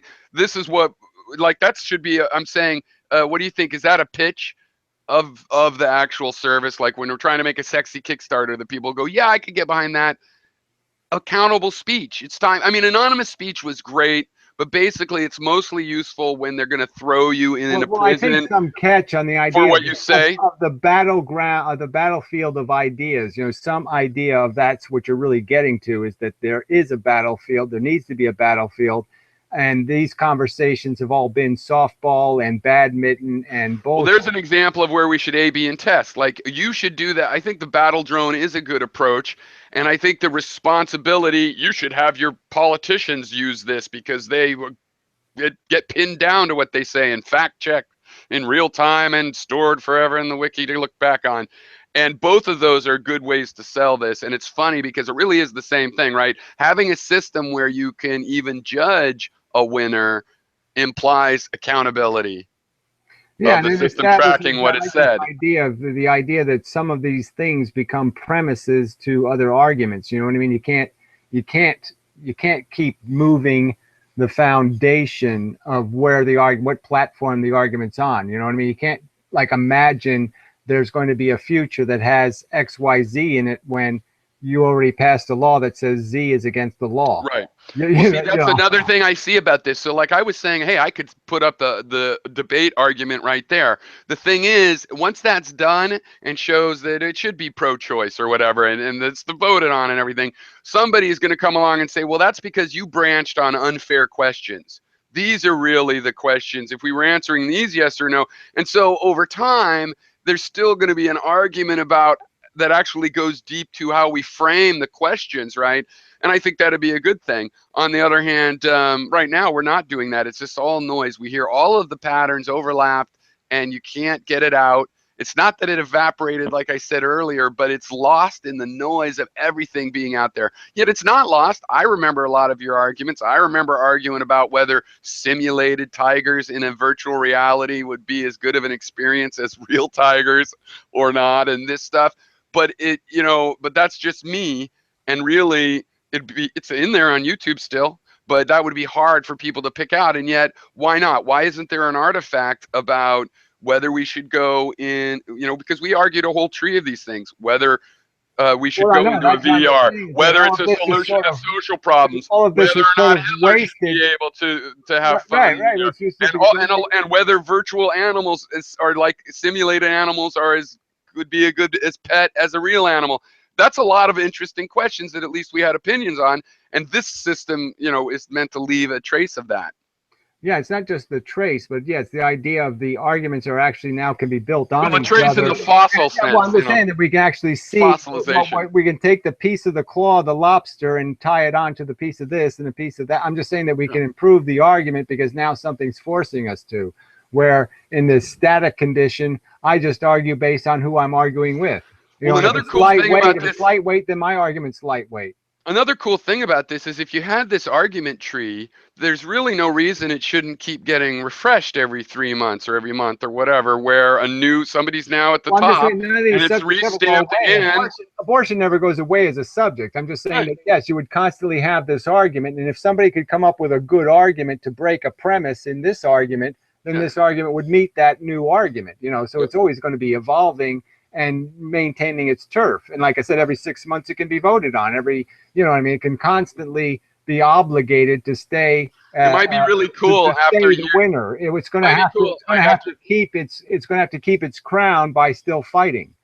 Yeah, I think it would be interesting in that if you had these versions like years later, there might be one or two clips that's still winning the do animals feel pain or whatever. Maybe I'm just saying something obvious, probably what people would just that no more to say about that. But mostly, of course, there'd be young people that want to get in, and there would be all kinds of reasons and what people think is entertaining and who's president and what people are reacting to, and are they scared of fire or terrorism. And so the voting would change over time, but you'd have some things that might be in there 10 years. I think that would be really interesting to watch that. Yeah, the evolution would be interesting in terms of what you had to change in the argument, to make it more universal, because it wasn't universal enough. So you needed this key premise where you said, well, look, a key premise is I'm a reasonable person, and a reasonable person doesn't believe in a God. Or remember when you and I and many of us were arguing antinatalism before we had really learned the word antinatalism, or used it at least? Yeah, well, that would be a really interesting transition if we had this kind of thing on antinatalism, to be or not to be, for all of these years. We could scroll back and see that transition. It was interesting just because it was a word that took over, where we're all like, all sides of the argument is like, hey, finally, yeah, it's easier to, this is what we're talking about, because we were talking about it before, but you know how a word just makes it. So anyway, things like that getting recorded, I would go back and be, looking at. I do that actually when it recommends old videos. If they're very old, I almost always watch them again, yours or even my own, the old ones. And I go, oh yeah. And this, to me, that's my personal goal. That's part of the reason, is because I think it would be interesting to go back and re-experience or re-watch some of those transitions where both sides or all of the sides actually are affected. The argument itself matured, right? You're still on your side and I'm still on my side, but all of us actually got better at talking about those issues, right? We're all more knowledgeable in those issues, even if we're stubborn and we don't seem to change, right?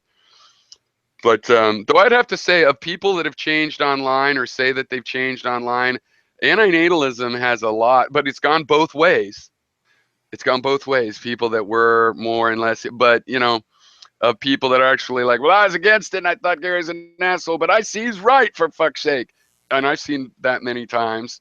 And then I've seen some of those people go back. Well, yeah, I mean, that's the only thing that gives you any reason to think this is worth it at all is that the few people you have here or there that just say, they tell you, you changed my life or something, and that kind of is kind of impressive. That's not what I'm. No, it is oh, impressive, and I think it's great. It's one of the things, but that isn't really. I mean, my thing is so hard to believe, I guess, but I like finding out how people I disagree with think. Because often it's like, wow, wasn't my guess as to why they say this or that.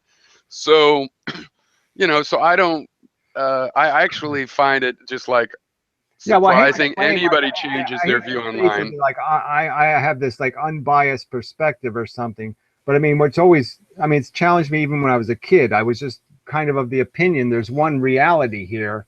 And how is it possible? I couldn't even understand with my parents. I'm just saying, how is it possible for people to look at this thing and see it completely different?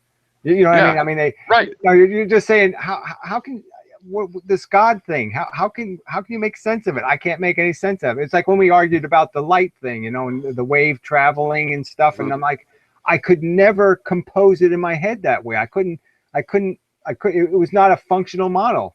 And you're just saying, how can the same people be looking at the same facts and draw the, completely different conclusions? And so that's always been my frustration is I'm saying, right, something has to be validated here. There has to be some ladder, sort of is a general purpose, some staircase, some point of view where we both could stand on the same palm tree in the middle of Barbados or something. And we're sitting there, we both say, finally, we can see the same world. There's got to be a location where the facts become obvious. Well, most of the differences are, I think, because of delusion and people are not looking honestly. But then and that's just because of people's childhood, right? You get told all this bullshit that comes back from caveman monkey time, and which is still going on basically. And it's like in women with a big butt or a small butt. It becomes a personal preference, and you're so glued to your personal preference. But I try to dig down to where we have vanilla versus chocolate differences, right? And I think I found that with people that like you and I that have talked a long time. I mean, I know a lot about the differences between you and me that aren't based on you growing up in Mendham and me in other places and what the bullshit I was told and what I thought. Though some of it is, like I was saying, growing up in the 70s, I thought it was post-racial. Everybody was over it. I don't know, So I think it's possible to get down to like the vanilla versus chocolate, where some people just don't like this or that living next to them, and I do, right? Some people don't care if there's a bunch of different kinds of restaurants in their town. I really like it, and that's just differences where, of course, I'm going to vote for immigrants because maybe I'll get a restaurant out of it. The whole point of getting to the core of it is to say, is this difference one of subjective perception, or is this an absolute truth? And that's where it needs to be established that some of these differences don't have anything to do with somebody being rational. They have to do with their personal subjective attachment to some idea. Well, if we do these trees, I think what'll happen is certain branches will be proved as unfactual. People that want to keep that argument will have to go back up the tree and go down this other way that wasn't proved unfactual yet, and those will break up on vanilla chocolate. Are we into transgender or no? We're not ready for that. Those will break down like that, and it'll clean even bad arguments, because it's not going to make somebody that's change their mind right away, but at least it could clean up their argument so that they are adopting the best version of their argument, not the worst. Take premises that aren't evidence-based, okay? So the UFO conspiracy theory or the God theory or some other kind of theory is going to essentially be pushed into a zone that says, hey, this is fine, you want to believe this, but you don't have any way of making a persuasive argument because you don't have any evidence to build on. You don't have an argument to make. You can't make an argument advocating, because the only place you have to advocate from is your personal experience. Like like Das Spook says he saw a UFO and he saw it as a spiritual UFO or whatever, right? So he thinks it's God. Well, I mean, that's fine, but you can't use that as evidence in an argument because it has no meaning to anybody. Nobody can make anything out of your personal experience with a UFO. I mean, I just can't concede your argument. Okay, you're saying you're being honest. I'm saying you're being crazy.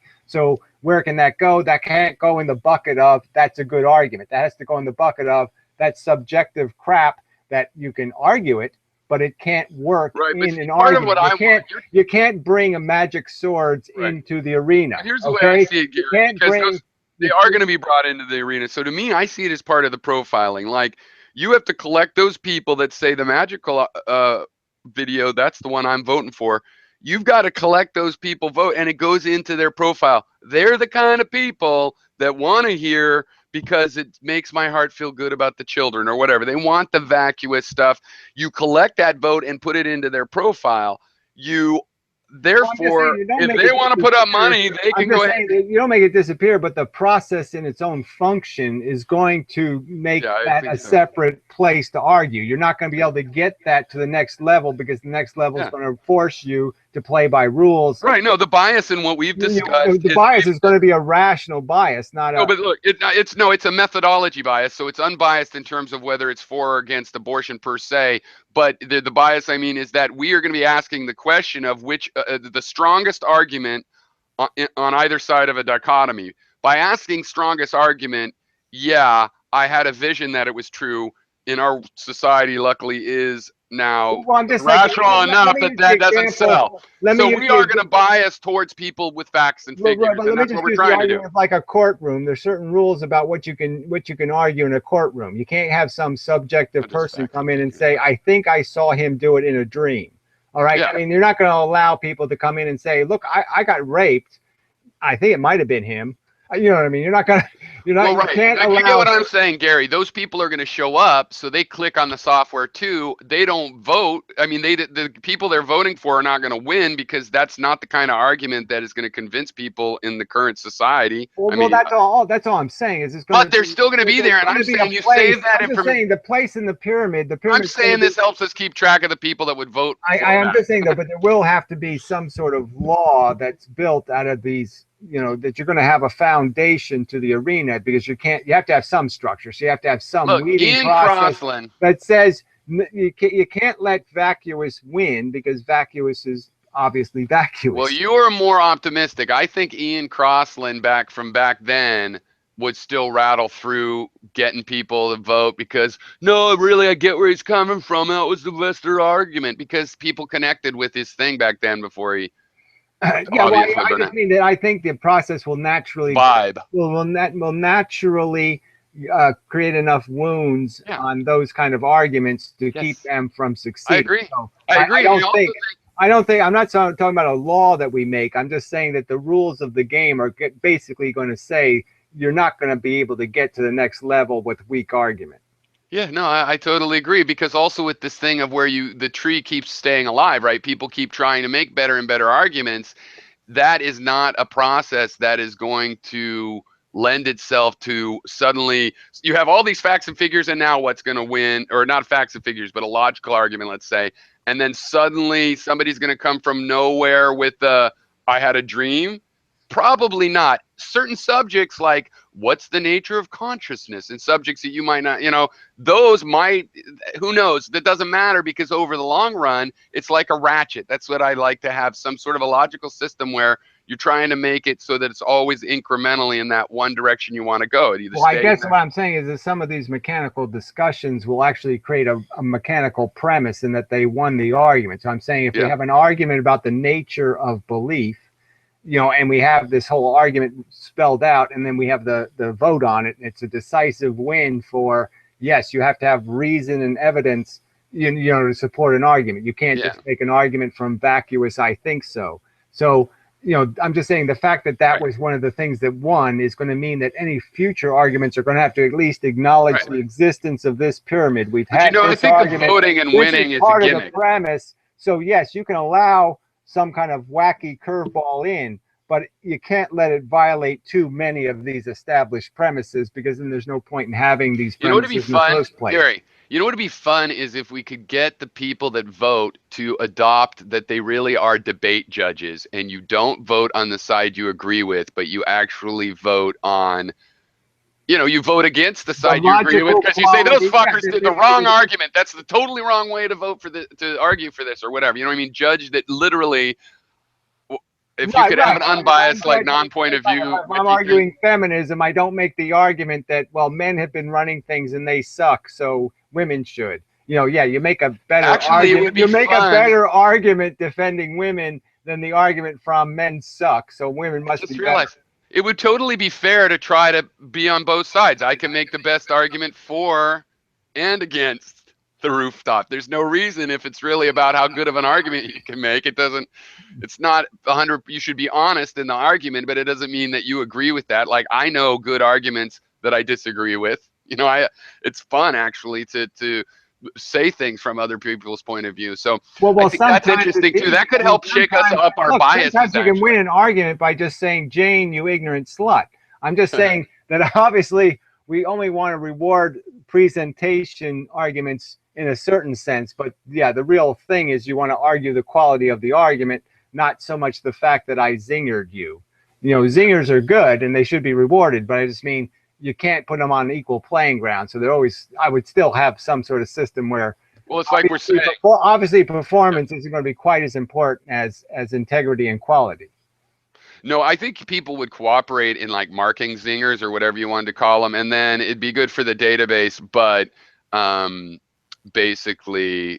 Well, I just mean you don't want to turn into a cartoon of an argument. So I just mean that we'll end up with the cartoon aspect where we're both just doing the crossfire thing where I'm just looking for the way to, I'm going to bring up your for divorces, or I'm going to bring up. See, that's the other thing. You don't really know who you're going against. You are entirely for some side, and you make that, and it kind of makes it stand alone. That's one of the reasons I think we'll cut out, because we're still going to be vlogging. We can insult each other's weight still, no problem, but it won't be a part of this. I'm just saying the priority, though, is to compose compose an argument that has integrity. I'm just saying you can't give equal credibility. You just can't give equal credibility to the guy who's wearing a really good clown suit.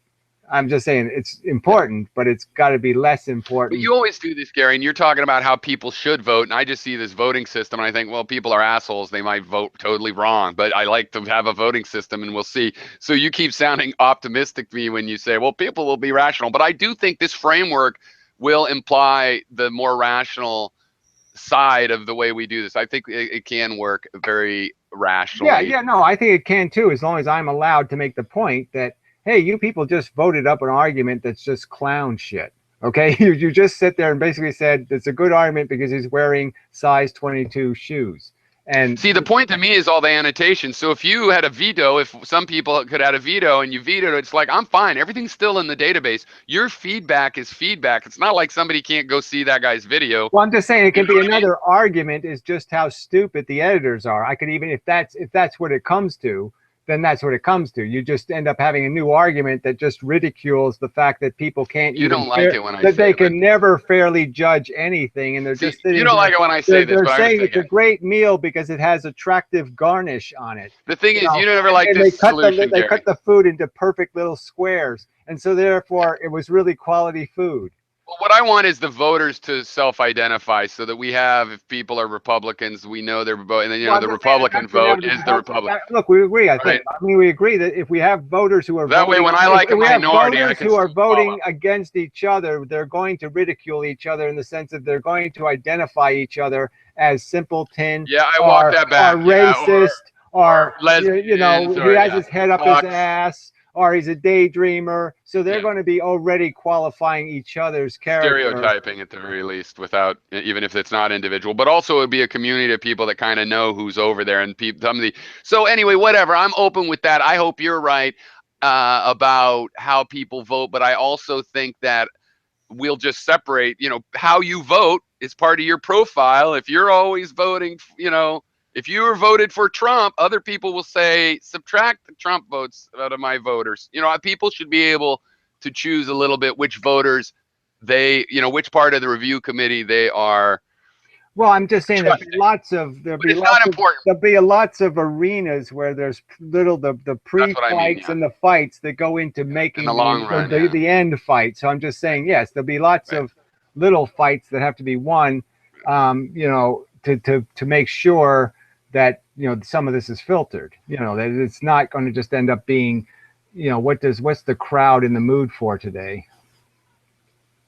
Yeah. I'm gonna go get some more coffee. Yeah, well, I probably should go. I gotta, you know, gotta do my life thing. I kind of have life to do tomorrow. I gotta How look did for. how did the last job interview go? It went good. Yeah.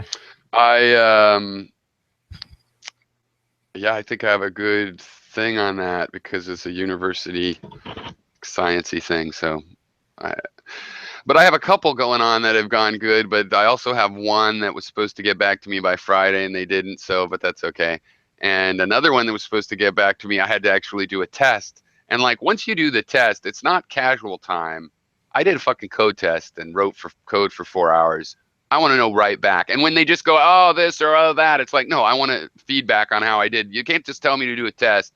And, you know, it's like, because everybody tests you, code tests you. And I don't really mind doing it, but there's a lot of bullshit versions of it. So those guys kind of piss me off. Like if they do come back, like it takes a while, but I mean, I'm confident enough because I've been through this a couple years that, you know, I could turn down something if they seem like assholes. I'm not going to go desperate because it's just a matter of time.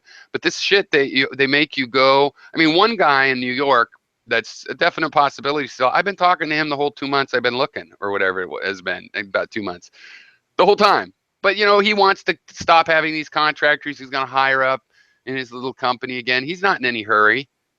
That's what I mean. It's so inefficient the way workers get work and whatnot. You know, I mean, it's you Yeah, know, I don't know why I can't blame him for not being in a hurry, but people can't wait around forever. You would just think that by natural attrition they would come up with a less, because you almost see it in, you know what I'm saying. You're saying it's like it doesn't look like it works, you know, because these teams really don't look like they work very well. You know, these people don't really work very well together. I mean, I've heard that like in most programming places, it depends however many programmers you have, that's how many modules you have. You know what I'm saying? Because they're all doing their own thing anyway, and they're just smashing their crap together. And so, you know, you really don't create teams that actually, you know, where you're getting any value out of it. So I don't even, you know, I frankly, it just amazes me that they don't really come up with some better way than this hippie strategy of, well, you know, we all ride bicycles and we all, you know, instead of having anything in common in terms of, well, it's gotten really rational instead of having something in common in terms of their programming skills, you know, something where they're adding value to each other's strengths. Have you ever heard of HackerRank? No. You can do programming tests in any language, and this is the kind of thing that they make you do, which I actually like. Worse is when you have to video conference with somebody and pair program, and that's bullshit. But so it's an attempt to be more rational, but just like all fads, you know, it was a good idea as it started, but most people don't know what the fuck they're doing. The tests are stupid, or, you know, it's like it's not necessarily. And I'll tell you what, it's weird to be in a career where suddenly you're starting to get tested again after 20 years. So that's not how it works. I think they would just give you a test that just says, look, this is what I want you to do. You have 2 days to do it. And I don't care how you do it. No, they do. That's my favorite kind. As a matter of fact, that's specifically how one of the companies, Rackspace, actually, no reason I can't say, did it. But that is the one where the team, I was going to get that job, but the team got on-sited. They're not making it remote anymore. They've had a lot of investment with Intel and some of these other companies is cooperating with them. I have a feeling that's why they want to go on-site and be on-site company. The venture capitalists still like that. They don't like distributed companies. They like to see big glass buildings and stuff, really a lot. So, but yeah, so there's a University of Maine thing just helping out the researchers with their computer systems. So that would be cool. I shouldn't say that. Then people track me down. But I figure my docs are pretty much, you know, people already have trolls and stuff. I had a guy doc me and then that was a pro Zimmerman. And he just told me, I think he might have told a couple other people, but they never doxed me out other than that. He was like, well, I just like to research who it is. And da, da, da, da. Yeah. But so it's out there and the lesson of your experience. And I always thought, well, so, but anyway, I don't know how much I should say, but yeah, that's where I've been. That's what I'd really like to do. It's not gonna. There's a lot of this subcontracting and stuff. The other people I'm talking to right now are like, one has contracts with the government, making some tools for the Medicare kind of NHI kind of web forms to report this and that kind of stuff. And then another one just does, I think, apps and websites, and that was for doing back end. Of people that do apps. There's some of these, it's hard really to have a company that is like an architect company and nobody wants to pay the price for those apps as software and web pages really. So that work is rare, but the app world has created. So I think they're basically an iOS, Android kind of, Coca-Cola wants to make something, so they have to go somewhere, and this is that kind of a design house, and seems high quality. But I don't really want to do that kind of work. I'd much rather keep working in science and stuff. That was always more interesting. So, or games or something, Yeah. Well, it's hard to even parse it all now. Or computer education. There's a lot of education and courseware kind of stuff. I've been applying places like that. I thought that'd be fun.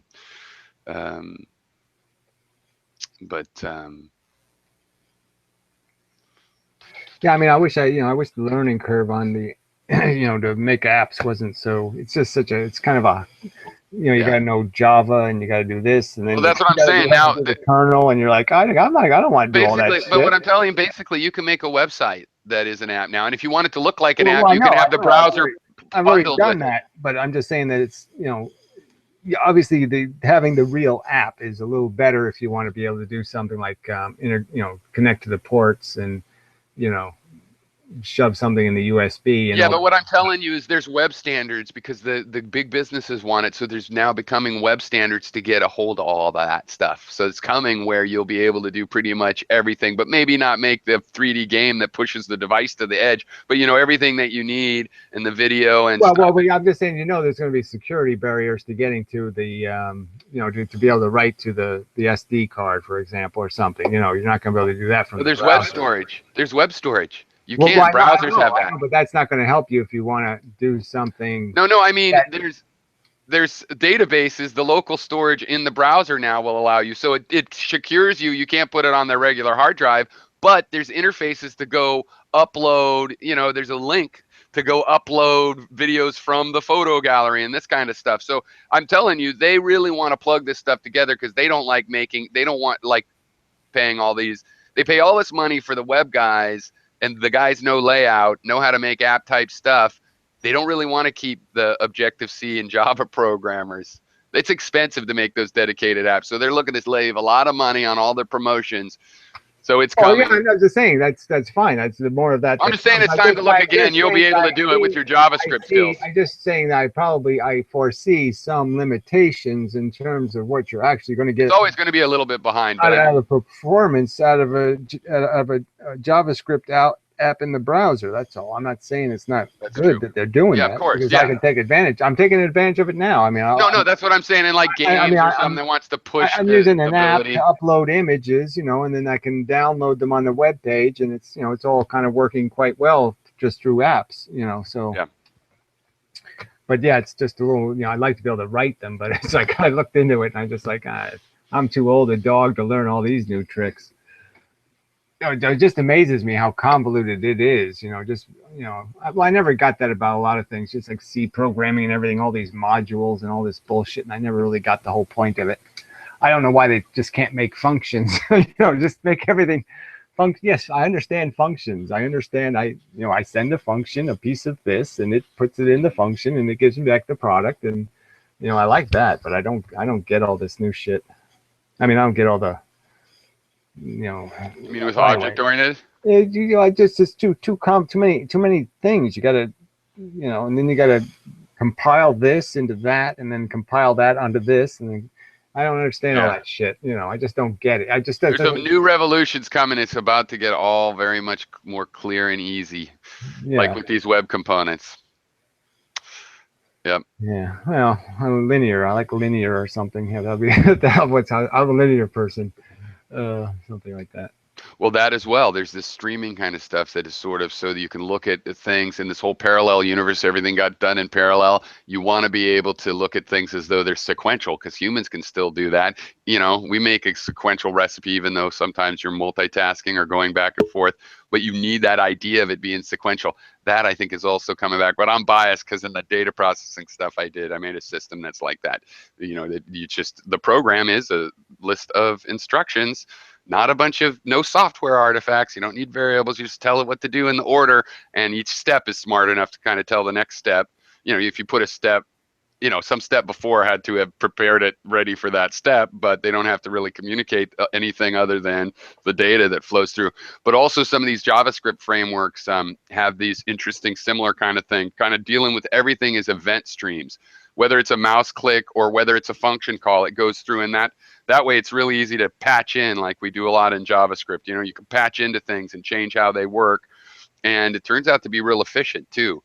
Like you can have a slow language, you know, an interpreted language that really all the work is being executed in that fast, you know, in the interpreter, and the code is easy to parse, and so and it's pretty powerful. But anyway, well, yeah, I'm gonna go too, because I want to get up early tomorrow, I guess. But I could have stayed longer. But if you want to go get something done, then I guess I'll leave. Yeah, no, I gotta eat, and I gotta, you know. yeah, logistics. Anyway, but You know, Gary, how about this? I think we should consider literally you and me in particular trying a web show, because we could Skype and use the broadcaster and be able to watch videos and hear them and that kind of stuff. Because you know, you and I call each other asshole and an entertaining amount when it's just you and me, but you know, we get places. So I think to the degree that's frustrating for both of us, if sometimes we wish the other person would, you know, agree to something we thought they already agreed to, or whatever that kind of stuff is. It is. I think that conflict is interesting to people, like watching that, even if they're not really getting what we're talking about, just the sound of it. So you and I should consider doing a half an hour a week or something. yeah, I wouldn't even mind an hour just to make it worth our while. But yeah, so we'll just leave it open. Two half hours. You pick a day. You know what I mean? When you think what you're makes be me free. ready? I mean, as long as you can give me like 6 hours notice or something, I'm okay. Would you be into? Well, that's another thing we can do, because right now I'm using the live stream stuff, and maybe I could. I haven't been using Skype, but I think I got you on there, right, and stuff. There's some way, or Google Hangouts, whatever. I don't like my IM, so I forget, but I know we could do it that way. But okay. Well, this doesn't work hang that up. badly. I mean, these rooms aren't that bad, so this isn't. But the thing is, if we use this broadcasting software and like we Skype, then we could hear videos. That's what we can't do in here. I would like to be able to have clips of videos and maybe discuss them a little bit. Would you be with that? You know, you do those kind of videos. Would you think it would work for us to do that? Yeah, it's okay. I think you can screen share and play a video. No, the fucking thing, there's a plugin that supposedly does it in private calls, but in here you could screen share and the audio won't come through. And if you know of a tool that I can shove the audio back through, but it fucking won't work on my thing, even if I buy those things that reroute audio. Yeah, well, it works on mine, so I'm just saying if I can from your output, but it sounds sucky. That's the other thing. Yeah, you can do it if you don't use headphones, right? Yeah, but then that screws up the audio otherwise, like we're talking production quality stuff. I mean, you sound fine through the open thing, but when you're playing stuff, it sounds kind of muted, and you know, it's not as, I don't really mind it because I like low production stuff, but when we're talking about so I don't like doing it out of the speakers. I want it to feed through. Sometimes you just need somebody's audio anyway, so I guess you could play an MP3 or something, try that, or, you know, find some other way to feed the audio or something. Well, but what I'm saying is streaming software, which you can buy it, but now there's some free stuff that works. We can do all of that. It's just instead of talking by Hangout, which we don't need, other people aren't calling in this case. Yeah, so. Well, we could just both watch a video and take our notes and then make our arguments. But you know, or here's the thing. You know what? Actually, in a private Hangout call, that video plugin should work. We could use that, and I could broadcast it to my channel through this software. And as a matter of fact, you could broadcast it to your channel at the same time, right? Because this thing does screen capture. We'd both actually be screen capturing Hangouts. I think I'll do it that way, because I'll check up if this really works, because if it's just you and me, and we don't have to have Google Hangouts on air. We just use the Hangout video call, and it can play through the proper audio. Okay, I'm just thinking out loud now, but okay, let's do it. I'm glad you're interested. I think we can. Somebody's recording it. It's okay with me. So as long as the copy doesn't get ruined. So well, the cool thing about this is we could we could both be recording it. We could, you know what I mean? Anything can record this way. I could have a computer that's recording 24 hours, some stupid thing these days. The streaming stuff, I don't know when they're going to throttle you or tell you that you can't.